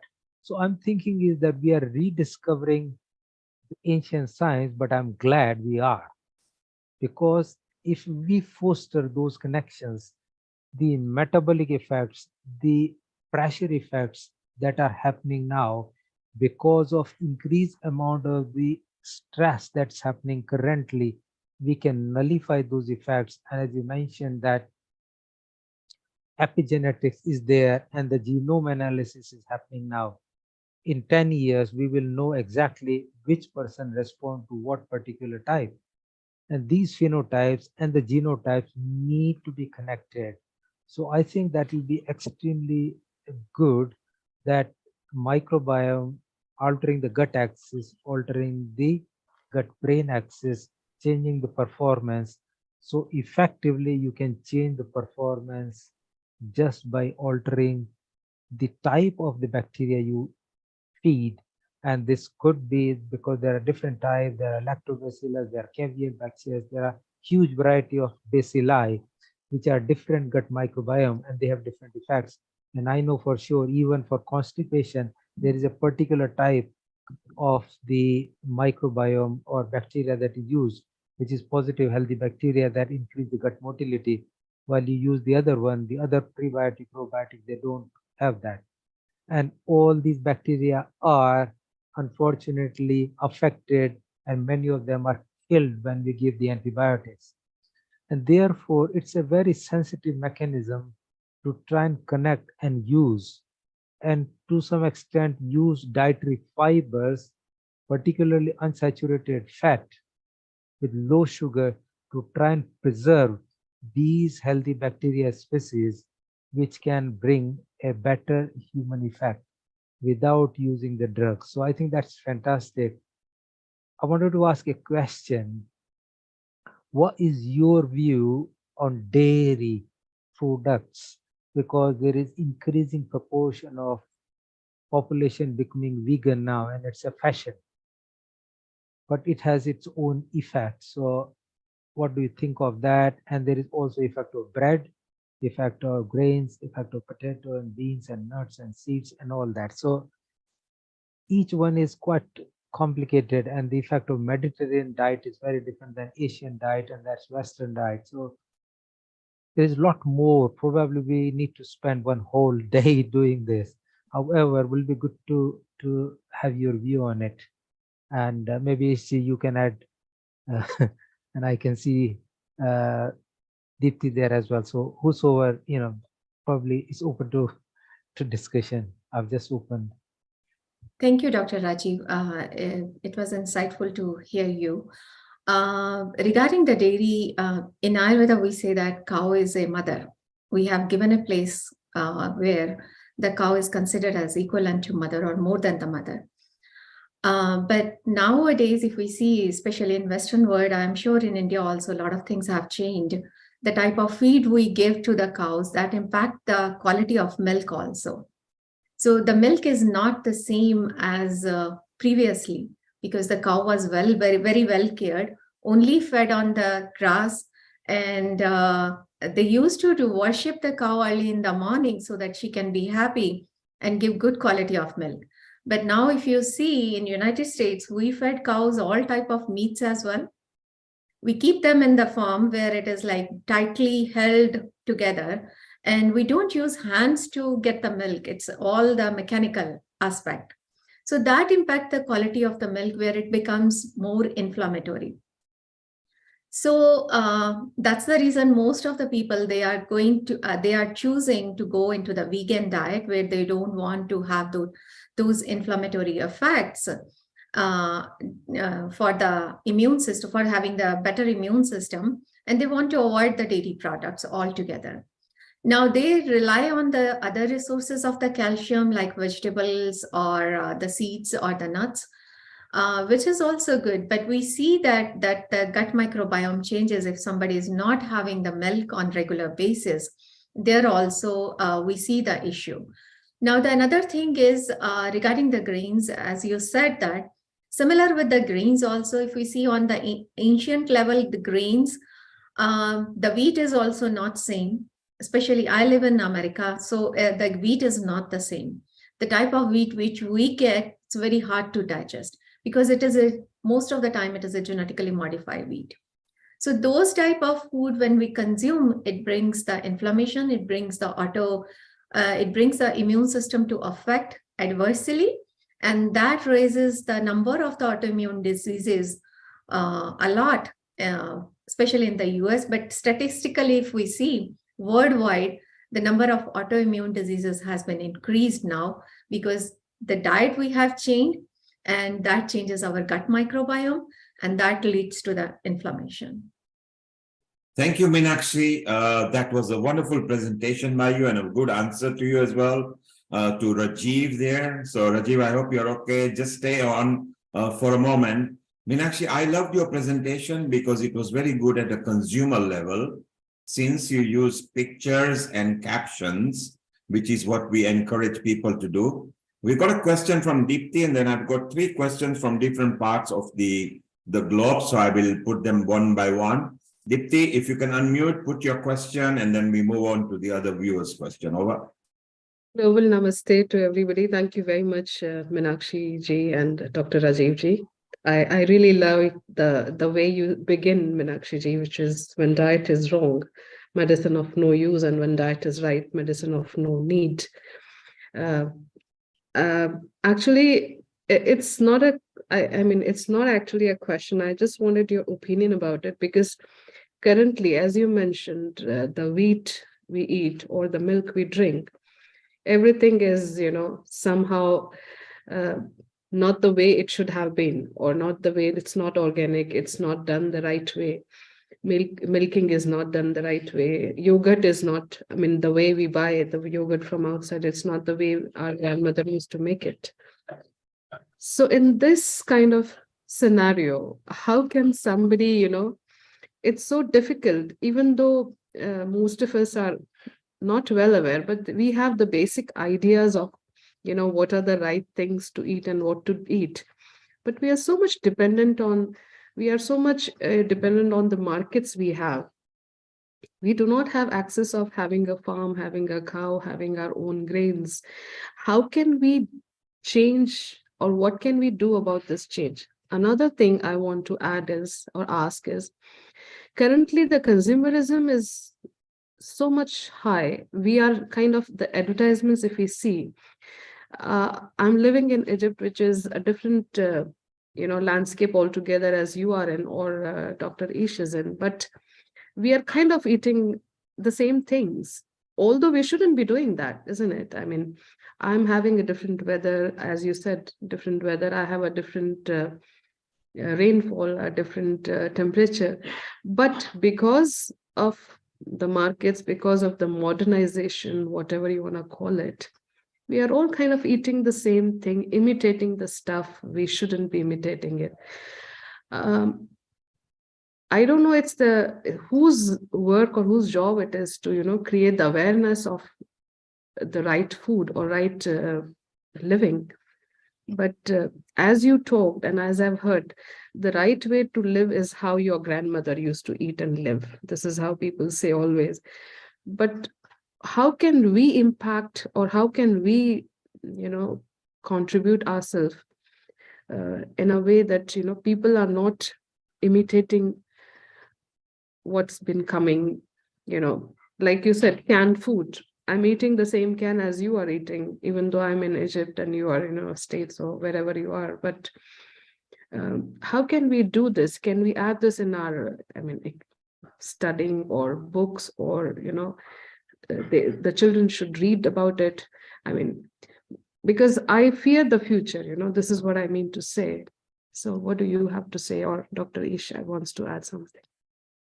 So creating the awareness is very, very important when it comes to the diet and the lifestyle. As I said earlier, the geographical region plays an important role, but in that sense, if you go for the local food rather than the canned food, that will give you the benefit of having healthy gut, because that food is more conducive to that part of the country or the geographic or the continent where you are in currently, right? So if I keep on following the diet, which is an Indian diet, though I do follow the Indian diet here, but I go with the season, that whatever is available during, I live in Dallas, so whatever is available in Texas, I go with that seasonal diet. And for that, every country has the local channels where you can see what is in the season. In that way, you can collaborate with the local farmers also to bring more awareness. So if you want to contribute and if you want to teach kids or any other consumer, that's the way to start. Connect with the local farmers where you can propagate, okay, this is this is the local food. And another thing I always practice in my practice when I tell the clients to go for the local, and many times we see that, oh, I don't know, because everything is available throughout the year, how I can differentiate between that. Then you see the cost structure also, because the food which is coming from other part of the country or from the other part of the world, the traveling charges and all other things are going to contribute towards the cost of that, and which is going to raise the price for that when it is in the locally produced as compared to the locally produced and within the season. So in that way, we can create the awareness on our levels, because it has to start from us, then we can expect the others to contribute towards that. I hope I answered your question, Deepti. Thank you, Meenakshi. That was very nicely answered. I have 3 more questions here from different part of the globe, and over the next 5 minutes, if you can answer that, and then we will conclude your session, which was very important. Samantha from Bristol in the United Kingdom. She's asking, how do you know if you have had a bad gut health? Okay, Samantha, very good question. So one of the ways is to see your tongue. If it is coated, that means your digestion is not working correctly, and that has to be early in the morning. And another thing is the quality of the poop. Nobody wants to talk about the quality of the poop. That also plays an important role. That also can determine if your gut is working efficiently and the number of eliminations. Ideally, one person should go 1 or 2 times, first thing in the morning and towards the evening. But if that is not happening somewhere, unless until you are on the restricted diet, that means it is compromising your gut health. And now the next question is from Otieno from Kenya, that they live in a tropical country. What are the specific foods that might help them for the gut health? So the tropical food, whatever you are getting, the locally produced, as I said, the local food always contribute towards your gut health. So the locally produced tropical fruits, if you are getting coconuts, bananas, pineapples, which are very in abundant during that in those regions, that you can always include in your diet. So are you suggesting whoever in whichever country they live, they should actually eat seasonal fruits and vegetables? Correct. Wherever you are in the geographical region, the food has to be according to that region and according to the season which you are in right now. Thank you. And now a question from Surbi from Thailand. Is it true that the gut health affects the immune system? Yes, Surbi, gut health definitely plays an important role in the immune system, because if your gut is bad, the most of the nutrients are either gonna go out of the body without the absorption, or the things which needs to go out, that is gonna get absorbed in the blood and give rise to inflammatory condition. That type of gut, we say that the leaky gut. So that also plays an important role in the immune system. So if you want to read further into that, I can help you with the clinical research papers. But yes, gut is directly related to your immune system. And finally, the question from Healing Our Herbs, as we always do.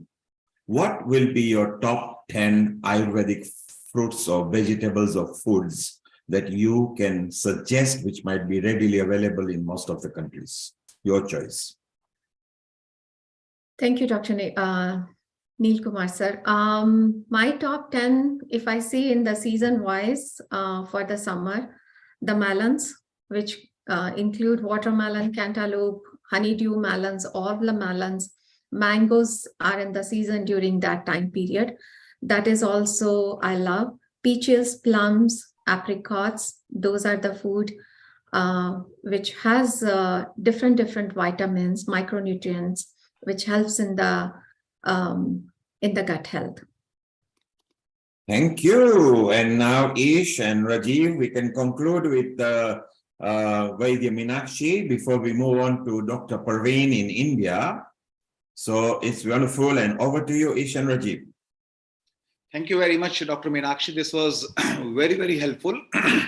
And I do recall, as before you logged in, I was discussing with Dr. Rajiv that the MALT tissue in the small intestine, mucosa associated like lymphoid tissue, has got more immune cells than all the rest of the body put together. So immunity primarily comes from the small intestine. This is very, very imperative. And there have been multiple studies which suggest the kids like the kids who are very often taking antibiotics and they are badly like damaging their gut microbiome, they are more prone to develop obesity, like neurological disorders and cancers, along with autoimmune disorders and whatnot. That is where like unjustified repetitions of antibiotics and then destroying your gut microbiome like very badly is really not a good idea. So you have to refrain from taking a lot of antibiotics. And Dr. Meenakshi very rightly pointed out that the most economical fruits and vegetables in your market is a good indicator that these are growing locally and these are not traveling all the distances in like a cold chain, and that is how they come at a higher price. So this is a good indicator, but at the end of the day, we have to know what are the summer crops and summer fruits and what are the winter ones. So that is where, and you have to keep varying, as she rightly pointed out, you have to keep rotating your diet pattern. You cannot be sticking to one pattern like 12 months and then all your life, that is how you are like laying a foundation to many lifestyle diseases to come in. Dr. Rajiv Gupta. Then we move on to Dr. Praveen. I think wonderful session, very thought-provoking and stimulating. And I think it'll be good, Meenakshi, to work with you to have more simplistic approach and how we can influence the market, because currently, as fashion goes, market is going in a different direction than the natural foods and natural living and the natural activities. I agree with your point that yes, cows are not being milked in the same way, but cows are cows. And I think we should really respect that. And no matter what happens, the natural microbiome that we get from the yogurt and from the natural handling of substances, which I don't know, probably you are a slightly younger generation. When we were kids, there was dirt and dust and hands we were playing and then just wash the hands. At times there were no soap in the old villages. People were not as seriously infected despite of all, because the body resistance was naturally built over a period of time. And that has gone now. And we know from our scientific studies, having chief investigator of many of the studies here, that when you have cross-control studies, when you change the environment, you change the effect. And you know for yourself, those people who are on chemotherapy, you can't expose them to any environmental bacteria. And that is what has happened. We are keeping our children indoors. They're not going outside. They're not rubbing. They're not getting dirty in mud or ground. They're not going onto the trees where natural bacteria can build into the body to build that resistance, to have that strong gut microbiota, which is what GALT or gut associated lymph tissue or mucosal associated lymph tissue, as Ishti mentioned. So I think if we all work together, we will be able to get it. And I think the message perhaps I would want to give to the world is go with the nature, go with the natural things, go with the seasonal fruits, as Meenakshi mentioned, and also try and think, because brain, although microbiota and the gut affects the brain, but in the same way, brain also affect the gut. So it's a bidirectional flow. So all your effect, the constipation, the stress, the diarrhea, and all that is there also because of the brain. So also have some sacred time for yourself, 5 or 10 minutes a day, where you can think, relax, because vagus nerve is what is called rest and relax system compared to fight and flight response to the hypothalamic and the sympathetic system.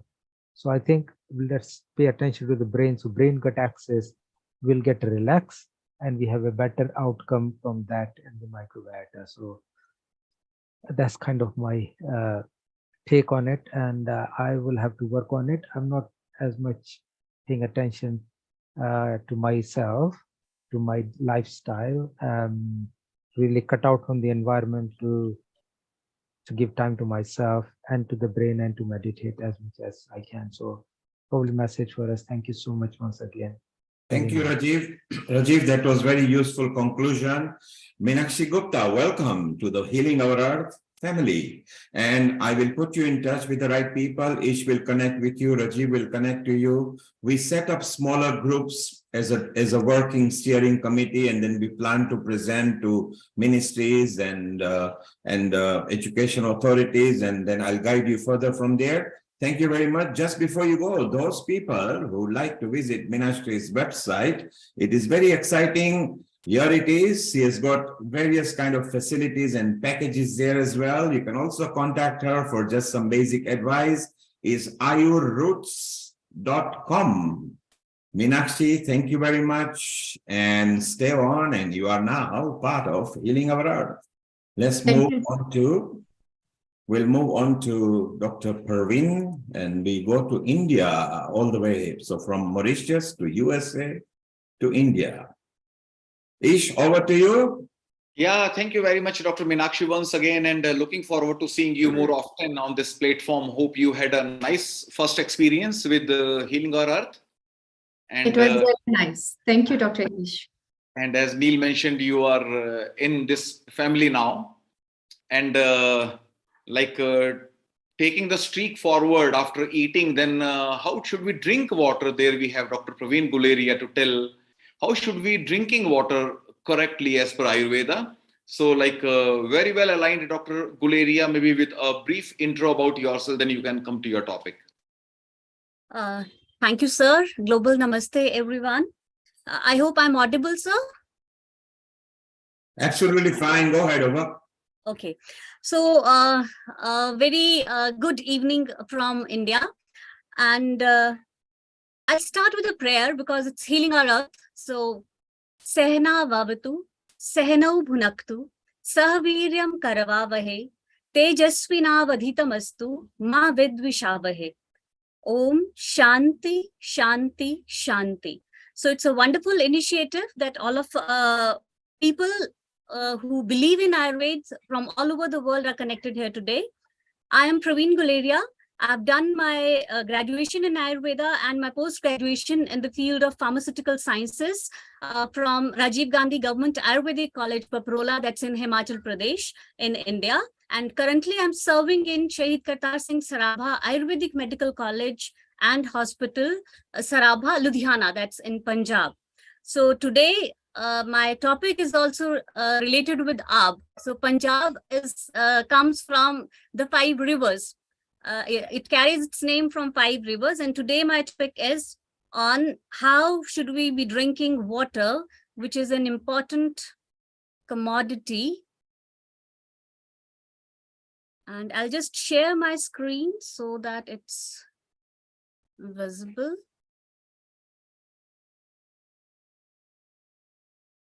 And I will.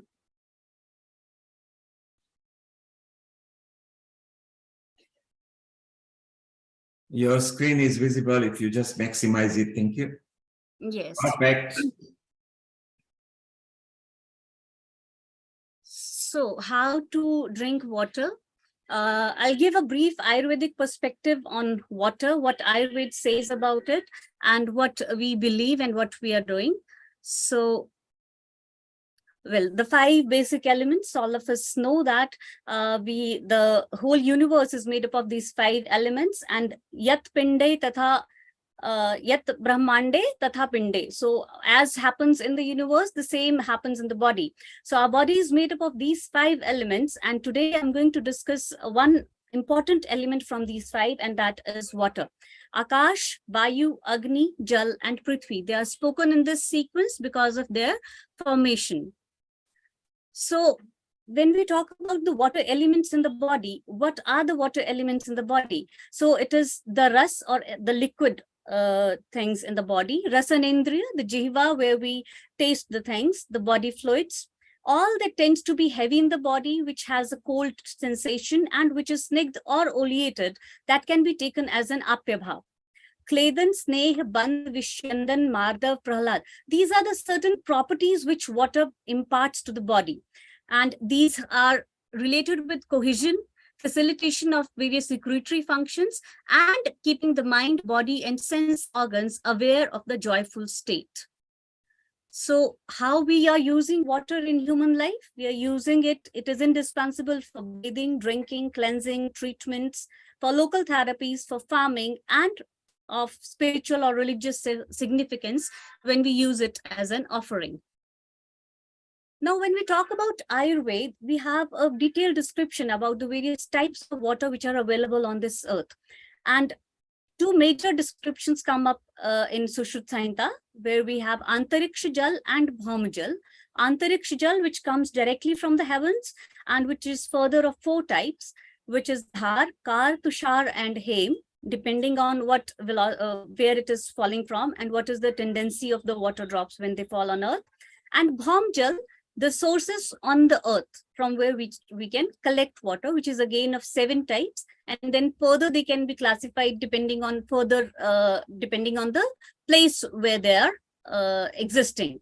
Like Bhaum Jal, Kop Jal, where we take it from the deep wells, Nade, when we take it from the rivers, Saras or Sarovar, the natural ponds we have, Tadag, the man-made water bodies, then Prasravan, like we have waterfalls or kind of things, and then Adbhed, where the water is coming as a dhara from the earth, and Chantam, where from earthy place the water is coming. So these are the various kinds of jal which have been described in our Samhitas, and we have a very clear description about which kind of water is fit for consumption. They've said Antariksha jal is the best. Dhar jal has to be the best because of its laguta, it's easier to digest. And then that Antariksha jal has further been divided as the Ganga jal or Samudra jal. Now, it's not related with the river Ganges or the Samudra jal, but it's the quality of water which falls from the heavens and what property it is having, whether sometimes we have come to know about the acid rains when the environment is polluted. So that kind of jal that cannot be consumed. So that is unfit, and that has been named as Samudra jal in the Samhitas. And Ganga jal is the one which is fit for consumption. And in case Ganga jal is not available, then we should be consuming Bhauma jal, that is from the earth, which is available at the earth. And that also should be stored early in the morning. Now, I remember, because I've been brought up in a village setup, and we had this small, babdi, from where where our parents used to go early in the morning and collect it in a earthen pot and then put it for use during the day.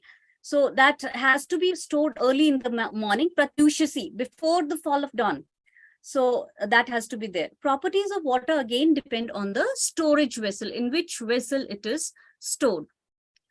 Now, we talk about today the specifications of water, how we should be using it, and it should be free from germs. It should be of a potable quality. It should be, we should not fall ill while consuming the jal. The same, please excuse me. The Gunyukta jal should be free from any smell and should not have any taste. Avyakta rasam has been the primary factor for a Gunyukta jal. If the water is having a particular taste, then it is definitely not Gunyukta. So it should be able to quench the thirst. It should be clean. It should be sheetal. It should be clear, easily digestible, and one should feel happy after consuming the water. In case any of these properties are missing, then that means the water is contaminated. And they are very clearly, like every part, Gandha Dushti, Rasa Dushti, like Ashuchi Purna Jal, they have described the properties very clearly. I'm not going into very details of those things. So when they talk about Gunyukta Jal, the next thing they talk about is, if the water is not Gunyukt, how to purify it. And we have very beautiful description in the Samhitas. Agni Kwatanam, which is these days, not exactly these days, because we have the UV filters these days, but initially we used to boil water. And in Ayurveda, even today also, we recommend the boiled water as to be the best in disease. Agni Kwatanam and Surya Tapo Pratapanam, exposing the water to the sun. Nirvapanam, red heating a ball of iron, or maybe a sand or clay, or maybe any metal ball that can be red hot, and then it is quenched into that water. That was considered to bring down the microbial content in the water. Adhivasanam, adding certain flowers to water like Nakesar, Champa, Kamal, Ketaki. And there are 7 prasadak dravyas which have been mentioned in Sushruta Samhita and in Bhavaprakash and in many other texts, which include Katak, Gomed, Bisgranthi, Shaival Mool, and then Vastra Sravan has been one of the techniques for purifying water. Then Mukta and Mani. While putting these things into the water purification can be done. Now, when we come up with the ancient text, we need to have certain scientific evidence. So this is this link to the study where Strychnus potatorum, Katak beach, Nirmali beach, which was used for drinking water treatment and was found to be effective against the pathogenic organisms. I'll share this presentation, and the link here is clickable also. And then role of Shaival Mool was another constituent in Prasadak Dravyas, where microalgae have been used in water waste management in certain parts of the world. This is a link to an interesting article on the use of microalgae for purification of water. Now, vessels for storing water, because Bhaum Jal had to be stored, and even the Antariksh Jal, which is coming from the heavens, it has to be stored for your particular use. So it had, for storing, various vessels were described, which included Swarn, Rajat, Tamr, Kansya, Mani Yukta Patra, and Mritika Patra for the common man. And we have, when we talked about the properties of water, it was said to be Patra Apekshi. And we in routine also we tell about कि जल जिस पात्र में जाता है उसी का शक्ल ले लेता है and उसी के गुण ले लेता है. So patra apekshi, the effect of the storage vessel. These are the two links I have shared with the researchers, where silver has shown water stored in a silver vessel was shown to be having bactericidal properties, and with specifically when microorganisms like Shigella, Vibrio, and Salmonella typhi were introduced into the particular container, and it was found that it was bactericidal within an hour. Then effect of copper or brass vessels was also seen. We have more than two studies rather, where we study the oligodynamic effect of these metals, where these are said to be bactericidal when even in minute quantities, when the water is stored at the bedside, maybe overnight when we store the water, and in the morning we are drinking it. Now, the functions of water in the human body, all of us know that water comprises 75% of the body weight and infants, and 55% weight in the elderly. And the people who are fat, they do have lesser water content, so that's insightful. It is essential for cellular homeostasis and life. Most of the body's water is in the intracellular fluid compartment, that is 2/3 of the body's water, and the other third is the extracellular fluid. The amount of water in various organs is known. 73% in heart and brain, lungs have 33% water, kidneys 79%, and skin is 64% water. And even bones have 31% water. So what is the role in the body? Without water, we cannot imagine our body. It acts as a building material. It acts as a solvent, as a reaction medium and a reactant, as a carrier of various nutrients and waste products. It is a thermoregulation agent. It acts as a lubricant and a shock absorber. The regulation of water balance is very precise, as a loss of 1% of body water is usually compensated within 24 hours. Both water intake and water losses are controlled to reach water balance.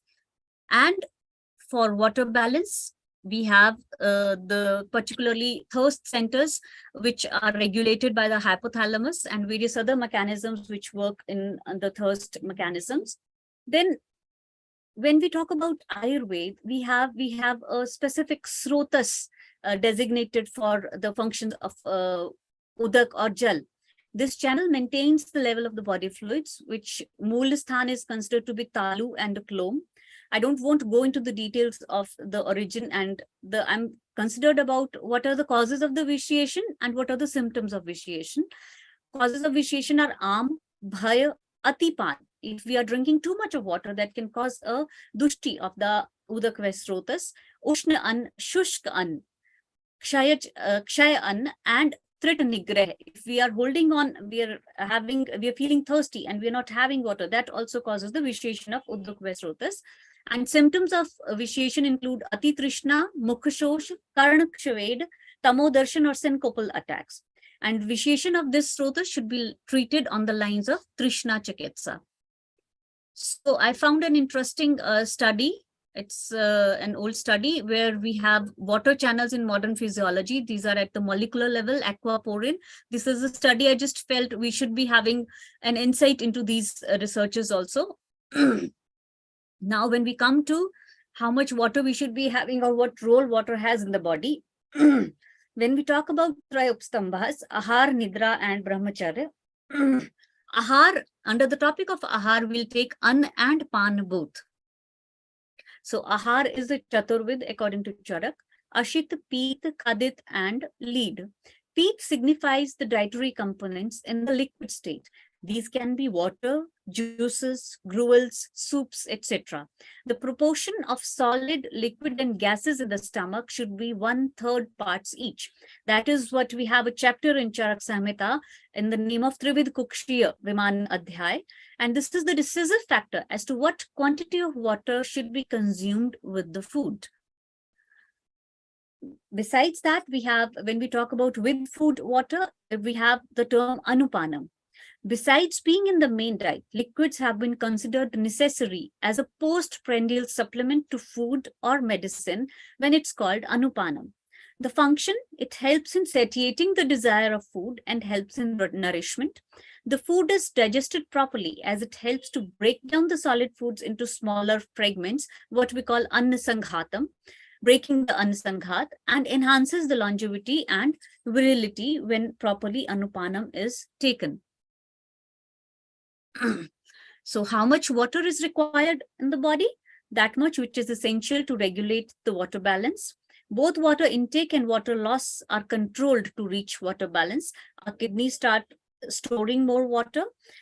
We start drinking more water to keep the water in balance.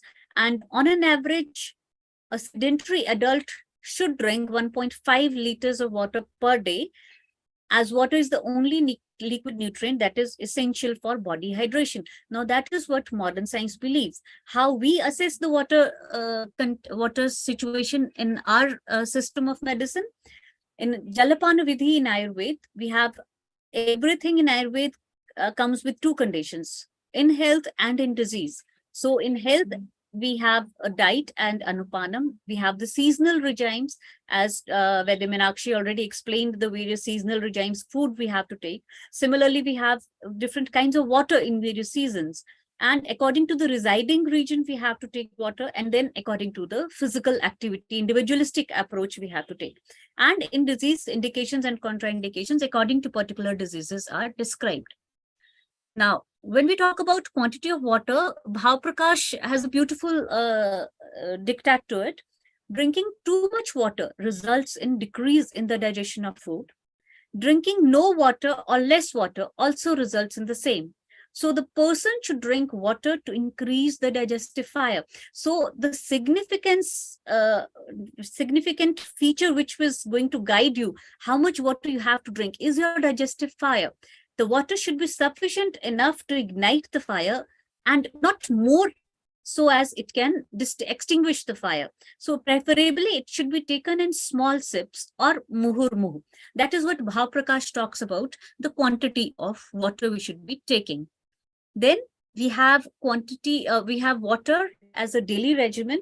In Vayasthapan Varg in Sushruta Chikitsa 27, he takes 4 drugs, 4 dravyas, which you can call them liquids only, and Shitodakam, milk, honey, and grit. All these 4 drugs individually, like each one alone, or in combination, depending on the prakriti you have or the condition you have, these can be taken for the purpose of Vayasthapan early in the morning. So this is what Sushruta Samhita tells us about a Vayasthapan property alone by using these 4 drugs. Now, Anshudak or Hansodak. Anshudak is when the water is treated in sun rays during the day and treated with moonlight at night. This kind of water is devoid of dryness and clay. Now, we've already discussed Atap, when we treat water with sun rays, that is disinfecting. And when we treat the water with moon rays, that brings in the Shitalta to the water. So when we have both of these, we have water treated with both, that is considered equivalent to Gaganambu or Antariksha Jal. It is Tridoshahar, Balvardhak, Rasayan, Medhavardhak, and takes the properties of the vessel it is stored in. Again, a very important aspect about the storage of water. Another important concept, and which all of us should be aware of, and which maybe many of the people are following these days, is the concept of Ushapanam, or it is taken as whenever we are waking up in the morning, we'll have 6 glasses of water. No, that is not Ushapanam. During the last phase of night, before the break of dawn, the person consuming water in the quantity of 8 prasrit lives a disease-free, healthy life for 100 years. Now, the timing is very important. The time is before the break of dawn, not when you wake up first thing in the morning, whether you wake up at 6, you wake up at 8, or you wake up at 12. No, the Usha Panam, it has to be at Usha Kal, and Usha Kal is just before sunrise. Before that, according to Ayurvedic Dincharya proceedings, you should have been free from your routine activities for Usha Panam. So Usha Panam is when before dawn you are consuming water stored in a particular vessel at night time, and it does not necessarily has to be 8 prasrit. It has to be according to your condition of your body. If you are feeling hungry, if you are feeling thirsty, you should be having that much amount of water. And in case you are following it as a Usha Panam Rasayan, then it has to be under proper guidance of a Vaidya, where he should be able to guide you what quantity of water you should be consuming and for how much duration you should be following this Usha Panam Rasayan Chikitsa. So that is important. Now, indications and contraindications for water consumption. Indications in Usha Panam specifically, it is indicated in piles, in Grahini, in Mutraghat, Amlapit, and certain diseases of ear, nose, head, and eyes. It can be done in Vatpit, Kaphaj, and Kshataj diseases. Contraindications, whenever you're going for Panchkarma procedures, if you are wounded, or you're having Adman, you're having hiccup, or Udar Rog, or Kaph Vataj Vyadhis, you should not be doing Usha Panam. Sheetodak. Sheetodak is the water which has been collected in the morning and which is kept in a particular vessel, and not water which has been refrigerated. So indications, these are indicated in aggravated pitta conditions, which are tam, dah, certain poisoning conditions, bleeding tendencies, in madate janya conditions, tamak shwas, in chardi, and in urdhvag raktapit.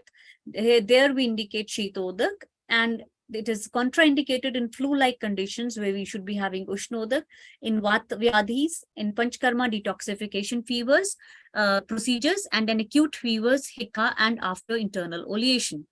Now, Ushnodak, this is a very, very important aspect which we need to discuss. Ushnodak is the water which has been boiled to the state where there is no frothing, no outflow, and no impurities, and it becomes lighter to digest. The water which is reduced to half, 1/4, 1/8, or just boiled can be taken as Ushnodak according to Sharangdhar. While Acharya Sushruta signifies it has to be Chaturthansh, like 1/4 reduction has to be done. This Ushnodak alleviates cough, med, and arm. And arm, if we consider as the not completely digested metabolites which we have in the body, which can be responsible for many disease conditions. It cleanses the bladder, instills the Agni or the fire, digestive fire, alleviates kas, jwar, and shwas. Now, Ushnodak finds mention, interestingly, in the chapter of Janpadodhvans, where we talk about the pandemics and the endemics. And here, Acharya, the question arises, it's why to give Ushnodak in Jwar-like conditions. So Agnivesh answers it as it's a Amashyut Vyadhi, where for the treatment purpose, Pachan has to be there, and Ushnodak is used for the same purpose. It produces Pachan, Pachan it does, and then it regulates the bowel movement, stimulates the digestive fire, helps in early digestion, helps in drying up of the cough, and alleviates thirst when taken in small quantities. Shritashita Jal, the jal which has been boiled and cooled to room temperature. This jal is useful in Pitta and Sannipataj conditions and Madate Janya conditions. All the further conditions, they have a Pitta element in them. Atisar, Murcha, poisoning, Trisha, emesis, and Bhram. So this is water which has been boiled, and then you cool it down to room temperature, and then you can consume it during the day.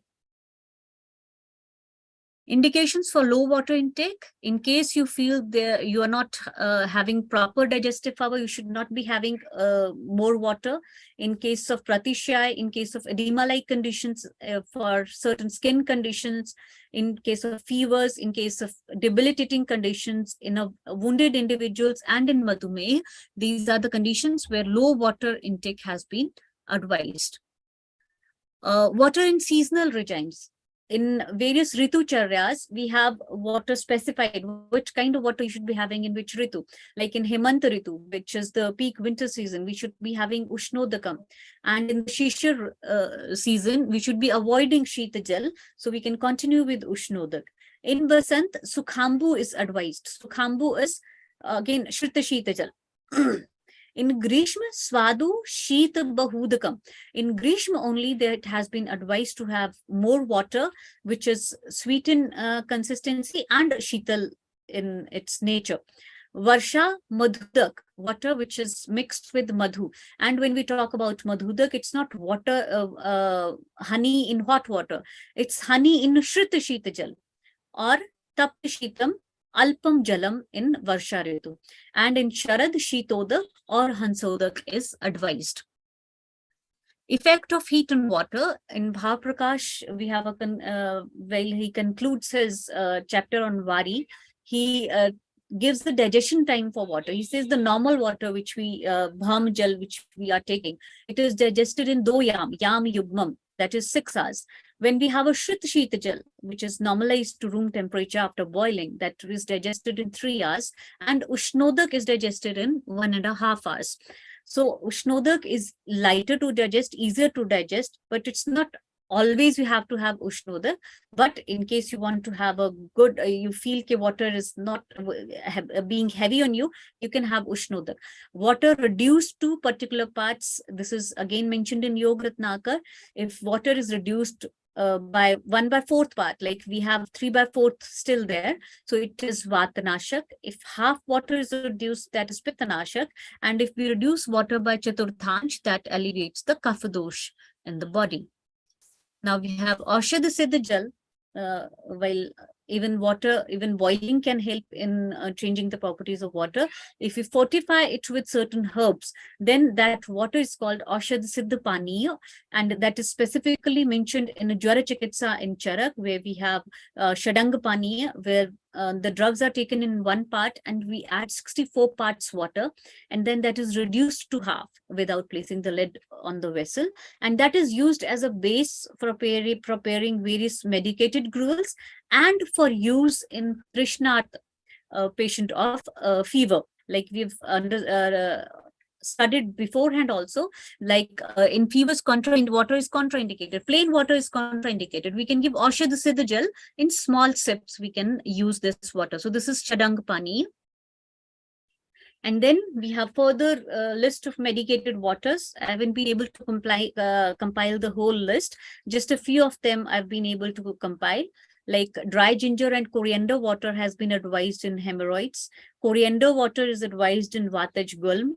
Mustak water has been advised for Raktapit, Sarodak in Madhumeh. So these waters, these can be prepared with the same method. You boil them with excess 64 or maybe 32 parts of water. You boil them, reduce them to half, and then you can bottle them and keep for use during the day. So these are the various references which have been helpful for me. A few links which I have shared with you. And with these, I would like to thank all of you for your patient listening. And that is, in brief, what I have been able to compile about water. Thank you. Thank you very much, Dr. Praveen Guleria. That was very insightful, very new for all of us. And that was very comprehensive. You covered everything. And maybe we can welcome questions from the audience, keen audience who are hanging like ab initio. And then we have got Dr. Patankar to comment. He is a senior Ayurveda Vaidya from Mumbai. And he is the apt person to comment upon like various talks concluded. Dr. Patankar, please. Very nice presentation by Meenakshi ji also. And Parveen ji. Thank you. Thanks a lot. Because I had heard Meenakshi so many times. So it is very excellent as usual. But listening to Praveen ji first time, but very well explained. In my opinion, nowadays our Google is most risky factor in our life. So what advice Google? So many patients came to us because Google says drink 6 liters, 5 liters of water every day. That is more harmful to our kidney, in my opinion, because I've seen so many patients of kidney stones who are consuming more and more water, which was advised by the allopathic persons. And I am having data at least of 500 patients who are having formation of kidney stones in a year or in 2 years. And as I advise them, drink water as per requirement of the body, or as soon as you get thirsty, and avoid drinking water in empty stomach. So that's my advice. And they had not seen those doctors for last 5 to 6 years. So water is the most important factor. As you told, it is very heavy to digest. People think that if we take water empty stomach, our gut will be cleaned properly. But that is not so, because that is their mindset from last so many days or so many years. But that is not so, because water is, as you said, very heavy to digest. At least take 1.5 hours to digest. So that's why these are my some comments, but very well explained and explained in complete form. So thank you very much. Thank you very much, Dr. Patankar. And then we have a question or an input from Surya. Maybe if you can unmute and come up. Yeah, thank you so much, Praveenji, for your beautiful presentation about water, because it's one of the elements of the Panchamahabhuta. Can you just shed some light how to consume the water? Like, because there is some big statement, right? Every time, chew your water and drink your food. But if you can maybe shed some light on how to consume. Thank you so much. Like you rightly said, Suraya, we should be chewing our water. And Bhav Prakash also clearly indicated you should be having water muhurmu. So that gives a sensation to the stomach also, how much water you should be having, because you'll get a sense of fullness. Even if you're having it with food also, because many people say you should not be having no water with food. We don't take water with food. No, some water, sips of water are required to break down the solid food we are taking in. And most of the times, in the times when we are having fast food, it's Maggi or it's noodles, which go directly into your stomach. And that sanghat is even more difficult to break when you don't have the salivary enzymes working on it. So when we are taking small sips of water in between the food, only small sips, that should be sufficient enough besides your liquid diet to fill your stomach by 1/3 only. So you should be having minimal water. Even when you are thirsty, you should not be drinking directly from the bottle, because then the receptors in the mouth, they are not able to judge exactly. The mucous membrane of the mouth remains dry only, and the water directly goes to the stomach. So we should be having small sips of water. So chewing your water would be the right term, I would say. And the rest, all learned persons can add to it, please. Great, wonderful. Maybe if Dr. Patankar permits me, I can add like a couple of sentences to this. Ayurveda does say drinking water before your food is amrit. Drinking water with your food is medicine, and drinking water immediately after your food is a poison. So you should be starting your food with some water to drink first, so that technically you fill some of your stomach and you end up eating less. Then with, as Dr. Guleria very rightly pointed out, you should be sipping some water with your food for two benefits. The most important will be after every bite or after a couple of bites, if you sip some water, your tongue would be clean and your tongue would appreciate the next bite in a better manner, would produce more juices. If you're eating bite after bite after bite and no water in between, then your tongue is getting no new sensation. It doesn't react more. Your salivary glands don't produce a lot of juices, and that is your Agni. That is how you end up having bad digestion. Drinking some water would cleanse your mouth, cleanse your tongue, would give new sensation with each bite. And that is how your water works as a medicine with your food. But if you can rinse your mouth with a little sip after your food, so that no one can tell what did you eat a couple of hours back, So you can rinse your mouth, but you cannot gulp like a liter full, or because you have 1 liter bottle, why to throw it, why to carry it, let me finish it. If you're drinking unrequired water after your food, it works like a poison. This is clearly mentioned in Ayurveda. And then adding like one more insight to Dr. Guleria's talk, the 3 liquids, water, milk, and takra or buttermilk should be taken. Water should be taken as first thing in the morning, Ushapan, as Dr. Guleria told. Milk should be taken at the end of the day when you go to bed. And takra should be taken at the end of meal. That is end of night, water, end of day, milk, and end of meal, takra or buttermilk. These 3 liquids should be taken at the end of day, night, and meal. This is suggested by Ayurveda. Dr. Patankar, please, sir, you can correct me, please. No. Yes, it's very important. But nowadays, what happened, as told by Praveen ji, Ushapan, as she told, so many patients I came across, they used to get up not early in the morning, but at 7 o'clock or 8 o'clock, and they used to drink 2 or 3 glasses of water. That is not at all beneficial, because Ushapan, as she told, must be taken before dawn. So that is more beneficial. But nowadays, I came across some patients who are wake up at 4 o'clock or 5 o'clock, have water, and then again go to bed. That is also most dangerous, because so many patients that I came across, they are doing like this also. But water is most important part of our life, so must be taken properly and with proper guidance also.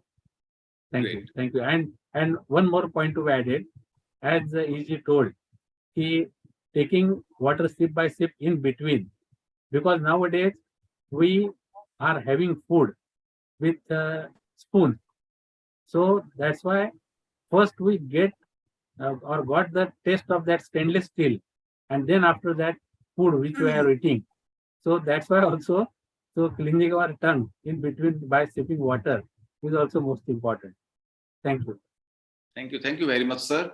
And maybe we can welcome questions from, yes, Neil, please. Ish, we have got a question from Sukaina, but before we move there, the presentation was very exciting because it gave very detailed way how to consume water, or maybe safely how to consume water, or which containers to use. It assumes that people have got money to buy the right container first. Half the population don't have money. Then we've got a lot of population on the earth who never mind water, they just don't have any water. So they are going into the river, or they are going into a bore well or something. So Praveen, maybe what you can do at a later stage, and Ish, maybe we can commission Praveen just for water only, how to access water first. Once you access the water, how to store safely with whatever is available. Secondly, to those countries, like a lot of African countries, they don't have water. Now we are from United Kingdom, so we drink tap water. Our tap water maybe is the most safer than any bottled water. So we are happy. But if you are in India, you can't drink a tap water. You need to either boil it or use water filters. So I think let's go to the next level now to help those who cannot. So at this point, Praveen, I want to ask you something which may not be something you might have studied, but which are the top 5 fruits or vegetables which may be readily available in poor country, but not water, because they've got the farms and things like watermelon are growing, they've got plenty of them, but they haven't got fresh water. Which fruits or vegetables should people consume where they can get lots of water from, which is helpful rather than consuming sugar or etc.? The first fruit which comes to my mind would be nariyal or coconut, maybe, if that is available to the people. And then you rightly mentioned maybe watermelon. And then we can have the citrus fruits. Maybe they can be used to some extent, but they are highly acidic. So I won't say okay, you can have them in plenty. But watermelon, melon, and coconut water, these would be the three recommended fruits I would suggest. And moreover, you have to be if you go by the geographical area, we need to be more well versed with which geography we are talking about. So being in India, these are the first three things which come to my mind. And maybe because I belong to this apple producing state in Himachal, so maybe apples can also be a good thing to have if you're not having water around. And if I go for the layman, we have these berries in the jungles. And these berries, they are very Trishna Nigrahan. Like we have the wild raspberries in Himachal belt. And then the raw strawberries, very, very small, minute strawberries we have growing in the bushes. These can be had to have that Trishna Nashak property. They have a particular Trishna Nashak properties, certain berries which grow in the wild. So these can be taken in place of water. Thank you. And you mentioned a very good point that it depends on which geographical area on the earth we are staying. Maybe what we will do, we'll break it into continents, which will be easily identifiable. Then we can know what are the seasonal fruits or vegetables available. We can guide them that at least if you can't drink 2 or 3 liters of water, if you can find safely half or 1 liter and maybe use some of the fruits, because lots and lots of countries that don't have water. So it's a point to consider, Praveen, which I'm sure you are an expert and you can think on it. And maybe we can present a nice pictorial PowerPoint guide that we can share on social media. Let's go to Sakina, and she has got a question there. So Sakina, unmute yourself and please present your question.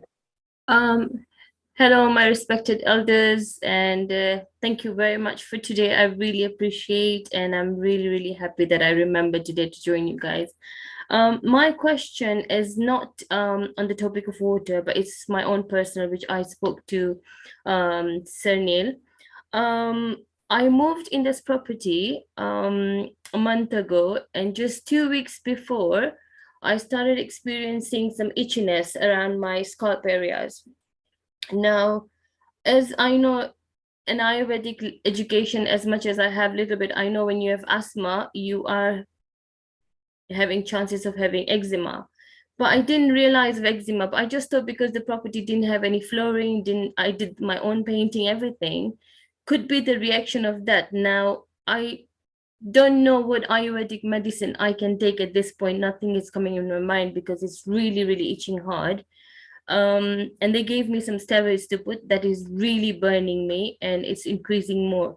I will appreciate if you could highlight me with something that could help me, please. I'll appreciate it. Thank you. Okay, maybe Dr. Patankar, would you like to suggest, or maybe you are muted, sir? Okay, I take up the question. See, as you pointed out, there can be a coexisting condition where you could be having atopic eczema and atopic asthma. That mostly happens when you are a premature kid, when you are born in the 8th month of pregnancy. That is where surfactant and some immunity cells are not fully matured. And when you are a kid aged like 3, 4, 5 years, that is the time when you start having eczema and bronchial asthma, both or either of them. And those are mostly gone by the age you are 10 or 12. By the time you restore those missing elements and your immunity bounces back to normal.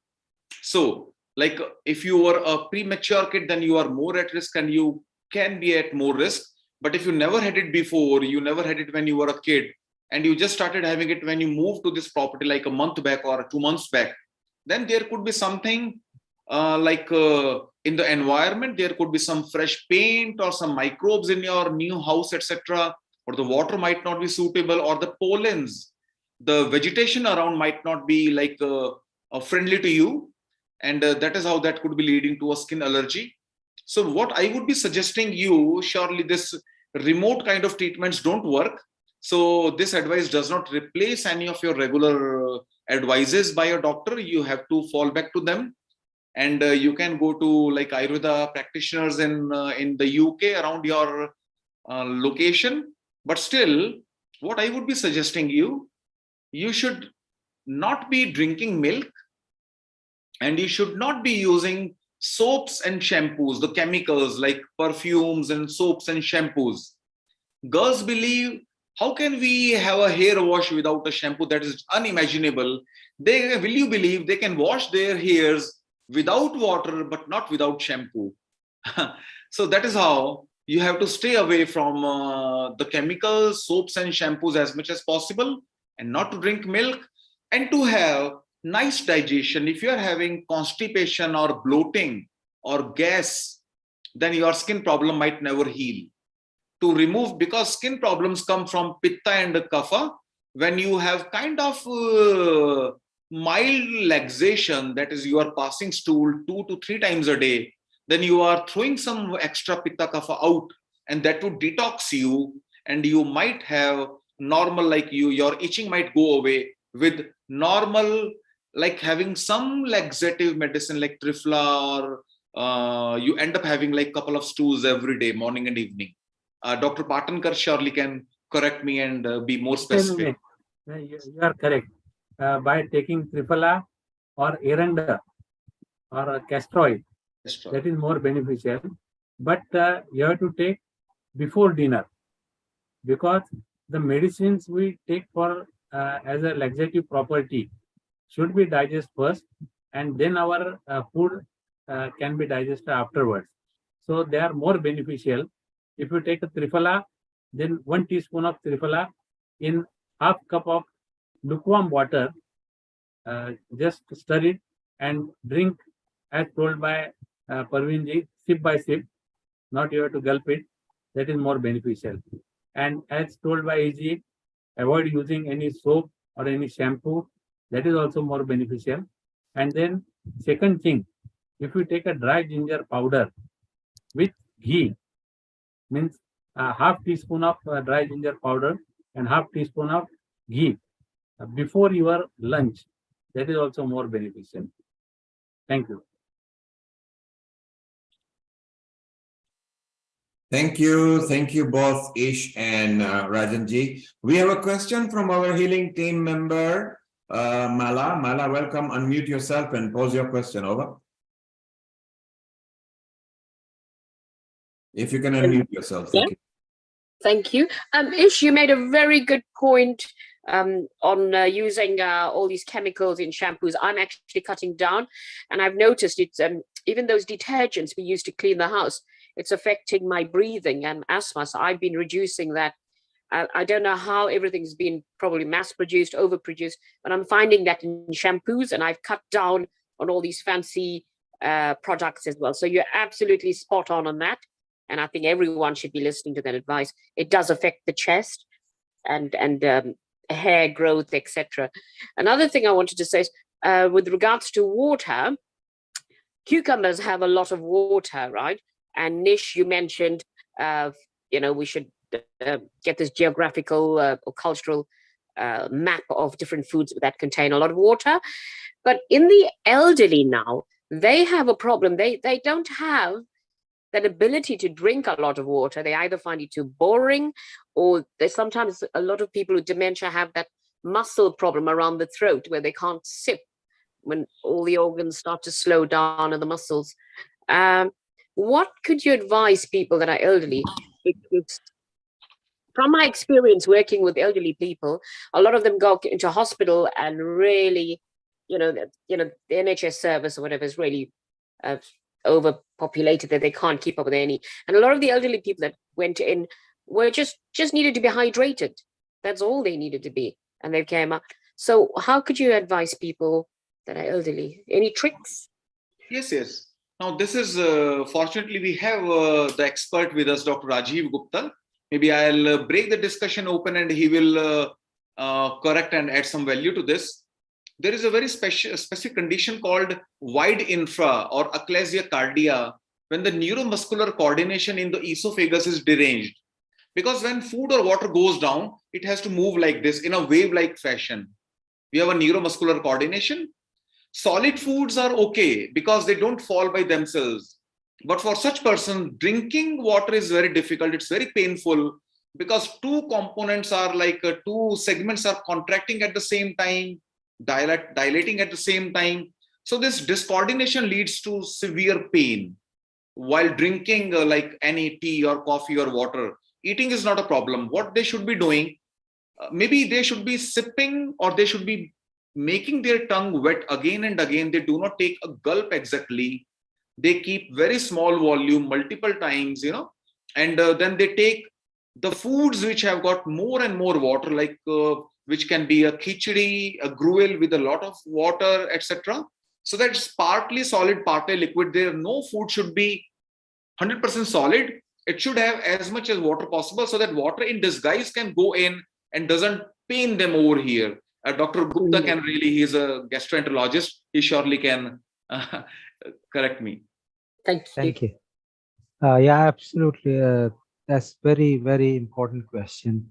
So achalasia, as Ish mentioned, she has corrected that the whole thing, there is spasm of the lower esophagus, and it is completely contradictory. Normally solids cause more problem, but here the spasm happens because of the liquid, because it's sensitivity. So fruits which are rich in water do not cause that spasm, and this because it will be any liquid, not just the water. Any liquid will do that. So if we give some sort of like melons or cucumber, as you said, has still a lot of water, so we keep giving those, and that would just give that. However, body itself has got a lot of water, so self-preservation of water is a technique which probably is a talk in itself, which is very very effective and is not properly used currently in our country like UK, USA, or whatever.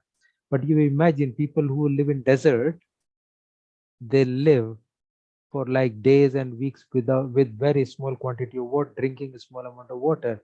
So that is the other way what we can do. However, I think we can have a separate talk because it depends on what investigation have been done. But I will kind of try and revert to what can we do in a more natural way to get over the problem. So probably my submission. Thank you. Thank you, Rajiv. Rajiv, that was very succinctly answered. So I think we all agree, and Ish, Rajiv, you can take it up with Praveen there. Let us move on to diagnosing water much better and present a water presentation, not water as in just consumption, but water where it may not be available. We can keep it completely as a separate subject, as how we are going to keep gut microbiome and subjects like that. Let's move on to Sanjay Thakkar in Uganda. Ish, if you take over, he has got some points he wants to mention, and Sanjay is also going to present some of our projects to health and education ministry. Sanjay, if you could unmute yourself, please, and make your points. Over. Hi, Sanjay. Global Namaste. Welcome. Nice seeing you. How are you? Namaste. Very fine. All right. Very fine. Namaste. And so, yeah, please, I believe we have got something to discuss, which can be like very useful for the other friends as well. Like, where are we coming from? What are we doing? What are the future prospects? What we can take up together.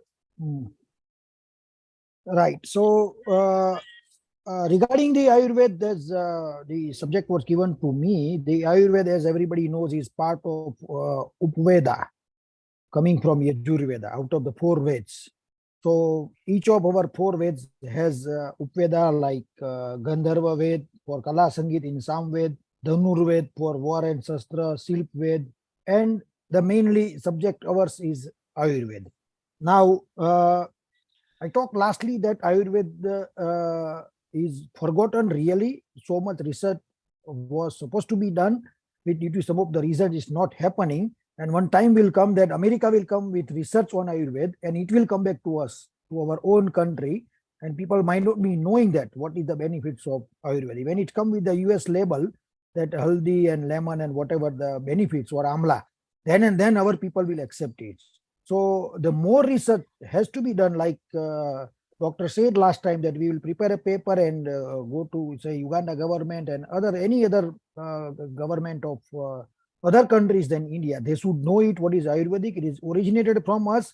Like yoga also in US, we are seeing 2-3 programs going on US, and people are knowing that it is coming by just adding A in yoga.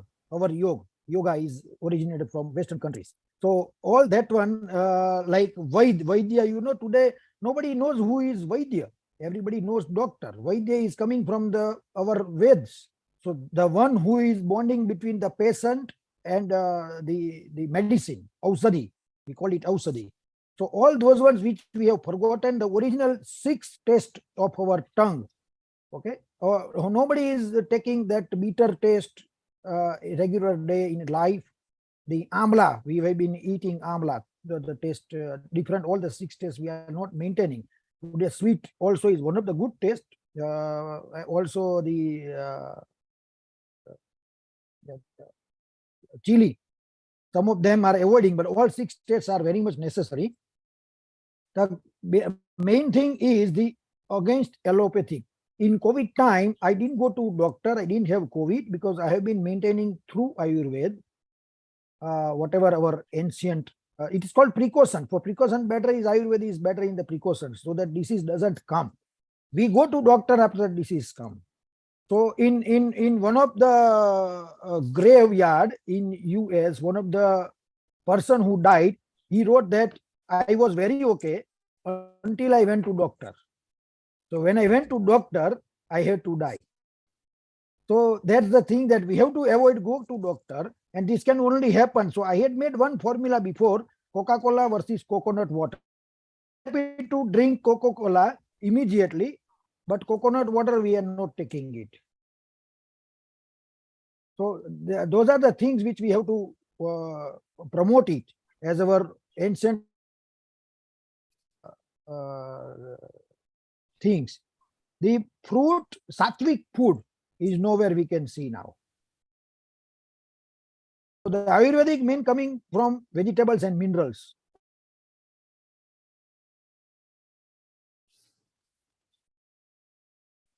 Okay, there seems to be some network issue perhaps.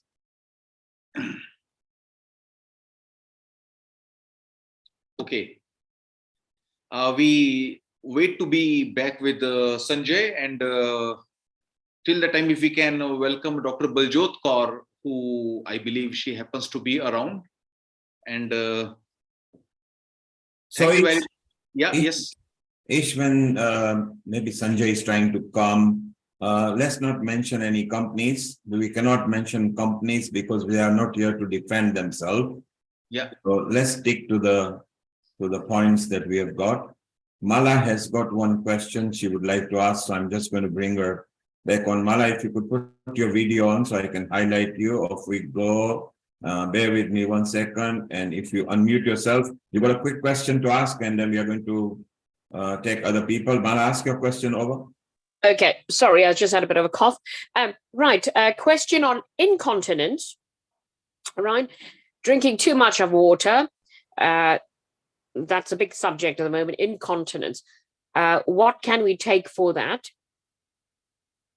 How can we help people? There's a rise in incontinence. Yeah.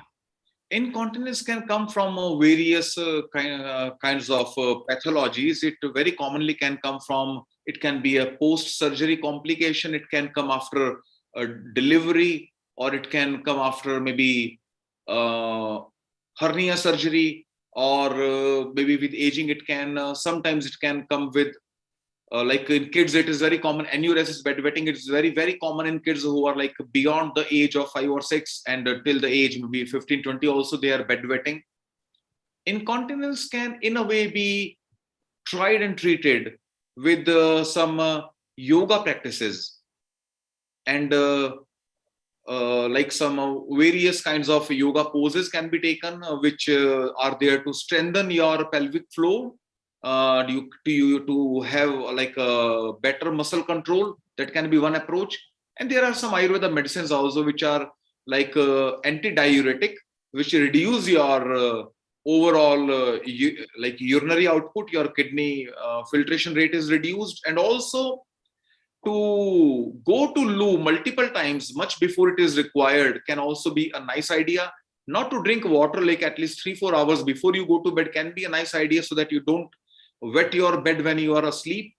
And so such precautions can be taken, and some doctors do give some like neurological medication as well. Some anti-anxiety or some sleeping pills, etc., are also given by the Western doctors. So we have to see, like, one system supports you or you require inputs from like Western medicine, yoga, Ayurveda, dietary correction, drinking water correctly, etc. Because it's such a like a horrible problem. So if we can get results from like after support from all the systems, it's not a bad idea. Yeah, another question. Dr. Raj mentioned drinking coconut water, but coconut water is sweet, right? And if you're diabetic, are we allowed to have coconut water? Because you get the coconuts that are not sweet, unsweetened. How could we know? It depends, depends upon what is your blood sugar level. And surely you cannot be taking a lot of it.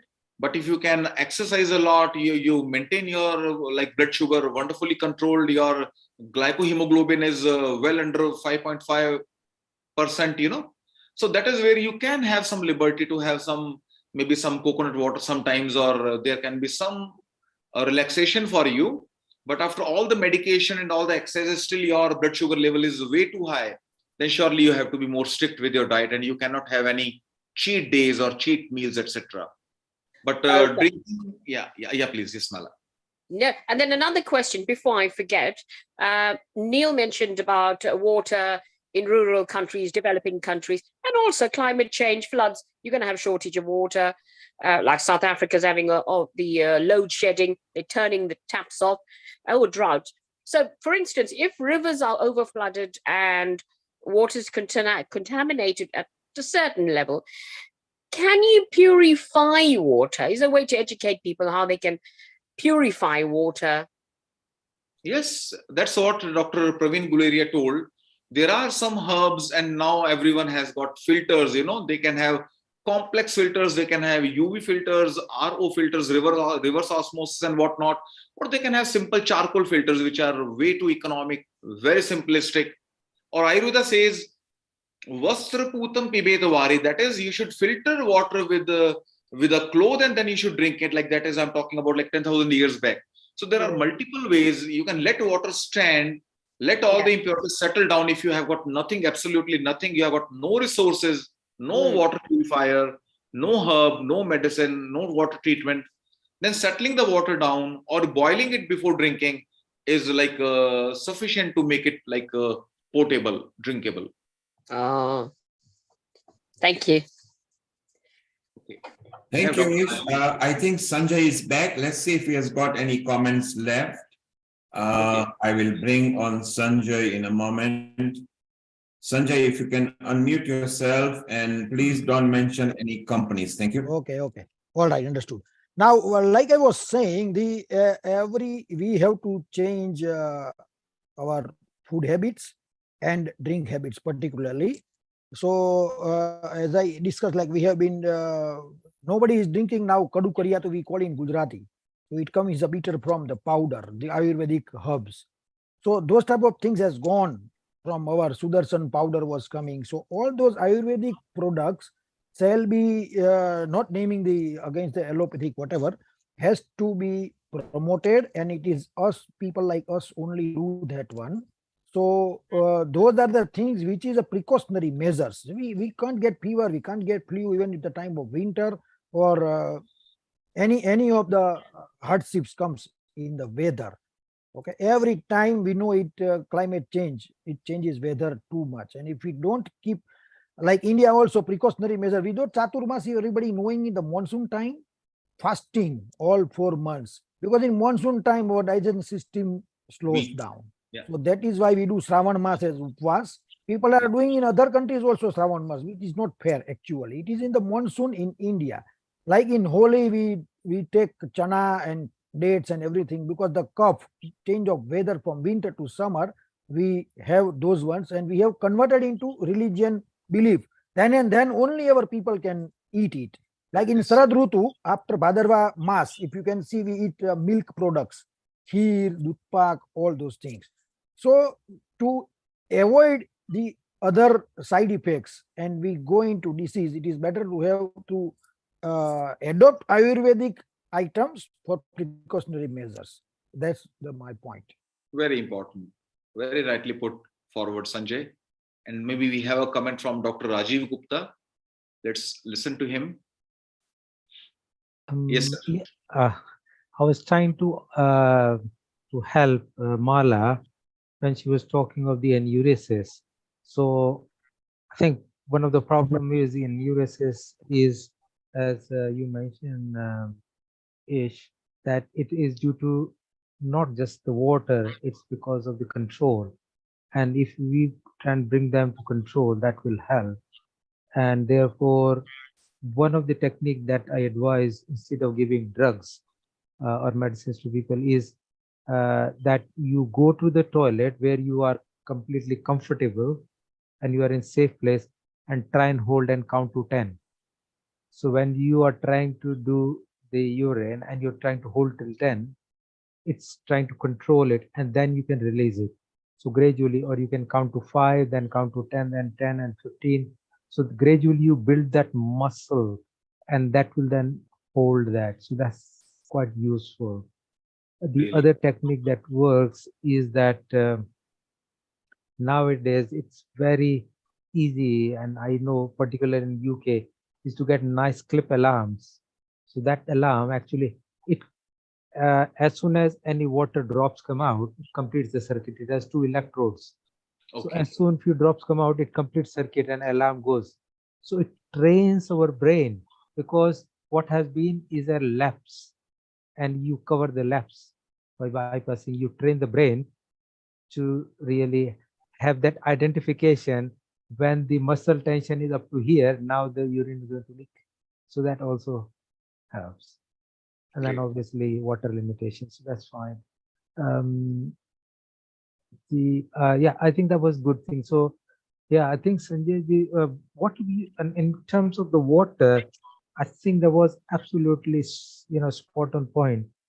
You mentioned is that like 10,000 years ago, yes, you just sieve the water in cloth and the pure water will come out, because they were big insects. So it's good for basic insects, not good enough for bacteria. Bacteria are micro. And whatever good or bad reason, we have a lot more bacteria now and more contamination. So it's still, in order to do boiling was one mechanism, which still is quite good compared to what not. And I remember 30 years ago, when I used to go to India to teach for health education, teaching people natural ways, we were telling boil and boil for at least 10 minutes before you stop. Because what people do is just boil and they think it's gone. No, it's not gone. You boil and continue to boil. And that is, if you are keeping boiling temperature for X amount of time, that actually completely kills the bacteria. So boiling is very good.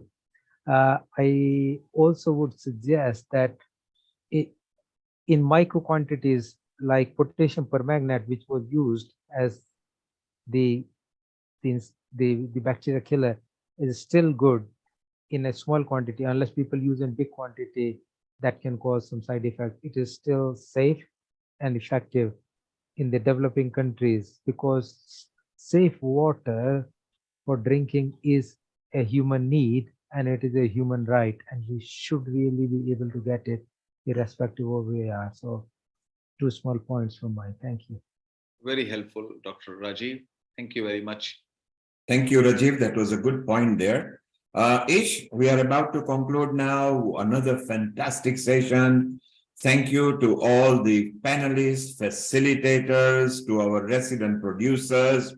Just before we go, Ula has got a question. So Ula, if you can ask your question. Yes, I'm terribly sorry my camera doesn't work, so my apologies. And I just wanted to ask, because it has been mentioned milk as well as important, one of the liquids.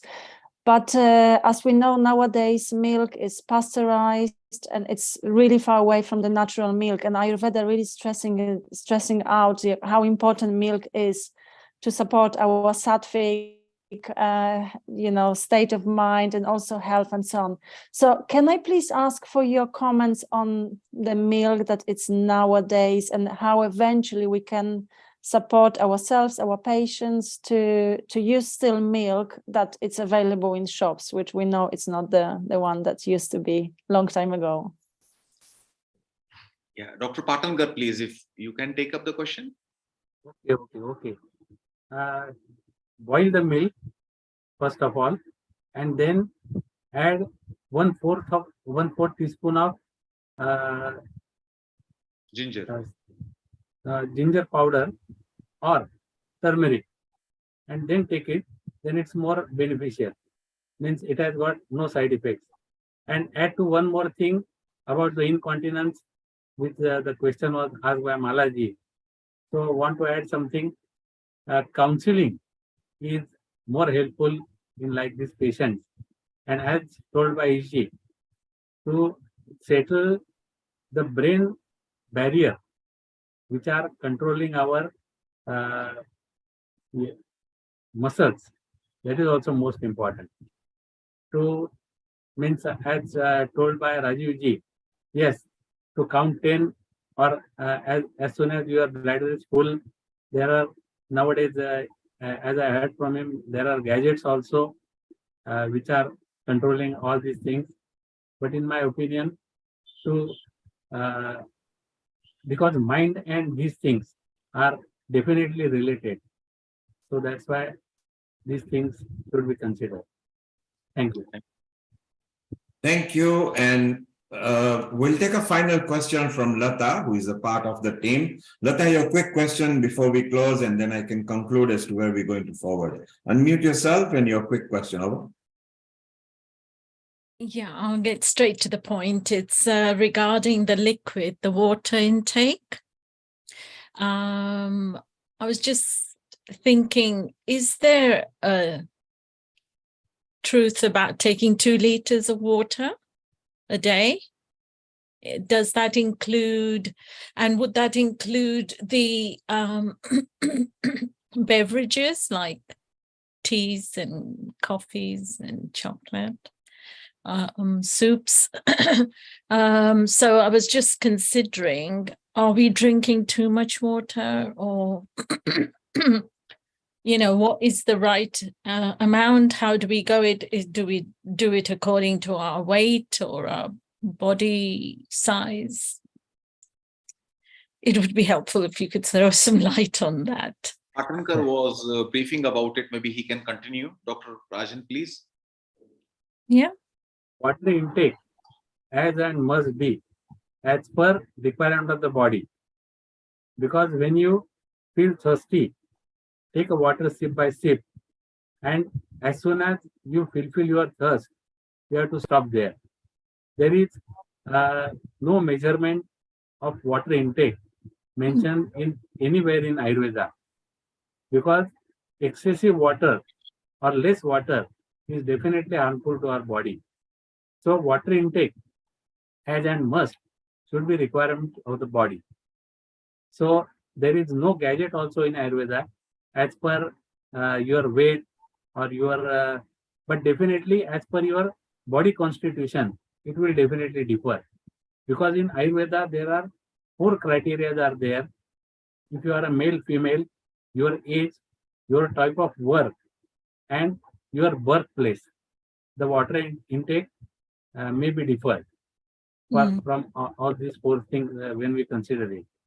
So there is no this much quantity or that much quantity, no. Yeah, and so really, I wanted to connect it to also the bacteria to wash out the, all the unwanted dead cells and bacterias. As told by Iji also, you have to take water with your food, sip by sip. not too much. That will definitely help your all gut problems, 100%. Yeah. Okay. Thank you, Lata. Thank you. And please hang around. Ish, what a wonderful session once again. On behalf of Healing Our Earth, I would like to thank you. You've become a fantastic producer. We've had a good response. So Ish, from today, Praveen should be given a task of expanding into water, not just for the experts, but water for general consumers who can understand much better in a simplistic form, and also water where it may not be readily available. As to say, when Rajiv said that just boiling the water once is not good enough, or in case if you boil it once and then leave it for several days is no good either. Because so we need to teach people the correct format in a very simplistic format. So if you could liaise with Praveen from here.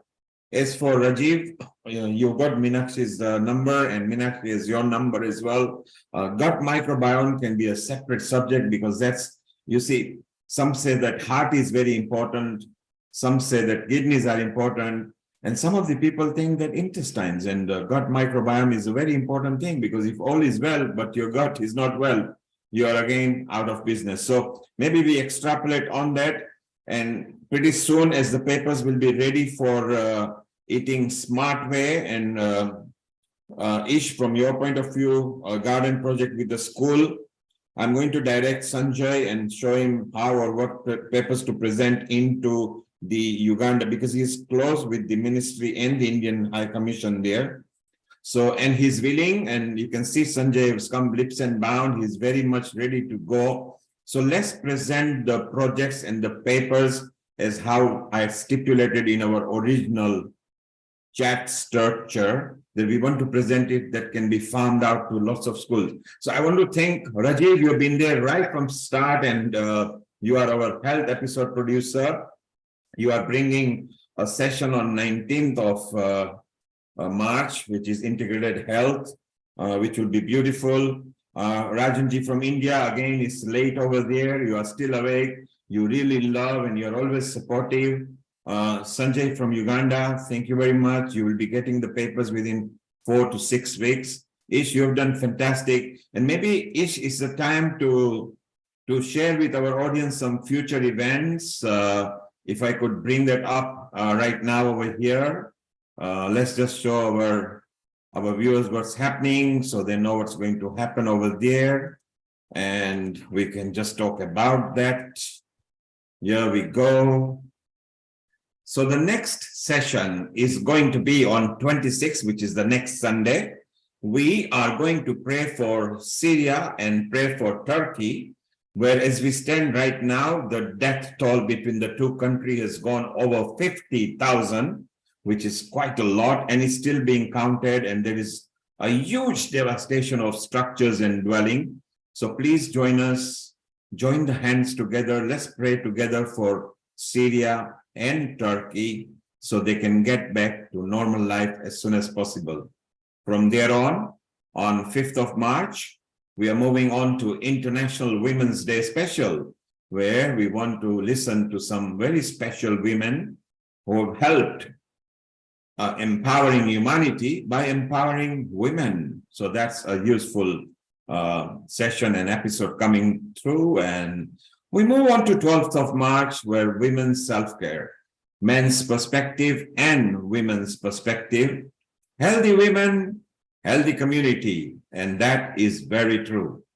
From there on, we come with our producer, Rajiv Gupta here, integrated health, where he brings different facets of health. And from there, we create projects, and we give people in charge as to what to follow. We've got our partners, the SAHA Action Group, the South Asian Action Group, the NFHW, who are down there as well, and our integrated health. So that's on 19th of March. And then we move on to yoga and meditation. Every now and then, we bring yoga and meditation because from Ayush point of view, yoga and meditation is also very important for body, mind, and soul. Well, Over to you, Ish and Rajiv and Rajanji. Let's Very conclude. much. And this is really unbelievable to see, especially Anne and Suraya hanging till now. You know, Suraya is always there for all 4 hours, and Anne is always there. Thank you very much. I did not know you have so much of patience, Suraya and Anne. Thank you very much. Suraya, you can unmute. Suraya, you can unmute yourself and tell us how you feel at Healing Our Earth.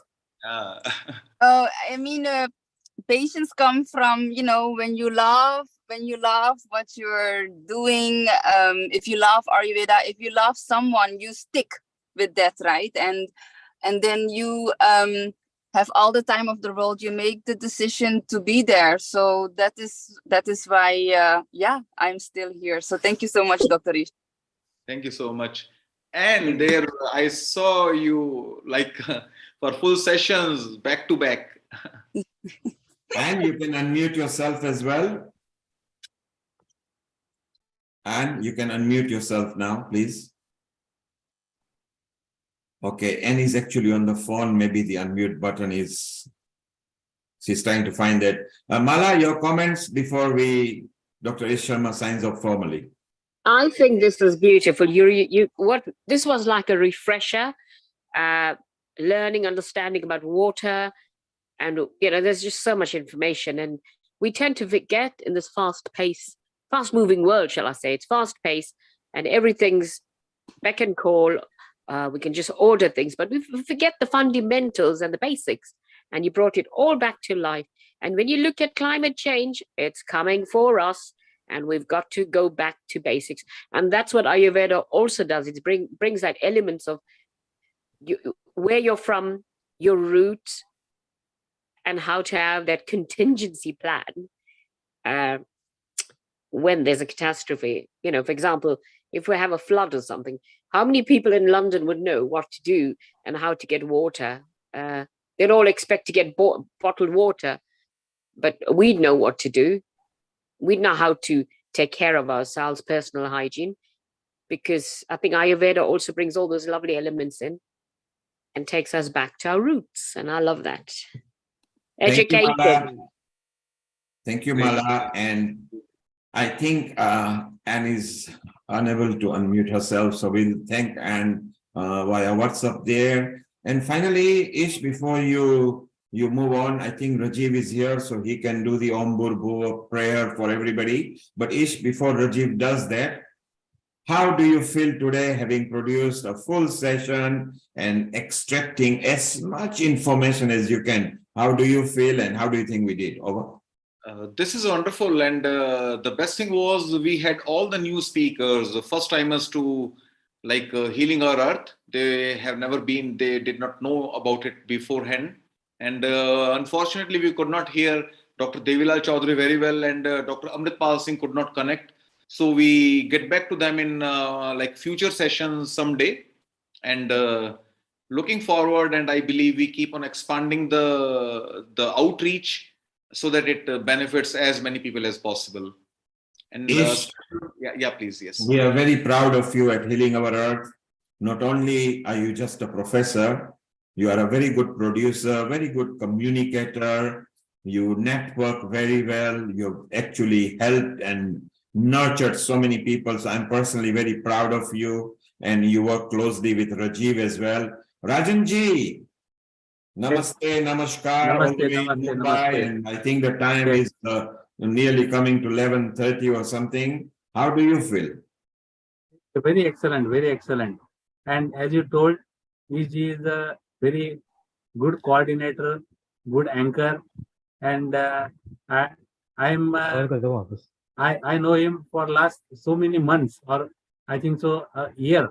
But these qualities I came to know in these 2 sessions. So very nice, very excellent. And thank you, Neilji, also. Thank you. And Rajivji also. Thank you.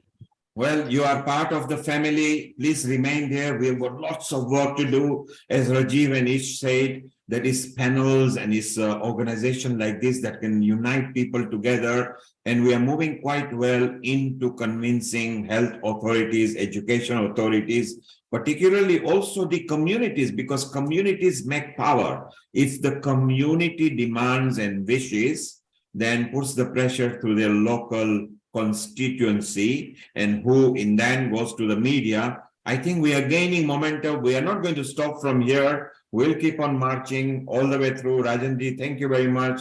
Please be there. Ish, love you. Stay around. Rajiv, it's time for you to formally close on behalf of Ish, and maybe a nice long, by the way, Rajiv is a good singer as well. Maybe you can just have nice Om Bhur Bhuva Swaha in three times, and let's pray for Turkey and Syria to get back to normal. Over to you, Rajiv. I think it was wonderful, and we really did a lot of brainstorm, thinking, understanding, pulling threads together, and I think we are going leaps and bounds from where we were to where we are now, and we have a lot more plans to do. In fact, we are doing a health mela where we're going to have a plan. We have a stand on Eat Smart, Think Smart, Be Smart, and other one is the yoga, and we have produced a paper on mental health, because mental health problems are so much, and how we can do influence in a natural way. And the third stream is chronic pain, because all these Ayurveda, yoga, Tai Chi, they all can have an influencing effect, and hypnotherapy without need of the proper medications or reducing the number of the workload. So I think that's all. It's on 18th of March, which is just day before I realized our next healing over session. So I'm there from like Friday night previously in order to sort out all things, and all day on 18th of March. If it work out, we might try and do a virtual as well as face-to-face. Is primarily face-to-face with the university. So I think that would be good that if we can collect. So it's very, very nice. And I think we are going to take a lot more effect of the community, which is Neil was talking about, that it's a whole community, even public education, public involvement. So a lot of community is going to come, and we will try and make them part of the healing of our earth, because that's all natural way of making the love, life, living all together. Rajiv, let's remind them that is taking place on 18 March. It's not virtual, it's actually with physical, person to person. And can you mention the address? And the stalls are still available if people want to participate. Yes. So it's in Preston University. I can put the address here in the chat box. But those who can come, just Central Lancashire University, Preston. That's the address. And the I can put the other address down here, but let me know and I will give you the more detailed address instead of trying to look for it. I think can bring it to the close. So let me pray. Om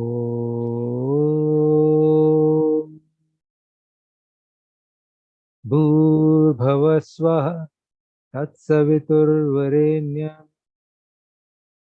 Bhargo Devasya Dhimahi Dhiyo Yo Nah Prachodayat. Om Bhur Swaha Tatsaviturvarenyam Bhargo Devasya Dhimahi Dhiyo Yo Nah Prachodayat. Om Bhur Swaha Tatsaviturvarenyam Bhargo Devasya Dhimahi Dhiyo Yo Nah Prachodayat. Om